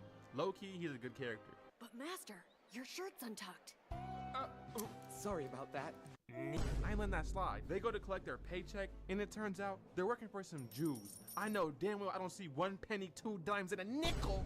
A nickel? I haven't seen a nickel in real life in so long, bruh. They even make those anymore. They just risk their lives for this? It can't be. There's no way. There's no way. They was looking at that money in confusion, agony. They couldn't believe it. They went to sit down, and the announcer said, next fight, Killua versus Zushi. Oh, wow. I'm honored to face you, Killua. That's crazy. Appreciate it, little bro. Like, damn, bro, can we show some respect? He's out here with his hands in his pockets like it's a free win. Zushi low-key knew it, though. This man was crying, bro. He did not want to fight Killua. Killua started just walking up to him, dodged this man, then hit him with a chop to his neck like Austin Powers. Had this man seeing ghosts. Matter of fact, he was seeing stars. Like he was boxing Matt from Wii. Like, bro got chopped up quick. I ain't gonna lie, y'all. This man used to terrorize me. He was my King Von back in the day. But somehow, he still got back up. Then decided it's time to lock in. He came at Killua, and he was low-key moving, I ain't gonna lie to you. But it wasn't enough, considering his hands were still in his pockets. Like, come on, bro. Then he just gonna knock this man out like, ref, do something. This is not fair. But Zushi still got back up. Turns out he has something called aura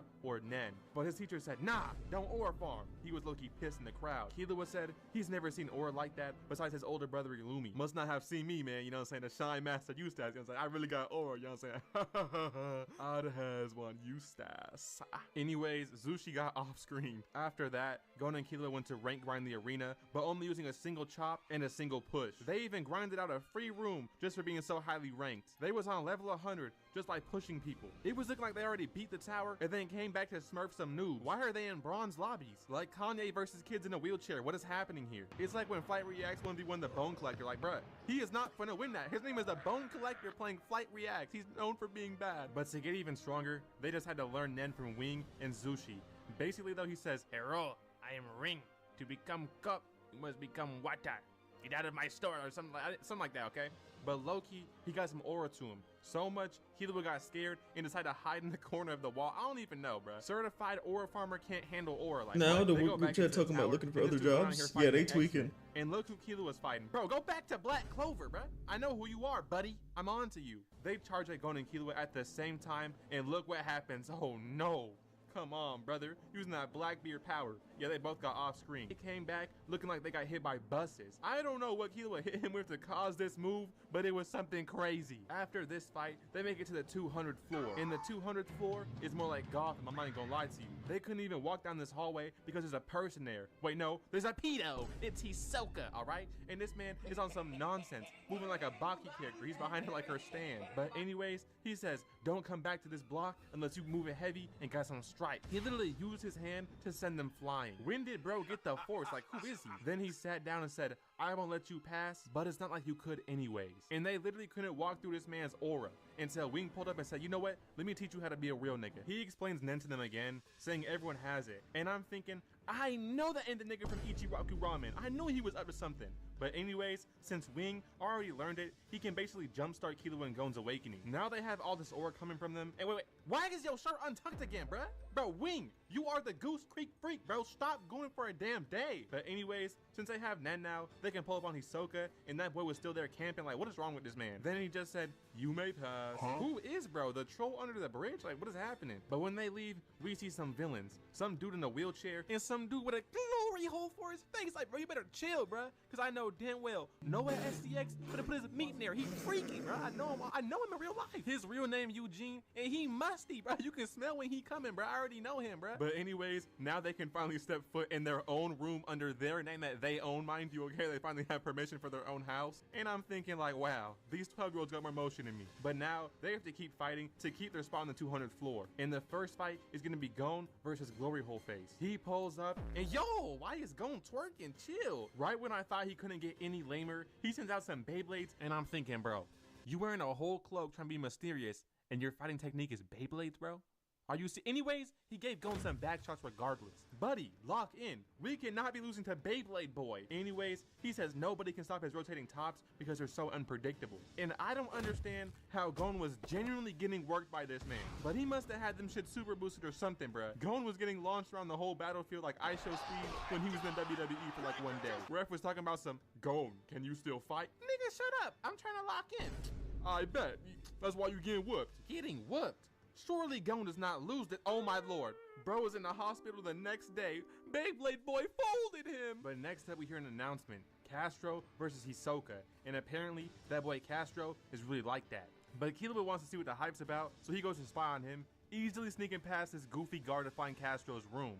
He uses his Nen to cover himself, basically making himself invisible, spying on Castro, when bro just spawns behind him.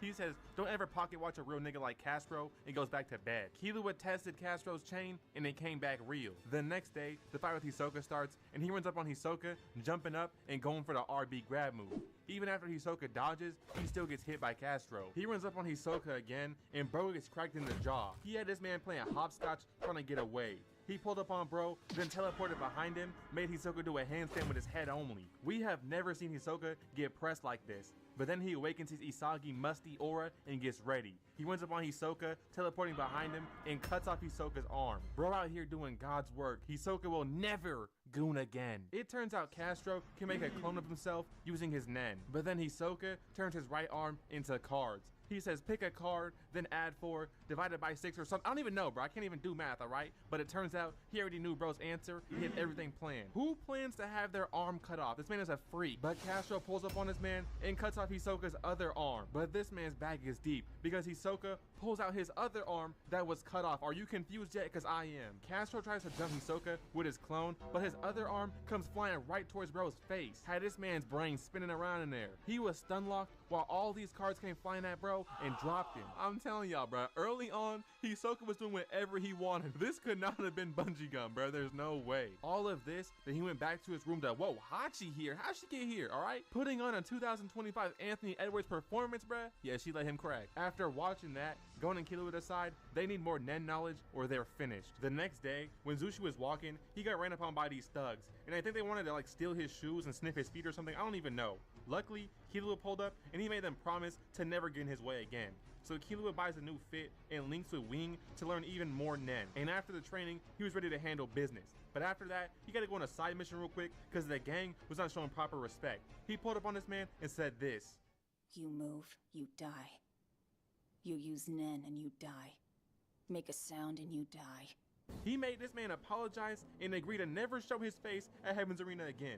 This was hard, I ain't gonna lie to you. Then the other two were together and they're like, we can handle Killua if we're smart about it. And bro said, no, there is nothing you can do. I'm inevitable. Fuck, how do you say that word? I don't even know. He told these boys they're living at his mercy, and if they decide to cheat and not follow the rules, he will be the one to benefit, not them. Bro out here terrorizing his ops, moving like the Joker. But now it's time for Gon's next fight, and he's getting a rematch with the Beyblade Boy. The fight starts, and Gon W keys this man, so he has to start spinning himself around, and I ain't gonna lie, how was his brain not fried? Then he sends out all his tops, but Gon isn't worried this time. he just tanks them all. Then Gon uses his fishing rod to try and hook bro, and it looks like he just terribly missed, but nah, he's on target. He hooked the floor, then flipped this man like a Dairy Queen blizzard. But this right here is the crazy part. Besides him falling, Gon gonna walk this man down and decide to break off his prosthetic leg. What is wrong with you, bruh? The fight was already over. Ref, do something, please. But I'm trying to figure out which doctor approved this nonsense. Yeah, doc, I want one leg that spins around really fast. Bro, what are you talking about, bruh? Did you go to Johnny Sin's clinic? Then we see it's Killua's fight time, and bro pulled up on a man in a wheelchair. Killua runs, immediately jumping into the air and tries to kill this man. But bro got the turbo boosted wheelchair. He boosts himself out of there, then releases his whips that apparently nobody can dodge. Turns out Killua can, because he quickly caught both of them and had this man shook, looking like Courage the Cowardly Dog out here. Yeah, I'm actually slow as hell, I'm sorry guys. But it turns out the whips are also electric, and they let off 1 million volts of electricity, bruh. Okay. Nobody can stop me now. Oh shit! Ah! Bro got thrown up into the air, out his wheelchair, like 200 feet up there, bruh. He knew he could not survive this fall, so he had to land in the hands of a kid carrying 1 million volts. Safe to say, Killua won this fight. And I don't know how this was legal, but watch this, because the wheelchair dude is working for Dana White. He had to fight Gon just 10 days later, and Gon was not playing this little game with him, bruh. He just picked up the whole floor and threw it at him. So he had to dodge it using his wheelchair booster, but that's when Gon cut him off, landing on his chair and stopping it with his shoes. Like, where these boots came from, bruh? And from here, he grabbed this man's arm and proceeded to break them. Then look at this though. He hooked up the electric whips to this man and turned them on, bruh. He was foaming from the mouth. They was out here bullying this team, bruh. They was going crazy for no reason. But at this point, Gon wants his fate with Hisoka. And in the next episode, that's what we got. We even got to see Gon get his own walkout, and bro has some smoke, some fire. Okay, it was hype, but of course, Hisoka had to outdo him by having blue flames and appearing out of nowhere ore farming. Then he even meat checked him, showing off his meat like, bro, you are 30 years old doing this, by the way. Like, what's wrong with you? Anyways, the match starts, and Gon runs at Hisoka first, just to get chopped in the back, using the floor to bounce up though and box Hisoka. But bro is so fast, he made this man miss his whole entire combo. Like, what? Then fakes him out with a chop, then uses his kick to put this man in the washer machine. He's out here spinning around. But Gon is still coming forward, trying to swing on Hisoka, but this man's combos are crazy. He punches all the air out Gon's lungs. He fell back onto one leg out here hitting the splits damn near, but he still came up forward, trying to box him once again, just to get hit in the face with an elbow. But he's still charging forward, trying to get a combo on Hisoka, and he's about to get it too, going for the kick, but he sees Hisoka's charging something crazy and backs off. This right here is a real fight breakdown, okay? They were going so fast, I had to rewind like 20 times for this. Anyways, Gon gets back up, and Hisoka's still blocking, just trying to weave Gon, but then he randomly hit him with the punch of doom. And look at this, bruh. It had steam coming off him after. Gon runs up once again, and Hisoka's just having fun for real, I ain't gonna lie. He hits this spin move, but Gon quickly adapts like Maharaga. Hisoka knocks Gon back and hits this emote right after. Like, bro, you are not Sensei Wu, you are not Jackie Chan, you are not Chinese, put this emote down. Gon gets up, running towards Hisoka looking for an opening. This man teleported like 200 times and couldn't find anything. So he runs back and starts throwing the floor once again. But when he throws it, he kicks it himself, breaking it, trying to flank Hisoka. He came up from behind this rock, completely locked in. Cracked this man Hisoka right in his jaw too. They even had an instant replay. They had to run this back. They showed every angle you could imagine. Felt like watching Flat Reacts doing an instant replay after he scores a point while he's losing 1-12.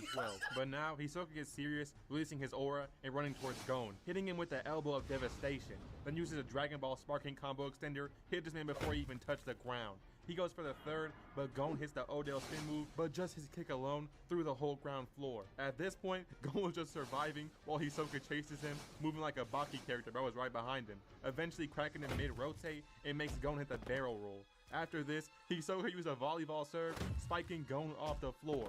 This right here was a real belt to ass whooping. Hisoka was not playing with bro. Bro is 30 years old and his main op is 12. What is this? Then Hisoka lifts up his finger and reveals bungee gun was already attached to Gon's face. So he starts pulling this man towards him, then winds up his punch of pain and despair. He popped all on Gon. He hit him with something crazy. There was spit all over the room like a Bonnie Blue video. Wait, hold on. He was beating on Gon like he stole his iPhone charger. But at this point, Gon decides he's gonna charge at Hisoka, and he starts moaning for some reason, not sure why. Since all the blood rushed to his other head, he didn't realize Gon put him in an infinite combo. He was really punching this man in slow motion and super speed. His head was rocking back and forth like he's at a heavy metal concert. But unfortunately, Gon didn't realize there was already a rock attached to the bungee gum. That shit came back and rang his bell. Hisoka won the match via points, and I'm not sure how the infinite combo didn't win, but whatever. Weirdly enough, they decided to leave that night. So that means Gon fought Hisoka, then instantly packed his bags. And that right there is the end of Heaven's Arena.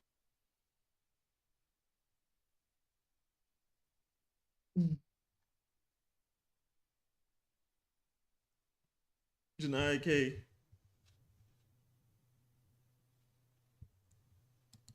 What's gonna motivate me? Cause I ain't gonna lie, chat. I would be lying if I say it messed with me. It messed with me a little bit. It wasn't kind of discouraging. I would lie. I would be lying. I'm gonna keep it a buck. I'm tired. No. I'm gonna be honest. I'm tired of playing the bench. Sub me in the game, coach. Sub me in.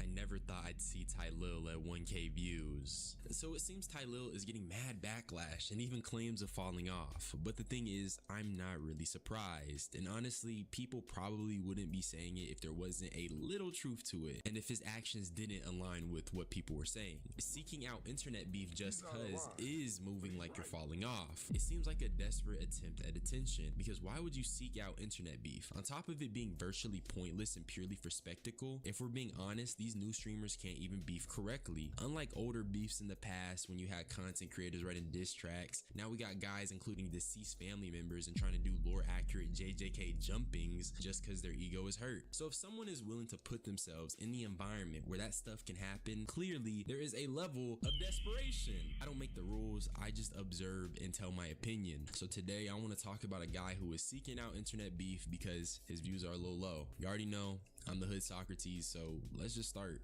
Honestly speaking, the only reason I know of Tylil is because of him being affiliated with the Kai Cenat cinematic universe, which, you know, I'm not saying is a bad thing. I don't really care if people are put onto their fame or they're friends with famous people, but I will say the Kai Cenat stimulus does hit. Yo, Kai Cenat, he didn't only buy, Kai Cenat didn't only buy this house for his friends and family, but he just came and gifted 1,000 subs. It's not a lot of niggas out there that's like that, you know what I'm saying? So everybody spam WKC. But when these streamers get put on by Kai, it's like signing their life away to a 360.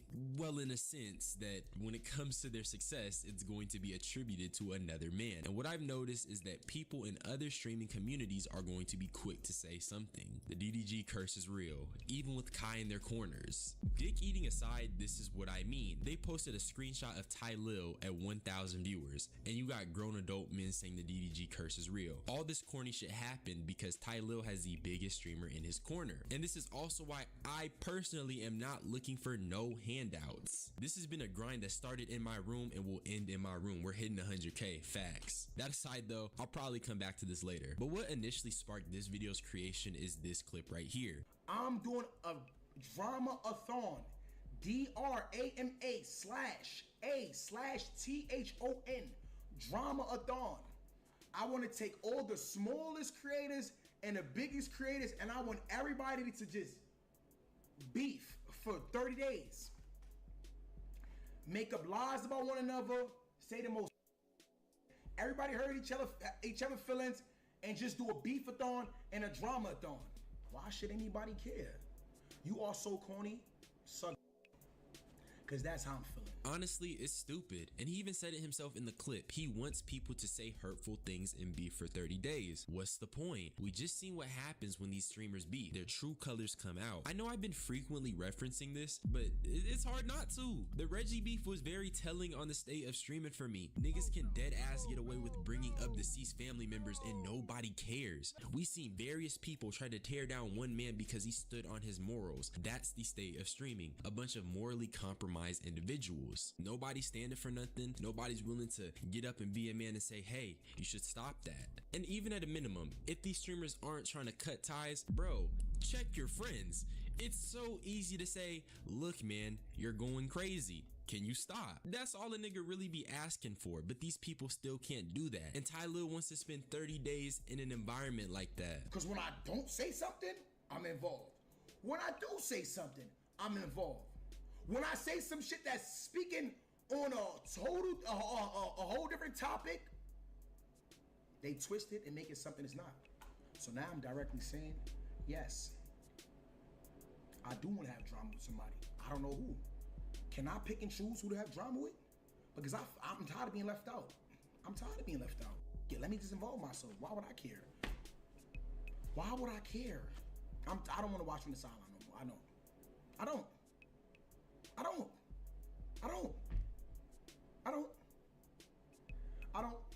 Clout chasing? It's not me. Now, according to him, he says he feels like the drama he's been in hasn't been of his own accord, and it's stuff that he personally was not attempting to be involved in. But if I'm remembering correctly, did he not willingly insert himself into the Reggie beef? Which, by the way, I actually respect that he chose to take Reggie's side. I only say it because he's contradicting what he's saying here, and there's also a clip of this nigga saying he doesn't even really want to be in drama for real, so I don't think that's his actual reason. I'm gonna keep it a buck. I'm tired. No. I'm gonna be honest. I'm tired of playing the bench. Sub me in the game, coach. Sub me in.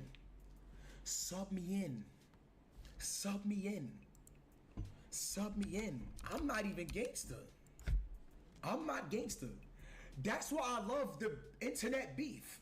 Because the internet beef, you could diss anybody. You could say whatever the you want, and that is never gonna transfer to real life. That's why I love this shit. I love the internet drama, cause you can say whatever you want and that shit never transfer to real life. I keep calling me a fake demon. I never try to act like a demon.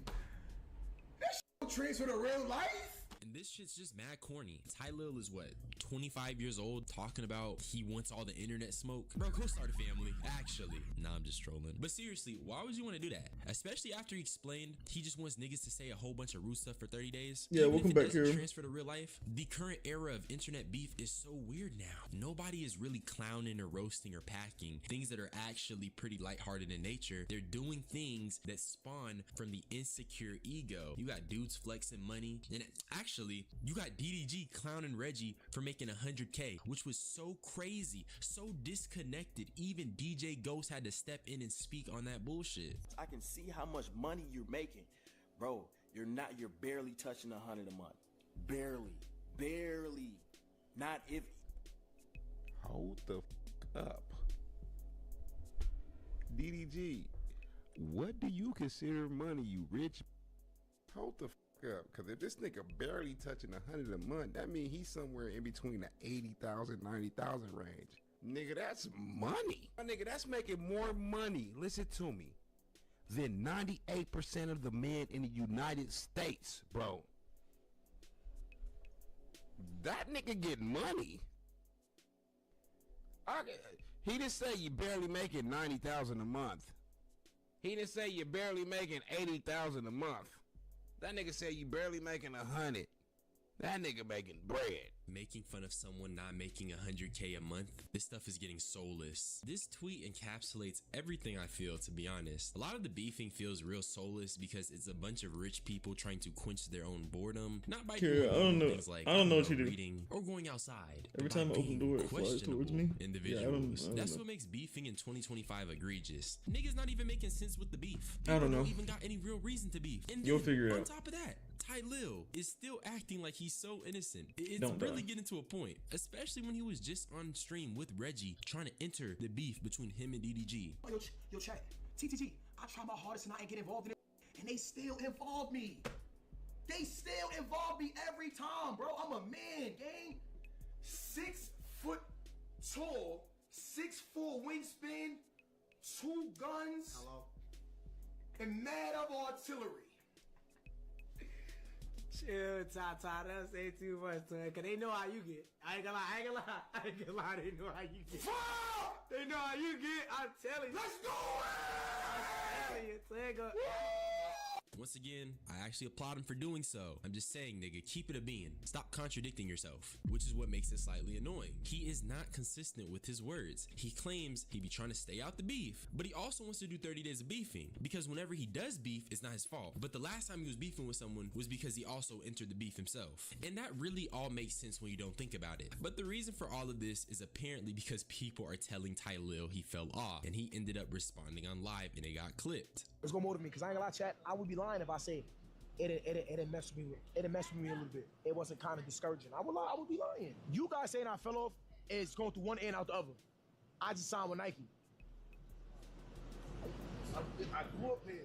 I just signed with Nike. So y'all saying I fell off, that goes through one end and out the other. Not that.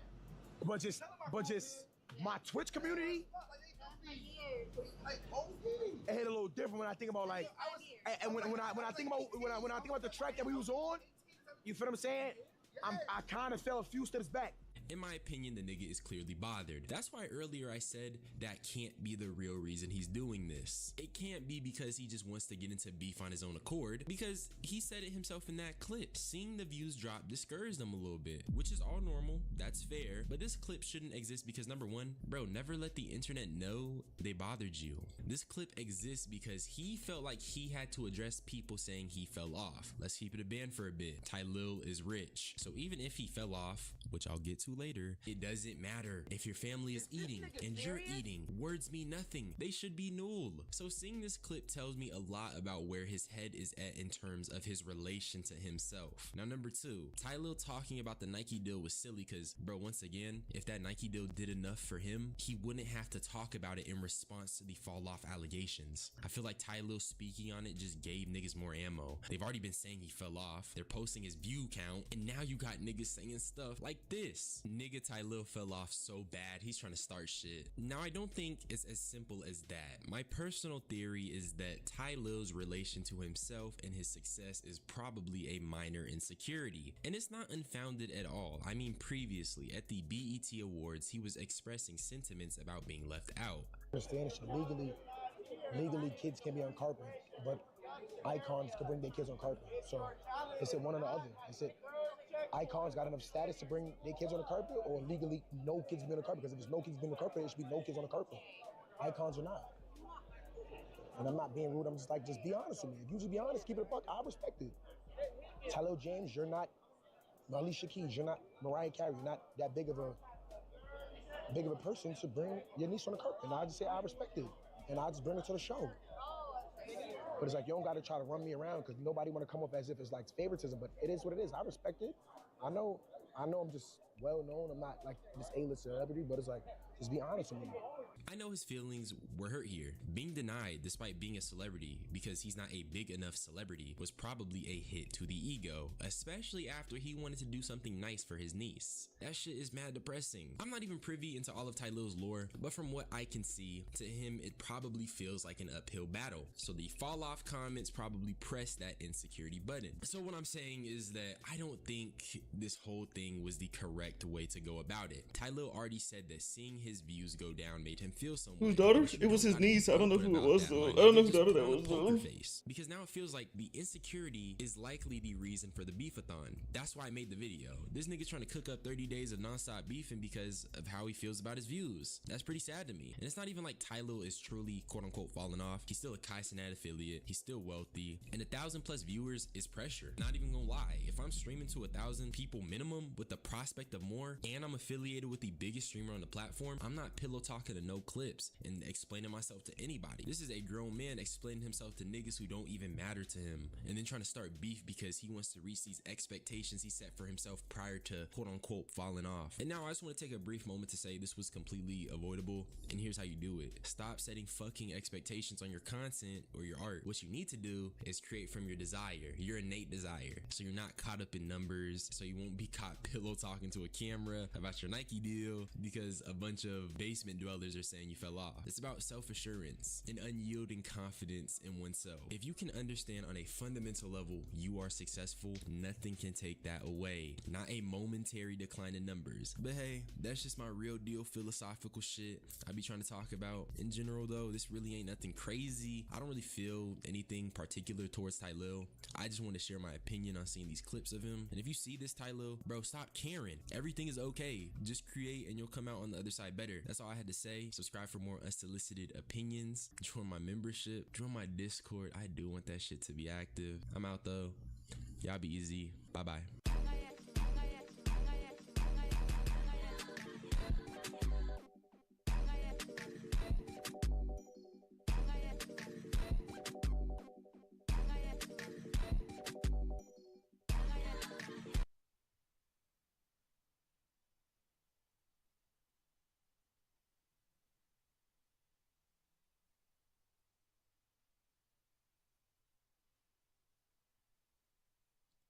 think it's safe to say we have to stop inviting these thug rappers on the big platforms, not because we hate thug rappers, well I kinda do, but because they just be too ignorant sometimes. And I understand it's merely a symptom that comes from growing up in a harsh environment, but the backlash is getting a little too cray, cause why is Lil Baby going on a Plague Max stream and asking this nigga to split 50% revenue? That is actually one of the most absurd things I've heard recently, especially because, let's keep it real, exposure in the song they make live plus whatever Lil Baby makes from its release is all the compensation he deserves. Max is huge in the space. He got a smidge of motion, and generally speaking, going on his platform can give you a little stimmy boost. Well, that's if what you make is hard, but I'm yambling. Today, I just wanted to talk about how entitled Lil Baby is and how this was probably the worst in the booth I've seen. Y'all know I'm the hood Socrates.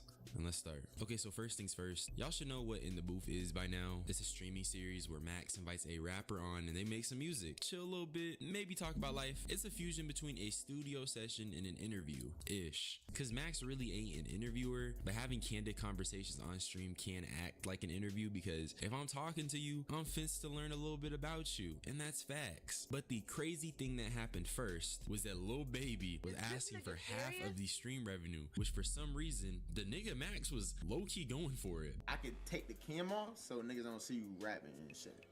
No, you understand it. Okay, I'm listening. Money down. Yeah. Okay. You know how that old, Okay. Crazy man. So you gotta put money down. Wait, explain to me. I'm trying to understand what you're saying. You understand everything else I've been talking about the whole day. Okay, so you saying niggas gotta break bread with the stream for you to rap? Nah, you gonna bust the screen down. Wait, we splitting. Okay, so we split the stream revenue. The for the revenue day. For the day. That's for you to rap. Yeah. Not for me to rap. We doing that anyway. I'm already on here. Oh, type. You just saying split the shit out. Then I'd be like, okay, I'm finna go in motherfucking walk shit. And wow, whoever said I had a ghostwriter, I really do this shit like 10 minutes too. It ain't gonna take long at all. Okay.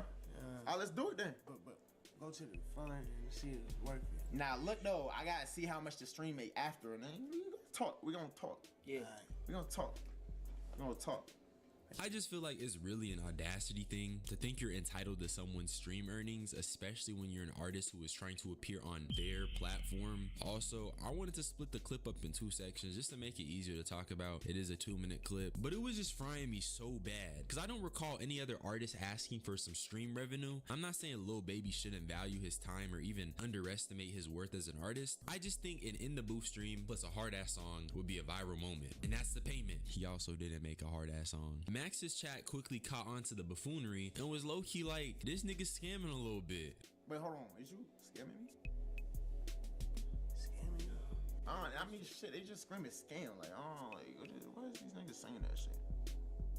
Ain't nothing happened yet. Yeah, no, I'm already knowing. They said extortion. No scamming. Now, when you come and do something for somebody on the script, then when they try to work you, you gotta show them like, hey, I'm a real businessman. This is what I do. You know? He at my house. We chilling. This is Bro Cray, and I appreciate you dead ass like giving me this hospitality. You know? Yeah. Okay. What would be the scam? So look, right? When I be having niggas on, niggas be pulling up whether I'm at their crib, they be thinking little nigga be scamming, so I want to know what the scam is. All right, chat. Look. Scam. I think they saying you scamming for saying I'm gonna have for the chat. Yeah, because they want to see you rap, bro. So what part about it that is the scam? Because they think you don't want to rap and you're not rapping. You get what I'm saying? No, but how's that a scam? Because I ain't tell y'all to come here to see me rap. Who the I'm scamming? You said 50% jugging. What? They just use they just using the word scam loosely. Like, they don't know scam. Maybe it's just like you scamming. It might be just like as a bad word, and it don't matter what it means. Okay, so look, right? So now I was talking about like making music on stream and shit. And apparently at this time he was kind of dodging making music, and he was dodging to the point where his chat thought he wasn't even gonna make a song, so the viewers felt like he was just trying to get a bag, pull a cardie, and bounce without really doing anything. And also the whole payment shit should have been settled pre-stream. Why was it not settled pre-stream? Especially since Lil Baby talked about being a businessman. The business thing to do would be to have your payment stuff settled from how you're receiving to how much you're receiving. Lil Baby being being on stream with Max was reminding me of the 5Yo Foreign and Lil TJ situation, because once again, you have an ignorant rapper not listening and just kind of being a general mood killer. The next thing I peeped was Lil Baby's buzzkill energy. And what I mean is that Plaque Max low-key got the tism, so he's prone to dancing and emoting, which I don't think there's anything wrong with that. I mean, it's just catching the vibe, man. Let me preface this part for you though, because Max made 31 beats for this nigga. 31! And that's crazy, because how you put time aside to give a dude that many options? I know y'all don't know the names of the beat. What we gonna do? Can't they see us? Nah, they can't. Now they can't. Yo, write the name of the beat y'all with. Now look, I got 31 beats. I was listening to this shit all day on some super prepared professional. You feel me? So, you feel me? Hopefully there's some bangers in this bitch, and they'll let us know what they fucking with. Chat, I'm gonna run through real quick. Remember the names of the ones you with. So after showing Lil Baby the 31 beats, a clip of them gets posted where Max is trying to vibe out and everyone is in the room just quiet and staring at him.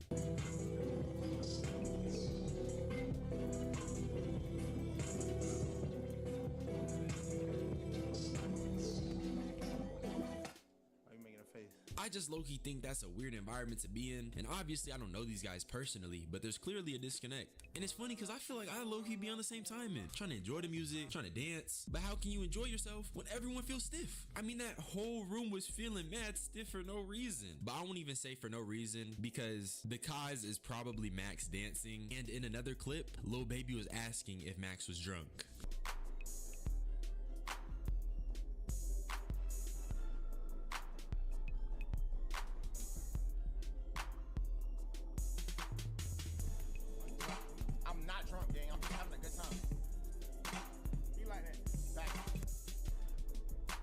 Let's be real though, is this not Dickie? This crossing Dickie the lines. You see someone enjoying themselves and your first thing is to ask if they're drunk? That's overly glazed. And this even went as far as Lil Baby telling him he was ruining the beat because he was dancing.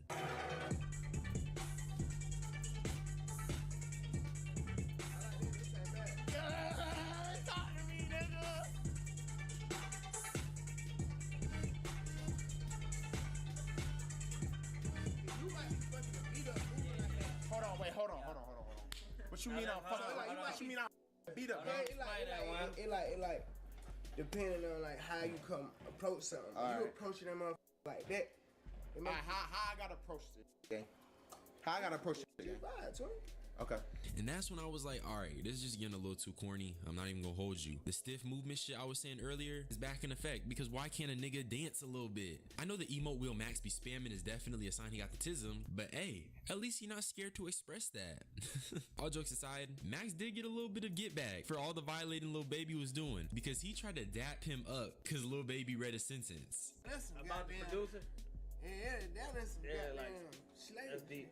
Legal hunter catch game of fish on land that is not one's own or in country vision of official. Yeah! Nigga, you trying to dap me up for reading, nigga? Nah, my bad. I'm not gonna lie, gang. I'm wildin'. I'm gonna keep it buck. I'm wildin'. That was disrespectful. Gang. I'm gonna keep it a buck. I'm wildin'. OD. Nah, this a whole different term. I'm not gonna lie. Nah, even the first one, and I'm gonna keep it real, it was funny as shit, but that was crazy to say. I'm not even gonna hold you. That was genuinely some low-key disrespectful stuff, and I'm surprised Lil Baby ain't harp on it too much. But I want to take it back to the whole scamming thing, because there's obviously more I want to show you guys. Apparently niggas put 10 bands up for a basketball 1v1, and guess what Lil Baby did? Not pay out and tried to go double for nothing. This nigga is a scammer, mind you. He wasn't even shooting his own double the 10 makes 20. You would've won, you would've won 30. You lost 10. Hold on, gang. What the fuck is you talking about? What? So we was at 10. We at 10. We doubled the 10 to go to 20. If I won, it went to 20. If I lose, it go to 0. Nah, so right now we even. Nah, y'all both hit, so they like double up. Nah, hell no. Hey, Chad, this nigga running some 4X scheme on the nigga. And the thing is, he didn't even know how double or nothing worked. He was talking about double the 10 and it makes 30. As in, you add 20 to the previously 110. And this is why Max was trying to dap him up for reading, because how you don't know how double or nothing works? That was slow. But I'm not gonna lie, none of this stuff compares to the fact that Lil Baby was likely trying not to have Max on the credits list, so that Max wouldn't be eligible to receive a percentage of the revenue from the song they were making. And then the clip they have to prove this makes it so clear. Turn my focus up on them part. What'd you say? Turn my focus up a little bit. Alright, I got you. Why, Jay Rich, why you ain't doing it? Nah, he is doing it. Why You can do it. You doing it, nigga? He. Let him do it, nigga.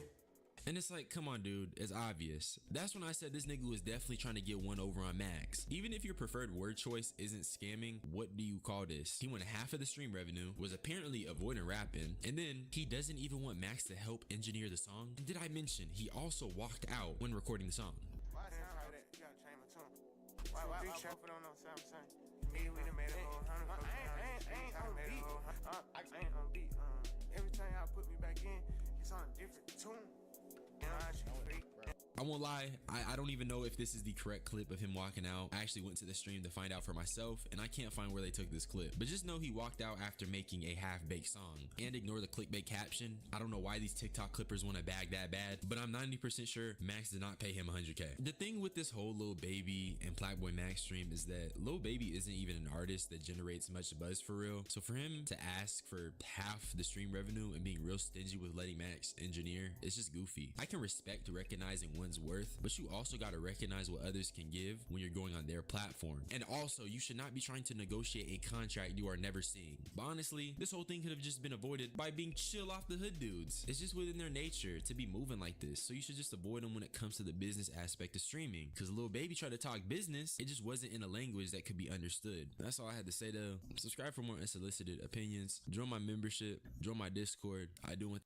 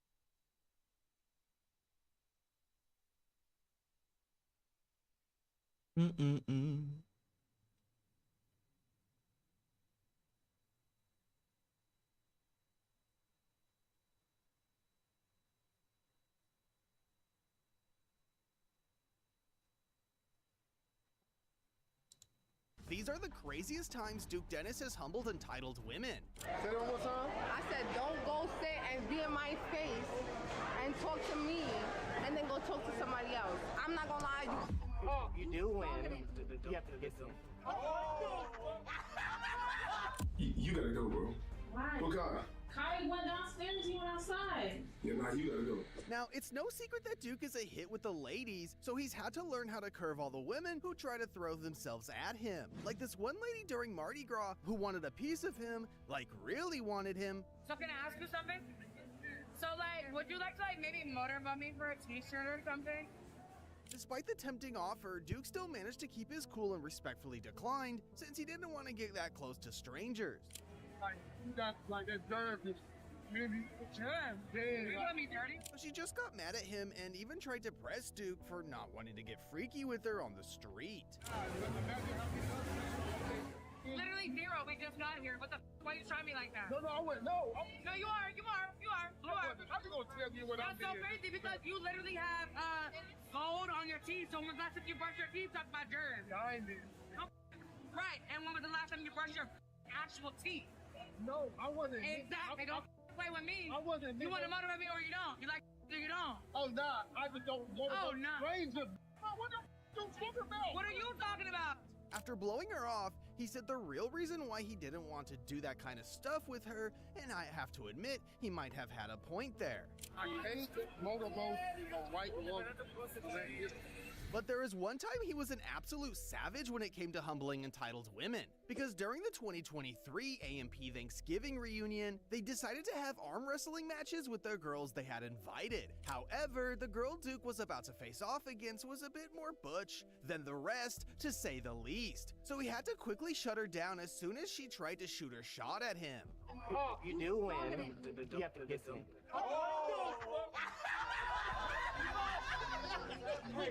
And the winner! Next!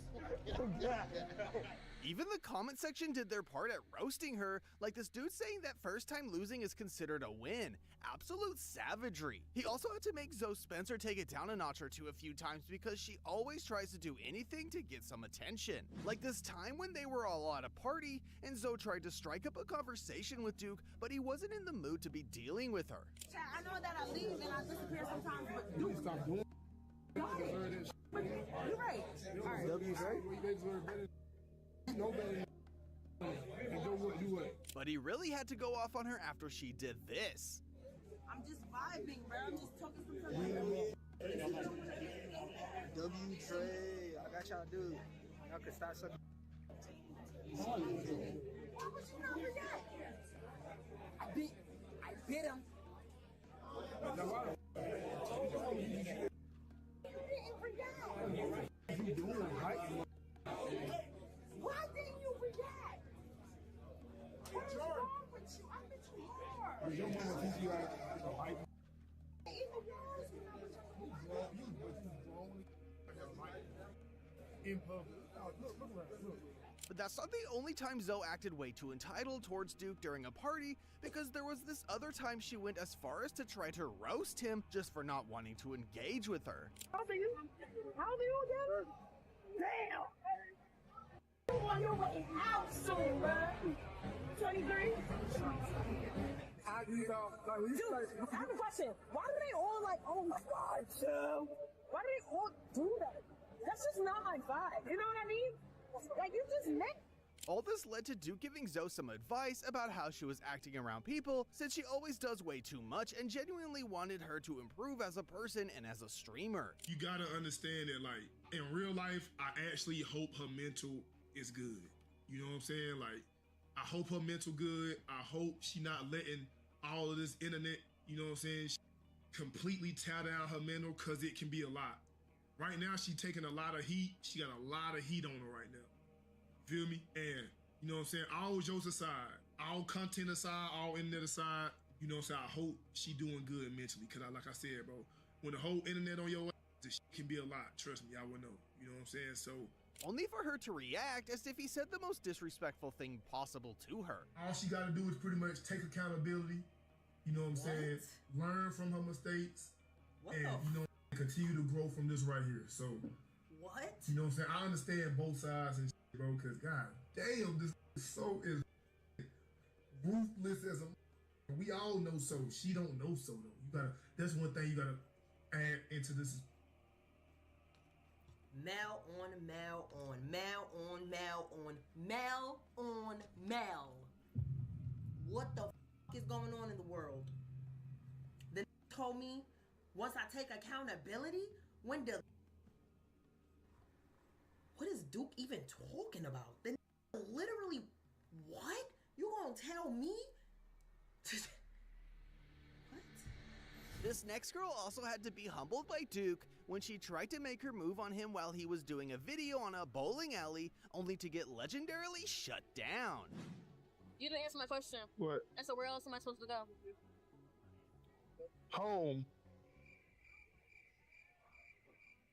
But that's not the only time he's had to humble a girl while bowling, because this other girl got a little too carried away with her drinks and tried to press him for talking with the other girls around. Don't talk to me and then go talk to somebody else. No fun. Say that one more time. I said, don't go sit and be in my face and talk to me and then go talk to somebody else. I'm not gonna lie, you. The girl even tried to grab him by the neck. I'm annoyed. Good thing Why are he you managed annoyed? to walk away without anything crazy or happening. I just met my first New York aggressive female, bro. This motherfucker don't come in But how you doing, Aura? and grab me by my neck. I'm like, oh, baby, we don't do that where I'm from. You know what I'm saying? Now, it doesn't matter how hot the girl is, Duke is always wise enough to keep away from trouble. Like with India Love, who everyone thought would be Duke's next big thing, with how they were fooling around during the streamer university. But after nothing ended up happening between the two, he had to let everyone know that he didn't want to be with someone who was easy to get. Listen though, it's not that, you know what I'm saying, I don't know how to step or I wasn't, you know what I'm saying? It's just like, I'm not really fond of, you know what I'm saying, tug of war. You feel me? You know what I'm saying? Like, at first, I wasn't even seeing all the clips, but then I woke up one morning and I seen all the clips. I went down a little rabbit hole, and I discovered that it was a whole bunch Bro, of what, Lieber? So I let go of the rope. He even went to call her a layup ball when she got with DDG, since everyone got her. I always would have had grills and smiling for no reason. Right? He hit it and quit?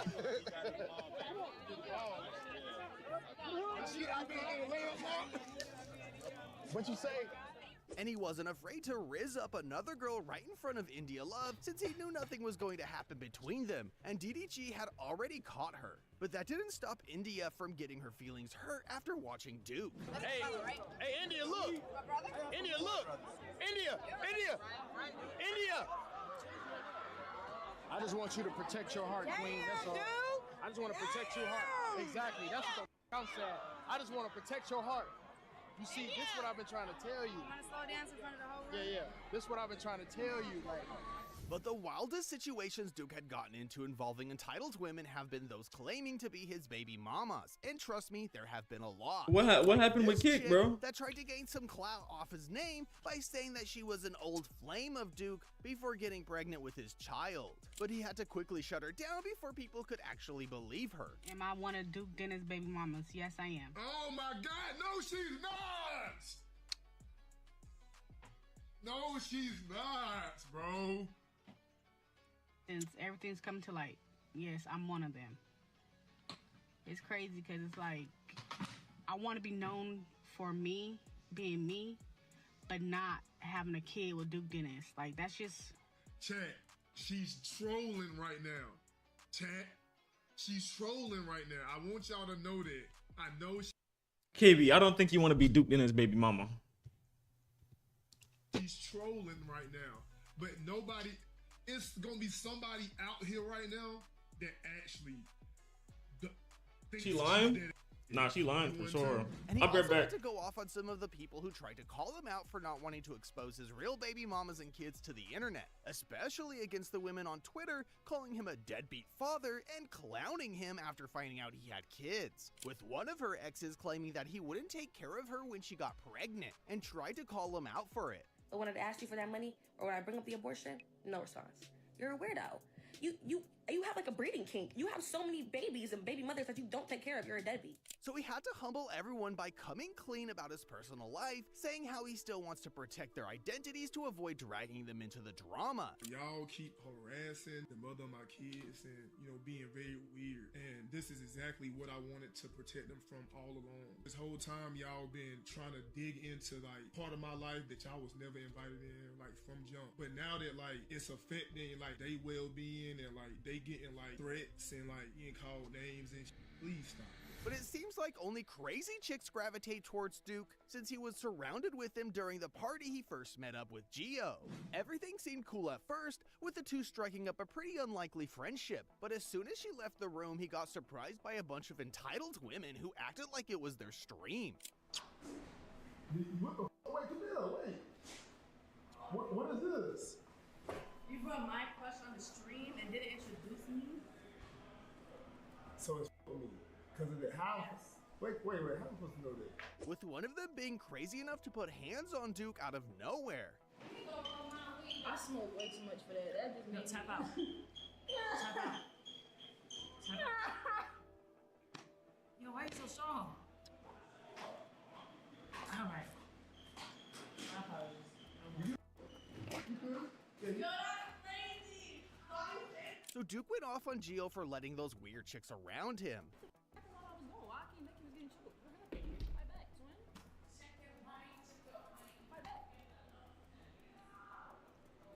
I hear Ray scream my name so crazy. Bro, what the f is you doing, bro? You left me with a whole bunch of. I'm sorry, what happened? I don't know. I don't know. It was you left. Well, Ray started screaming like something happened. You hear him right now? He keeps screaming my name like he's dying. Who the f cares though? Like We shouldn't. He's a kid. no. He's a grown man. He's 18. And He had also had to protect his own friends from entitled women who wanted to play games with him, like the time Kai Cenat was doing a stream with IG model KKVSH. She was acting extremely sketchy from the moment she got there, as she kept texting a random guy while she still had her location turned on. You got your location on? No, it's off, bro. He's not. Why you got your... Chill out, bro. And it only got sketchier when the dude pulled up to the AMP house while they were on stream.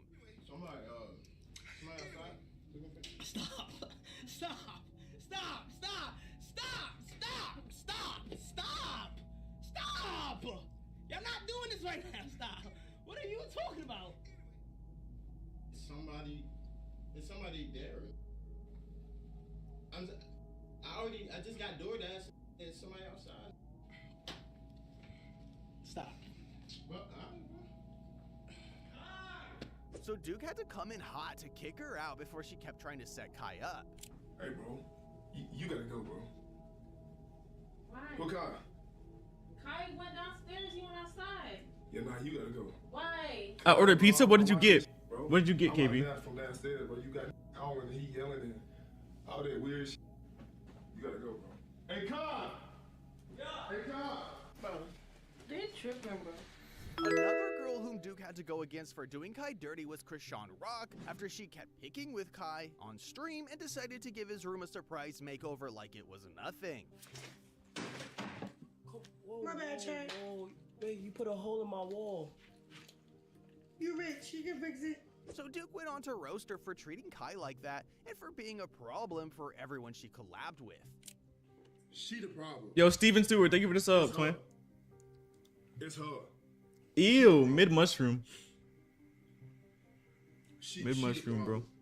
Five Guys money? You know what? Five Guys money is crazy, bro.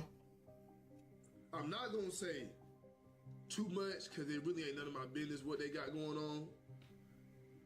But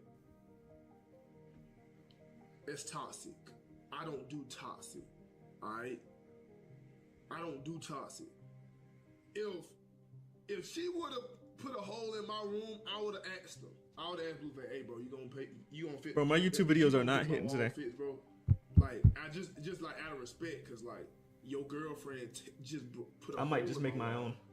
It's not about whether or not I got. Because I'm using my editors, but I don't know. I might just use my own. How rich I am, bro.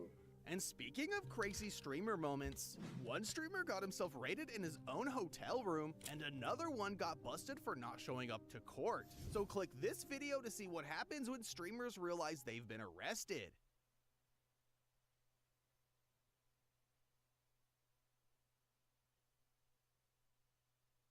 One entitled woman got humbled for trying to end a streamer's relationship, and Fuzi had to fire his assistant for acting too entitled towards him. This is what happens when streamers humble entitled women. Now, we have to start things off with Fuzi because he is well known for humbling anyone who he thinks is on the wrong. Like one time when he was doing an IRL stream out on the streets of Chicago back in July 2023, when a couple of drunk girls began to get too close for comfort. Then, one of them started to get a little rowdy and went as far as to slapping Fuzi in the face. I said, yeah. Wait, and I said, Yeah.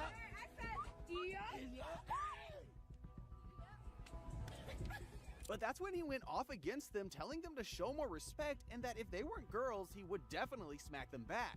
Yo, don't ever put your hands on me again. If I can't touch a female, don't put your hands on me ever again. I'm serious. No, I'm not gay. Shut the up. Don't put your hands on another man. Oh my god. Hey. Hey, you drunk.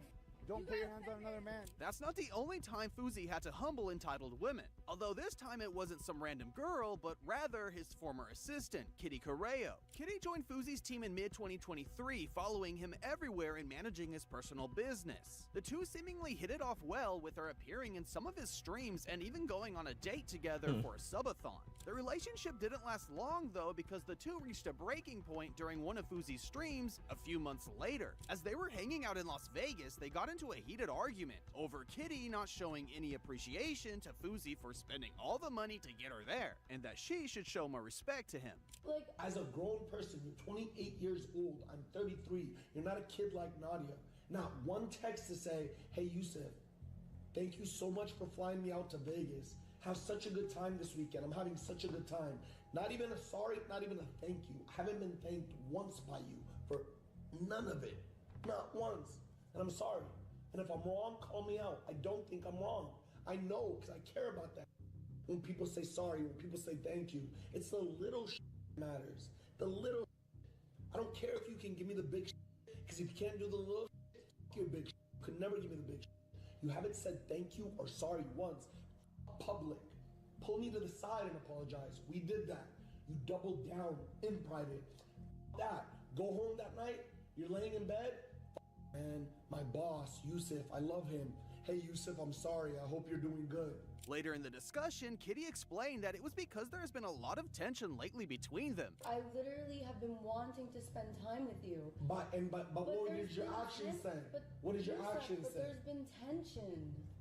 Why would I want to hang around when, and I'm not saying I'm not appreciative. I'm very appreciative of being here. Thank you so much. And you're picking up your phone again. See, this is why, like, I just can't have a conversation. Oh, so when I pick up my phone and I do something that upsets you, it's a problem. But when you upset me, it's not a problem. To talk to Even you. without your phone out, I am more hurt by you, genuinely, Kitty. It's not Why? manipulative. I want to be here. No, I don't care what chat's saying. I don't care anything. The door is right there. You know when our flight is. Our car is here. You know when we're going home. Go have fun with Nadia. You just looked at me in the face in front of my business. Can I talk? You're not letting me speak, you I've heard you enough. Your actions speak far louder. Kitty Correo, you just looked at me in the eyes in front of my business and said that I'm emotionally abusing you. As they kept arguing, the stream cut off and it returned to Fuzi saying that he was the boss and that he reserved to be treated as such. I don't give a f what y'all say. This is my company. I'm the boss and I deserve I get no respect. So the fact that I'm demanding my respect now, I'm gonna demand it. Ain't no G6 energy is gonna work for me. Don't ever come to me and disrespect me like that. It was later revealed that Fuzi fired her after the stream and that Kitty tweeted about it saying that she wouldn't speak on the matter to I'm not full. feel more drama. You and KB are A week big later, backs. She spoke about it on her own stream saying that Fuzi had pulled a whole 180 on her. I just remember sitting on the computer and doing our desktop streams and our reactions and how much we laughed, how much we danced in the car, how much we danced in the house, how much we would just play around and scream and do skits and bits and acting, fun, jumping, being just like corny. And now it's like a monster. He looked like that hairless thing on Kim Possible Possible. Stream, saying Bro. that it was all because he had supported her from the very beginning, KB. but that she wasn't showing him the same amount of support or appreciation for everything he had done for her. So he had to humble her for being entitled. Wait, why'd you fire your assistant, dude? I'll tell you why right now. So I meet her on Discord. I ask her if she wants to come down and collab. She comes down. She used to have like 70 viewers. She comes down. I welcome her into the family, welcome her into G7. I give her my bed the entire time she sleeps there. I sleep on the couch. I support her. I love her unconditionally. Wait, I do my were best. you guys dating at all? The first 3 days we kissed. Did you guys do anything else besides kiss? Because you're a man of God, so tell me the truth. No. Tell me the truth. No. Tell me the truth. No. We come to Vegas to celebrate the kick deal, right? Yeah. I fly her, I fly Nick, we're here. I don't see her a single time. She hangs out with Nadia the whole time. She doesn't help me, she doesn't assist me, nothing, right? Yeah. And the first day I got really angry, and that's why she left. So cool. The next day, I'm texting her, I'm sorry, let's hang out, yada yada. Right. She still doesn't come. Bro, KB. I whisper in her ear, and I tell her how much KB, I love her and jeez need her Louise. appreciate her. You know what she says in return? What? I only came here to get the hotel key. I'm sorry. I looked at her. I said, was that a joke? She said, no, I'm serious. From Fousey to the FaZe clan, you wouldn't think the guys from FaZe to be involved in too much drama regarding women, but this has changed with the release of their latest series, the FaZe clan Love Island, where they took a bunch of girls and tried to pair them up with some of the members. It all seemed to be a bunch of fun for everyone involved, but it didn't end without some drama between one of the girls and a FaZe member. During the final day of the series, Silky got into an argument with one of the girls that weren't picked, but who was still hanging around. After a moment, he called security to have her kicked out of the house. As he went off at her, he called her a B, and that's when she got angry and began to try and press him before actually leaving No way they think she's wrong. I'm just here for like the vibes, for real. You got Silky at 8,000 streams yesterday. Oh yeah, You didn't do that, you did. that's true. That's true. Silky would not have been at 8,000. She did. You weren't even in the room. I'm just saying, it was a good thing. Not you. I know. I'm saying it's a good thing. I wasn't even talking to you. Get over yourself. Nothing. I'm just saying. I'm just saying. Security, yo, get her out. Why is she still here, man? Silky. Diana, continue. Not you. Diana, just ignore him. Continue. Just keep chatting. Alright, Diana and Kai, thank you. I'm talking mad copping it. Wait, I don't like this. Get her out. Watch your mouth. Watch your mouth. You talking about every single girl, but you're not on that. You. Watch your mouth.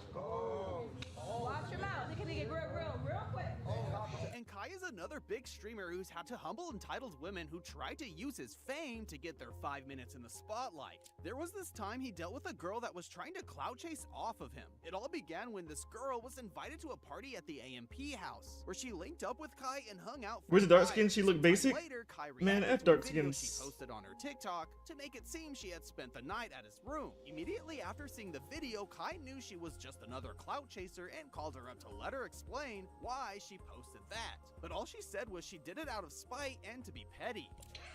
Yeah, that's me. You're probably wondering how I...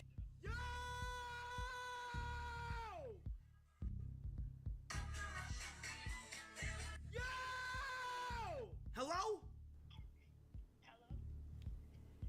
Did you just post you in my room? I mean, you got me. I'm on. Whoa. I'm on stream right now. Did you just post me in my room as if I won't? Yo. You got me up, and that's just what it is. Why did you record? What the What? Hello? Are you not hearing the words that is coming out of my mouth? You literally just posted my mafia rug in my room. Bro, what is you posting that for? Because what? What are you proving? What are you trying to show? What are you trying to show people? You really tried me, and that's just what it is. You trying to get loud for your stream? Say no more. Say no more. Say no more. Look. Say word to my mother. Word to everything I love. Say no more. Yo, God bless. God bless. Word to my mother. I did not do. Oh my God. Kai then went on to explain that she was only in his room because he offered her water, and that she took the video when he left the room for a moment. And she needed water. Oh my God. The cloud chasing is real. Say no more. No, I didn't do nothing with her. No, I didn't do nothing with her, chat. I did not do nothing with her. To back it up, Kai showed the conversations they had and that she was only mad because he rejected her. Screen record. She's mad because she couldn't me, and I didn't want to. No, I'm good off that. She wanted some water, so I got some water, and she recorded in my room. Hold on, chat. Wait a second. I'll show you right now. I got you. Ooh. You see, you should have never did that. Boom, screenshot. I screenshotted it. Boom, screenshot one more time. Would you consider booking me for things or events that you possibly having going on in the future? I would love to work with you, and I'll do it for free. Left her there. You don't f with me for real. Left her there. Well, she said, you don't f with me for real. I said, what you mean? I'm traveling right now. She said, I wish I would have on you. I keep thinking about it. And because you haven't texted me back, I miss you low key. But I'm not going to keep bothering you. Know I know you're busy. Play with me, bitch. Word to my mother on everything I love. Look, chat. Look. I wish I would have on you. And I did not. Look, I didn't even want to do nothing. She wanted some water. Here's your water. Stop doing that, bro. Chill out, bro. Like, bro, all because you couldn't get in the party, she was blowing up my phone. Wanted to get in the party. Look, may you please pay for my Uber tomorrow? What's the address? My phone's about to die. It's $200 to get to the party. I apologize for blowing up your phone, but you did me dirty. It didn't end there though, because the girl later appeared in one of Deshae Frost's streams, and Kai was quick to warn Deshae about her and to not let him fall for whatever she could pull. Deshae has this girl that did some weird shit to me. That was clout chasing. Get that girl out your... Get this girl out your house! Remember, like, mad long ago! This girl mad long ago! Dad, Deshae, get that clout chaser out your crib! Deshae, you got a clout chaser in your crib! The girl in the back, the one with the purple that's hiding. Who is he talking about? He even managed to get her kicked out of Deshae's house. Wait, who are you? What's your name?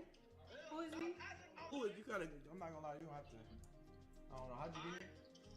Y'all told me to come. I ain't tell you to come. You might have to just go, bro.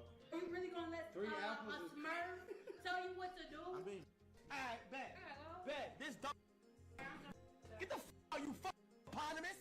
You dumb hippopotamus. Get the out, you clout chaser. Now you trying to do some dumb shit with my mans. Duke Dennis also had to stand his ground when dealing with an entitled woman in the AMP house. This happened back in February 2022 when Kai invited over IG model KK Vish to do a stream together. At first, they were both having fun and even shot some stuff for a video, but then KK began acting up, having random phone calls with a weird guy during the stream and freaking everyone out. Kai tried to warn her not to be sharing the house's location with that crazy guy because they would have to go on a lockdown. Plugs don't touch. You told me you was gonna tell me. I'll tell you, but look, that's not the fucking case, nigga. Look though, word to like word two, it will be Avengers Assemble in this. Word, we going on hard lockdown. Bro, niggas think I'm playing. I'm tired of this clip. I've been in the gym. Word. Don't even. Nah, don't say that. Don't say that. Why are you thinking so much into this? What? And you embarrassing. How you turn this on mute? Bro. You got all these people What? in my business. I'm not muting nothing. Nah, I'm not muting nothing. I'm not muting. Just a few seconds later, Kai realized that KK had her location turned on, and he knew that she was trying to mess with him by setting him up. It all took a turn when there was a random guy outside the house, so he has to go and check it out, all while she tries to play it cool with chat. Why you got your location? You see, you wilding. I don't got see, no. You heard. Crazy. What you talking about, bro? So you can't really like. Nah, I ain't. Let me. What's up? You playing with me? Nah, keep it a stack. You playing with me? Nah, cause you did this last time. Are you playing with me? Bro. Cause word. Let me know now. Shut out, dog. What are you talking about? Somebody there. I just got DoorDash and somebody outside. Stop. Well, Oh nah. If Chris calling me, that means you done that. If Chris calling me, that means. Hold on. Alright, hold on. Answer the phone. Don't worry about what I'm. You worried about what I'm doing. I need to tell you something. You worried about what I'm doing, bro? She laughing. I'm not laughing. What about my mother? I'm not laughing, bro. Word to my mother, I'm not laughing, chat. Word to. If I get banned, yo, look. Screen record everything. Word. Screen record everything. Got it. Bro, chat. Chat. I swear. Anyways, chat. You people crazy, bro. So.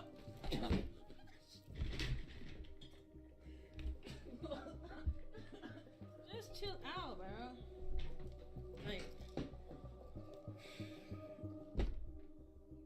for real, bro.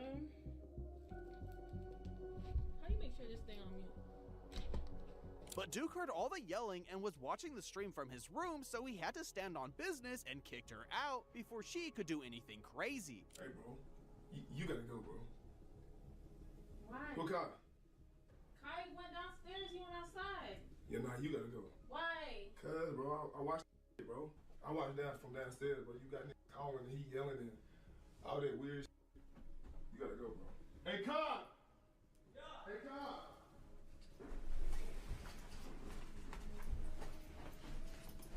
Bro, they tripping, bro.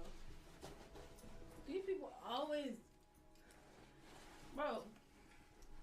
This way, good cookie, beginning problem. And Deshay also had to humble an IG model who was acting too entitled in his stream because he had a couple of girls over to his house, one of them being then internet star Jessie Taylor. Right from the start, she began to complain that she had to wait for so long to get on the stream, and then she goes on to ask if she was getting paid to be there. She might have said it as a joke, but you could tell that Deshay was annoyed by that question. Nothing, but I was really annoyed that I had to wait a really long time. And then I waited 20 minutes downstairs. I waited an hour.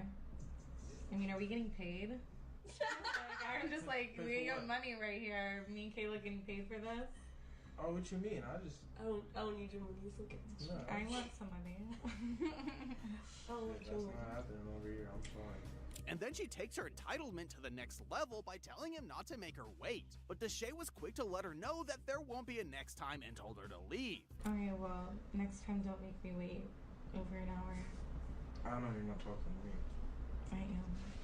You can leave right now. I'm gonna leave. I waited over an hour and I drove 20 minutes. Bye.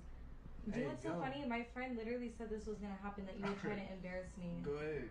I wasn't trying to embarrass you, but you being weird. But I'm not being weird. I don't play that. What do you mean you don't play that? Hey, go.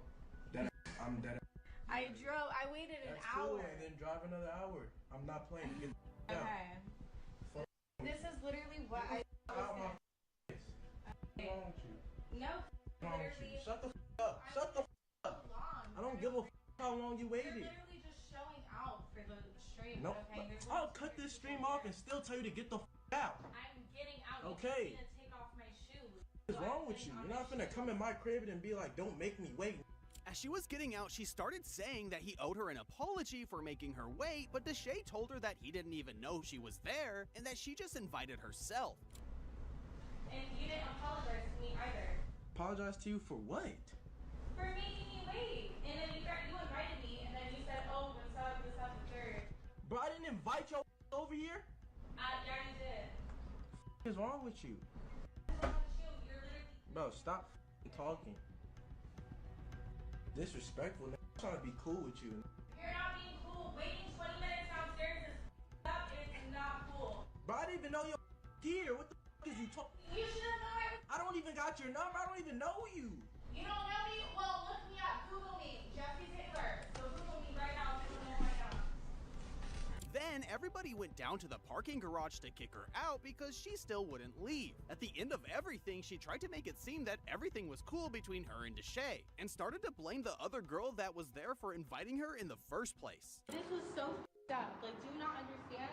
Why are you waiting? No, girl, it's not that. It's the I was waiting for an hour and 20 minutes. And I literally brushed my makeup artist. And what did I tell you? You said I'm brushing my and I said, no, we don't need you until like an hour. Thank you so much. We're cool. Kayla, bro, it's not funny. You waited, bro. Use your back out waiting downstairs. You came upstairs. But you don't do that to people. We don't make them wait. You don't make them wait. The reason you got kicked out because when you sat down, you asked him for money. That's the real reason you got kicked out. Girl, it's a joke. Now, Sneako might not be one of the most liked streamers at the moment, but at least he knows how to put entitled women in their place. Because back in September 2023, Sneako was in a podcast alongside Steiny. From the One Night with Steiny podcast, and internet personality Sophia Franklin, who already was in defense mode from the start, going off against Steiny and telling him that he could never have a shot at her. You know, I want to roast her. Because I am still trying to hit, so I'm not going to, but she showed up, what, an hour late? Well, you also showed up 45 minutes late, so don't try to pin it all. You both showed up extremely late. You know what? I thought it was going to be Sneako against Sophia, because that's what Steiny tried to put in my head, because he does that. He tries to fuck. No, Leave me this podcast. No, that's it's not happening. Me and this Birkin bag girl against you. After about an hour of starting, she goes on to say that she could only date guys who make millions of dollars. But then Sneeko quickly shot her down by saying that it's not uncommon for girls her age to pursue wealthy men to provide for their lifestyles. After that, her only response is to try and label Sneeko as a misogynist by telling him he hated his mom. And honestly, I've dated guys that make good money. I've never dated like an insanely wealthy dude. What's good money? Pull up your account. My phone is dead. Okay. What is good? Until you can pull up your account, then... Well, give us an idea. Why does it have to be about me? Is a couple I'm million losing my enough? voice. Is a couple million enough? Maybe. Yeah. Isn't that wild? Like nowadays, the market is so inflated that to get a 31-year-old girl. You know what's funny though? You need to have multi-million dollars, like to get a ran through 31-year-old like sweatpants Birkin bag girl. You need to have multiple M's in the bank. I know. That's insane. You can't just be funny and have a fucking 8-inch hammer anymore. Hold what on. the? Hold on. Do you hate women? No. I love women. Are you sure? I do. I love women. What's your relationship like with your mom? I have a great relationship with my mom. Really? She hugged you when you were little? I did. I was just talking to her right before this. Like right before I walked in, I was. Why do you find that so hard to believe? I'm feeling a little anger, misogyny.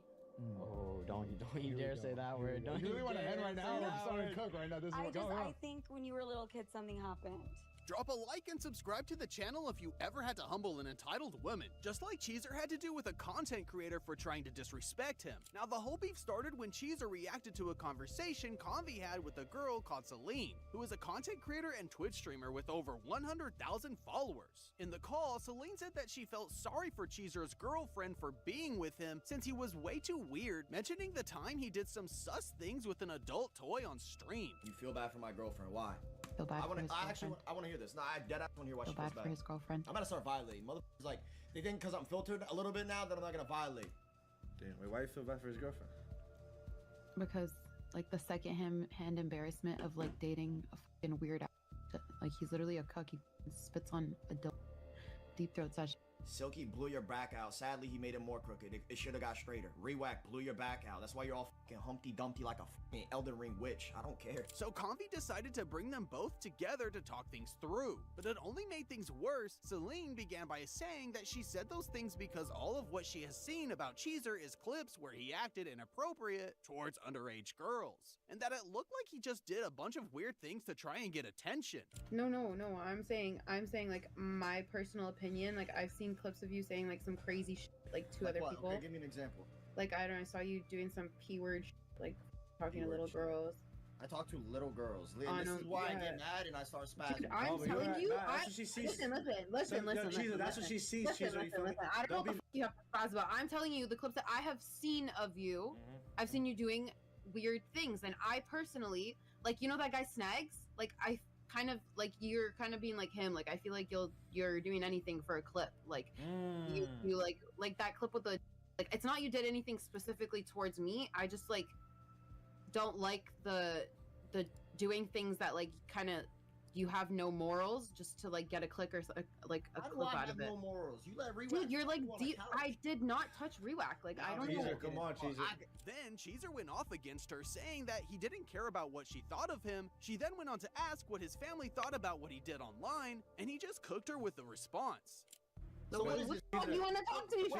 Like, I don't care to talk to you. You always talk about me. You just said you always talk about me. Don't call Cheezer. About you. Straight fucking deep throat a on your stream for a clip. Like I hope God you're getting paid. That's weird. You did right. I have a question. Yes. How does your family feel about the shit that you do on the internet? How does your mom feel? They're getting payments sent. How's your family? Yeah, I bet they're embarrassed. You got 100 views sent and then $15. Your mom's still breaking. Okay, at least I'm not selling my soul. But not every time these conversations between streamers and entitled girls are about their ego, because Speed had the chance to give a lesson in morality to a couple of girls. Back in September 2022, Speed was doing an Omegle stream when he got paired up with two girls from Israel, and everything seemed cool, with one of the girls even recognizing Speed from his videos and acting excited to be talking with him. However, everything changed when Speed showed his support for Palestine, and one of the girls got really offended because of it, saying that he lost a fan and that she lost all respect for him. That's when Speed went off against her, calling her a liar because she has probably never seen a single one of his videos. Hey, where y'all from? Israel. What? What? Yo, you're from Israel? Yeah. No. Bruh. Why? Cuz free Palestine. You have, bro. You gotta free Palestine. He just lost a man, bro. Bruh, you used to say you love Israel. What happened? I do love Israel, but free Palestine. What? Yeah, you lost my respect right now. You were Just one of my favorite YouTubers. shut your lying ass up. F out of here. Shut your lying ass up. You have never in your life went on my fucking channel and clicked the video of mine. So don't even sit up here straight to my face and lie to me. No, you have not. What do I stream on? What do I stream on? Yeah, see, like, yeah, exactly. Nah. Don't skim me. What app do I stream on? I stream on Twitch, right? I stream on Twitch. Then he kept going on about how he didn't understand why the girl on the right was so disrespectful to him, only because he said free Palestine. But he doubled down by the end to give her an actual reason to be mad about. But her, yeah, I don't know what's wrong with this painting Ariana Grande lover. I don't know what's up with you. See, your other friend is being very respectful right now, but you right now you're being a fucking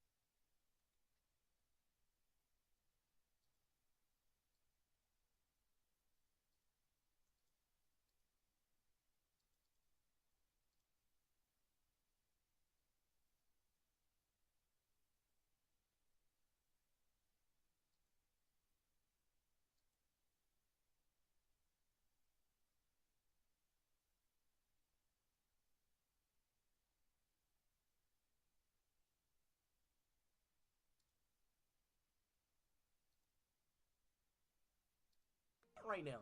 Thank you. Love you too. And your friend,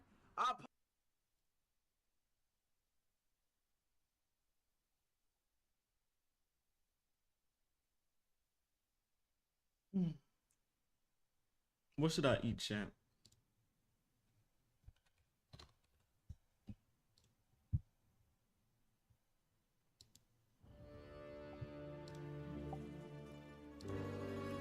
it's been a hell of a year, right? Definitely was. Every goal. What you feeling? I have no idea. Properties, streaming university. To every motherfucker that doubted us. I tell you what. Cheers, fellas. To us. To Taiwan. Ni hao. To the mafia. Oh my god! He's back! He shot everyone! He just shot my cameraman!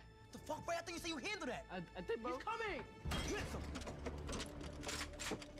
Bro, I'm gonna fucking kill you.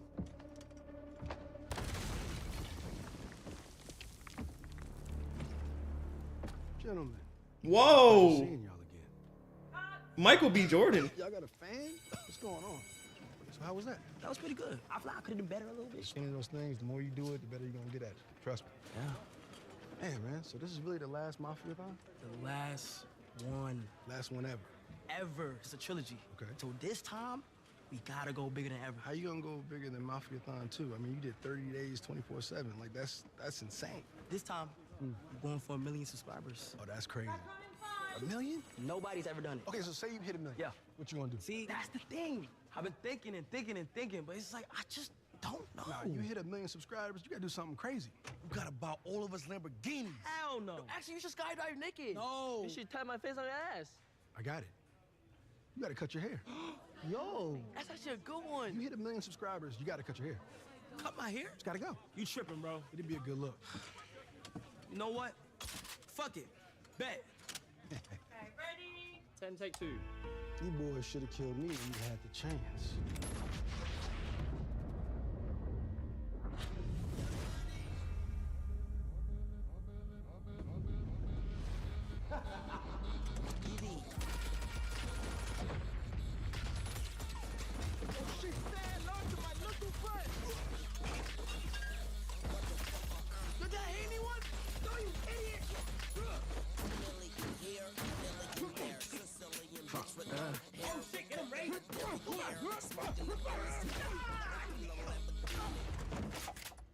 Now, what would y'all do without me?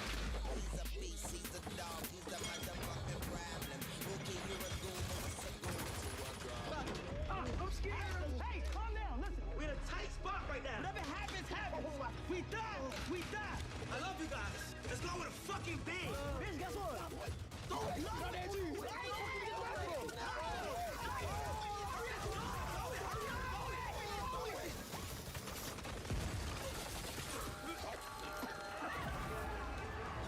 On 3, we gonna get him to shoot. 1, 2, 3.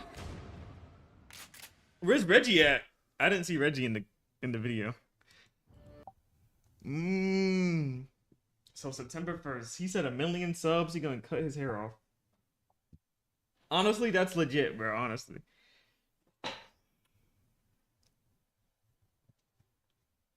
Honestly, 1 million subs. I'll do that too. Obviously, I don't got motion like that though. But like I said, GG's the Twitch streamers, bro. Cause I always tell people like September. I keep saying sub. Sorry, September is called September on Twitch. The subs are very cheap. They're like 40% off.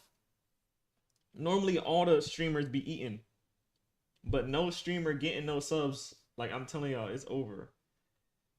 That boy Kai about to go crazy. He gonna go insane, bro. That's nuts.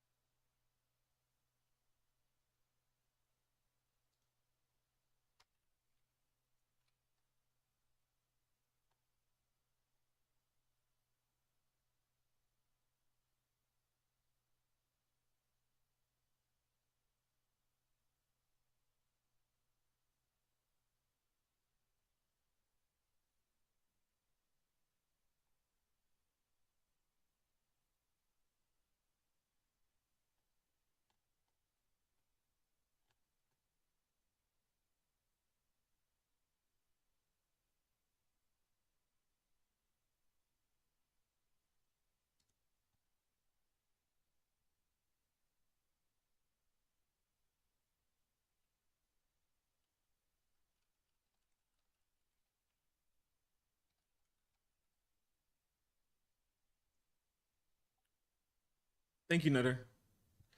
Nutter out here putting quotes in the chat now.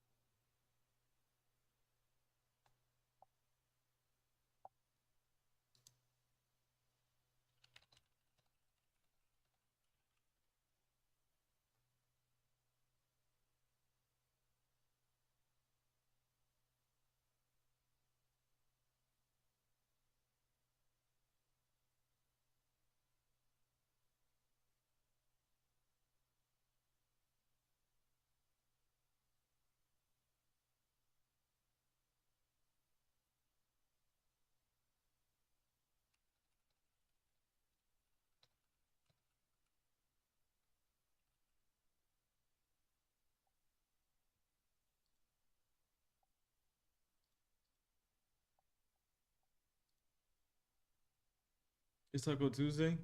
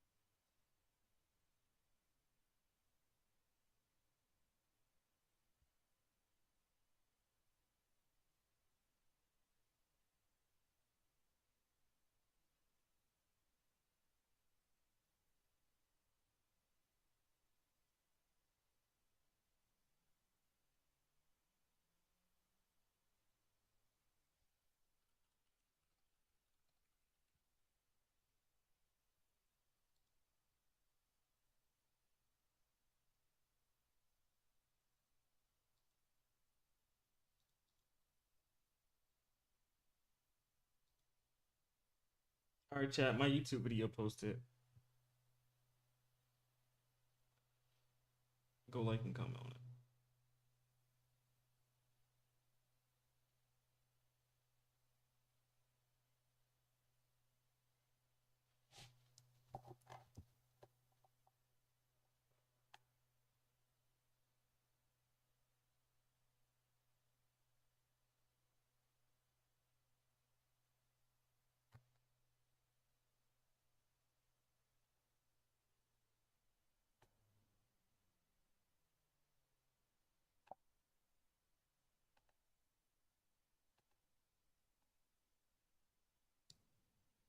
Whatever happened to the actor that played Greg Heffley in Diary of a Wimpy Kid, Zachary Gordon? By just the age of 8, Zachary started out his acting career with a bang, appearing alongside Lindsay Lohan on the big screen in Georgia Rule. Then a few months later, he appeared alongside Nicolas Cage in National Treasure 2. In that same year, in 2007, the first Diary of a Wimpy Kid book was published, and it immediately became a New York Times bestseller, and it's remained on the bestsellers list consistently to this day. By the second book, the author of the series, Jeff Kinney, was quickly realizing that he was striking gold in the elementary to preteen market. So shortly after Roderick Rules was published, Jeff Kinney decided to partner with 20th Century Fox to adapt Diary of a Wimpy Kid into a live-action movie series. Out of the thousands of 11-year-old boys that auditioned for the role as Greg Heffley, they ultimately landed on Zachary Gordon for the part. The first 3 Diary of a Wimpy Kid movies were such a cultural phenomenon in the early 2010s, and they still are even to this day, as moments from these films are still referenced online daily. Because Zachary Gordon was starring in these movies, he had quickly become one of the most prominent faces of young Hollywood around this time, which proved to be both a blessing and a curse. Whatever happened to the actor that played Greg Heffley in Diary of a Wimpy Kid, Zachary Gordon? By just the 2012, I had a 22, that bitch went pop. Now I got a Drake, I spot a op and it go boop, boop. 20.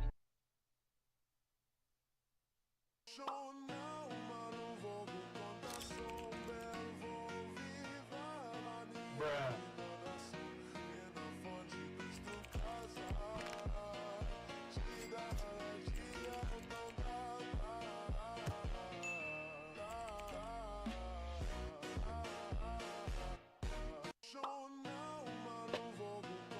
Have you heard this song?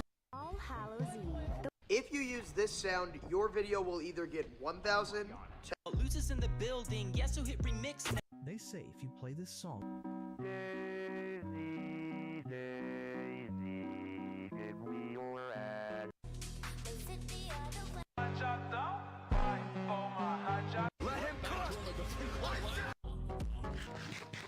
Garden. 99 Nights. Steal a Brainrot. Blocks Roots. Brookhaven.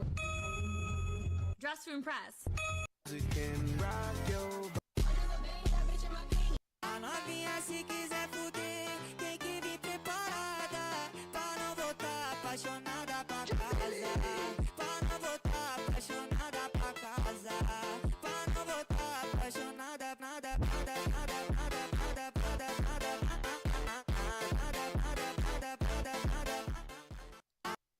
A Gojo edit is crazy. 3 little birds sat on my window, and they told me I don't need to worry. 3 little. George has. Melly's shorts are cooked with all this Spanish music. I don't even know if that's Spanish. Is it?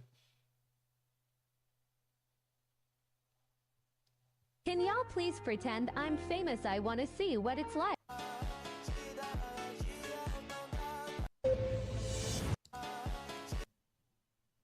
Yeah, I think it's Brazil. Hey,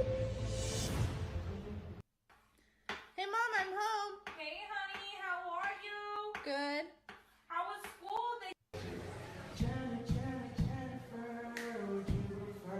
I'm playing games. I know that's how it works. The first girl that I love, first girl. 2012, I had a 22, that bitch went pop. Now I got a Drake, I spot a op.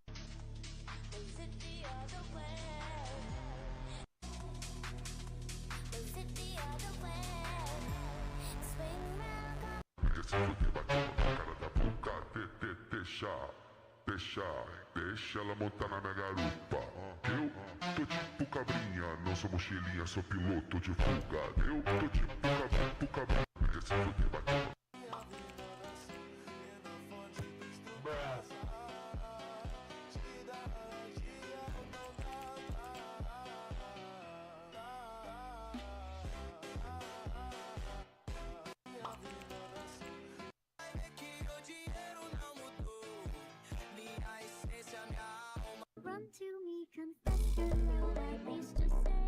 Oh my goodness, it's KB's brother.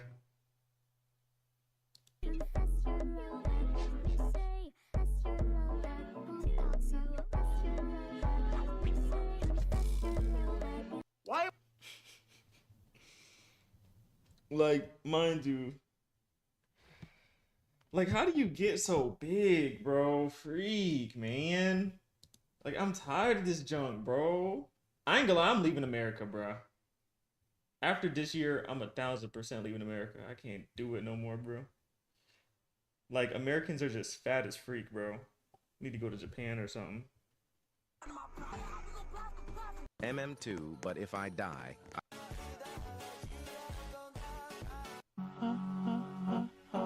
If someone were to break into your house right now, what weapons do you have within reach?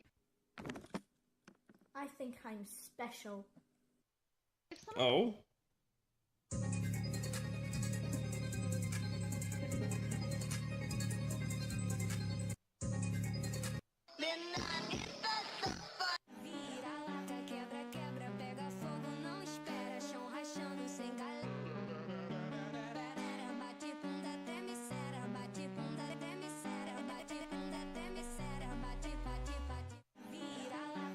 This remix is just too good.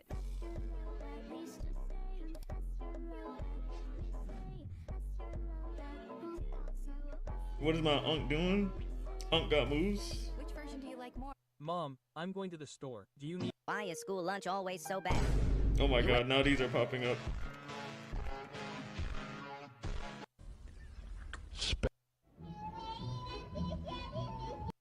Only thing you got is your word. I put that shit on my mama. Now you really just can't get comfy. Gotta keep at it, buddy. Oh, I had this money. Run to me, confess your love, at least just say, confess your love, at least say, confess your love,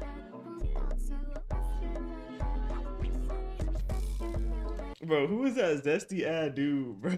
Who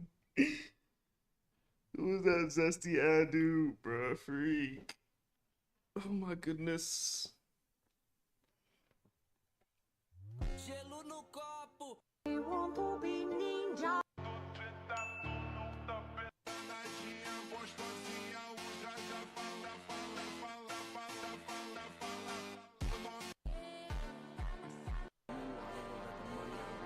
No era amor, no era amor.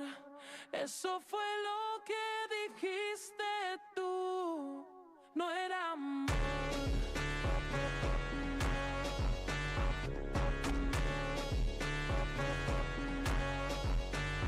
Rappers with brothers ready to step in their place, like xxvmelly's brother, who just shocked fans after dropping this track. So what do you want from me? He's just, did you say just dropping this track?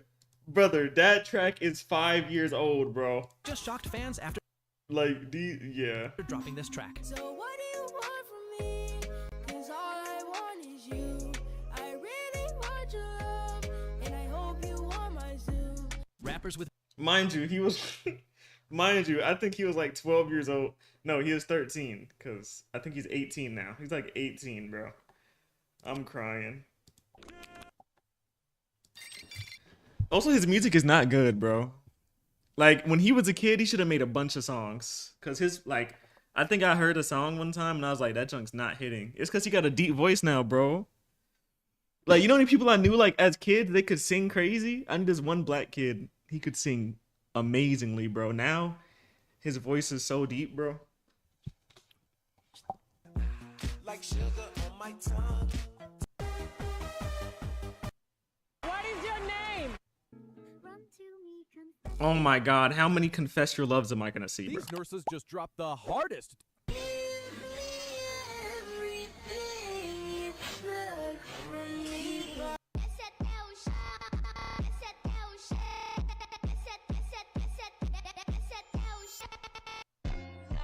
Jordan shakes her hips in the fast vibe in the product. Brazil is really taking over social media with this one. YouTube just released a tool that lets you create a new song in the voice of any of these artists just by typing in a few words. I got to test it out.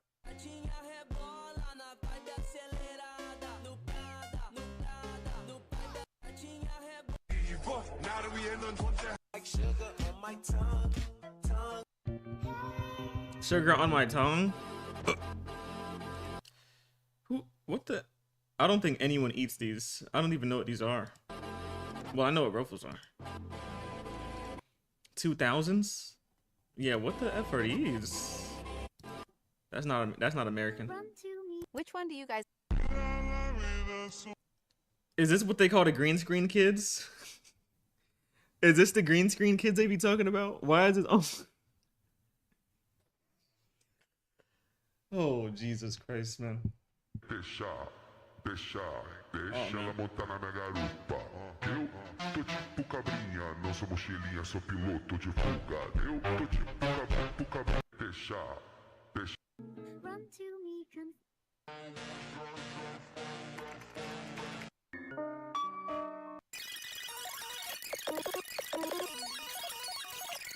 Three little birds sat on my window, and they told me I don't need to worry.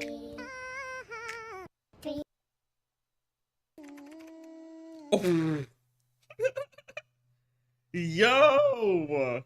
Why is Gojo on the floor like that? Bro. Edited by Florina XX on YouTube.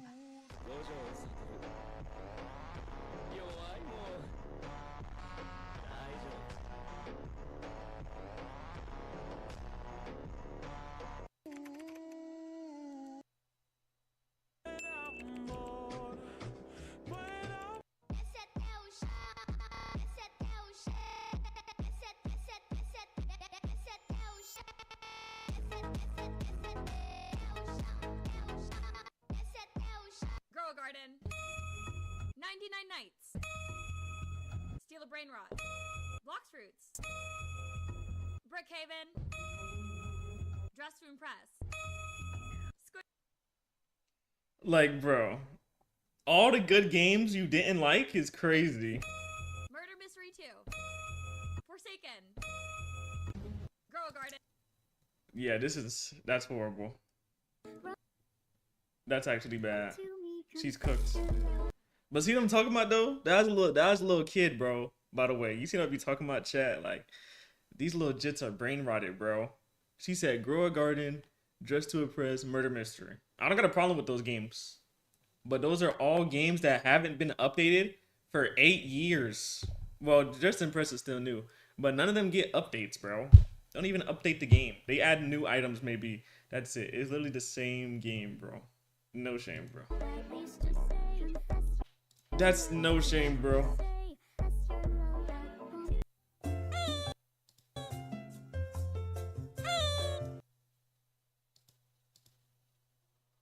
You cannot hide, bring them hands, come outside.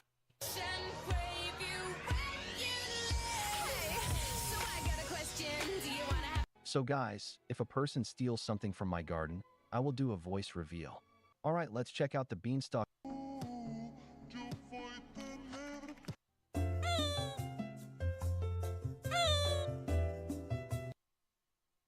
I have chubby cheeks.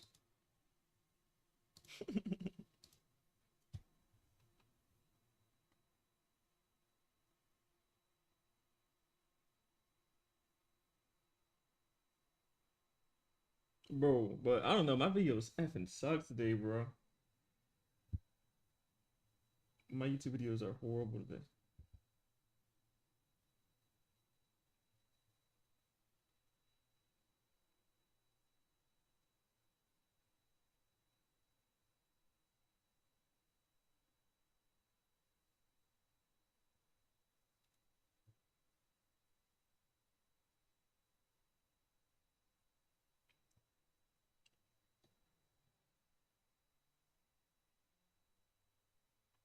I just got an email. We're letting you know about content maturity and compliances policy. Starting September 30th, users will not be able to play unrated experiences. Whatever that means. I don't know what that means.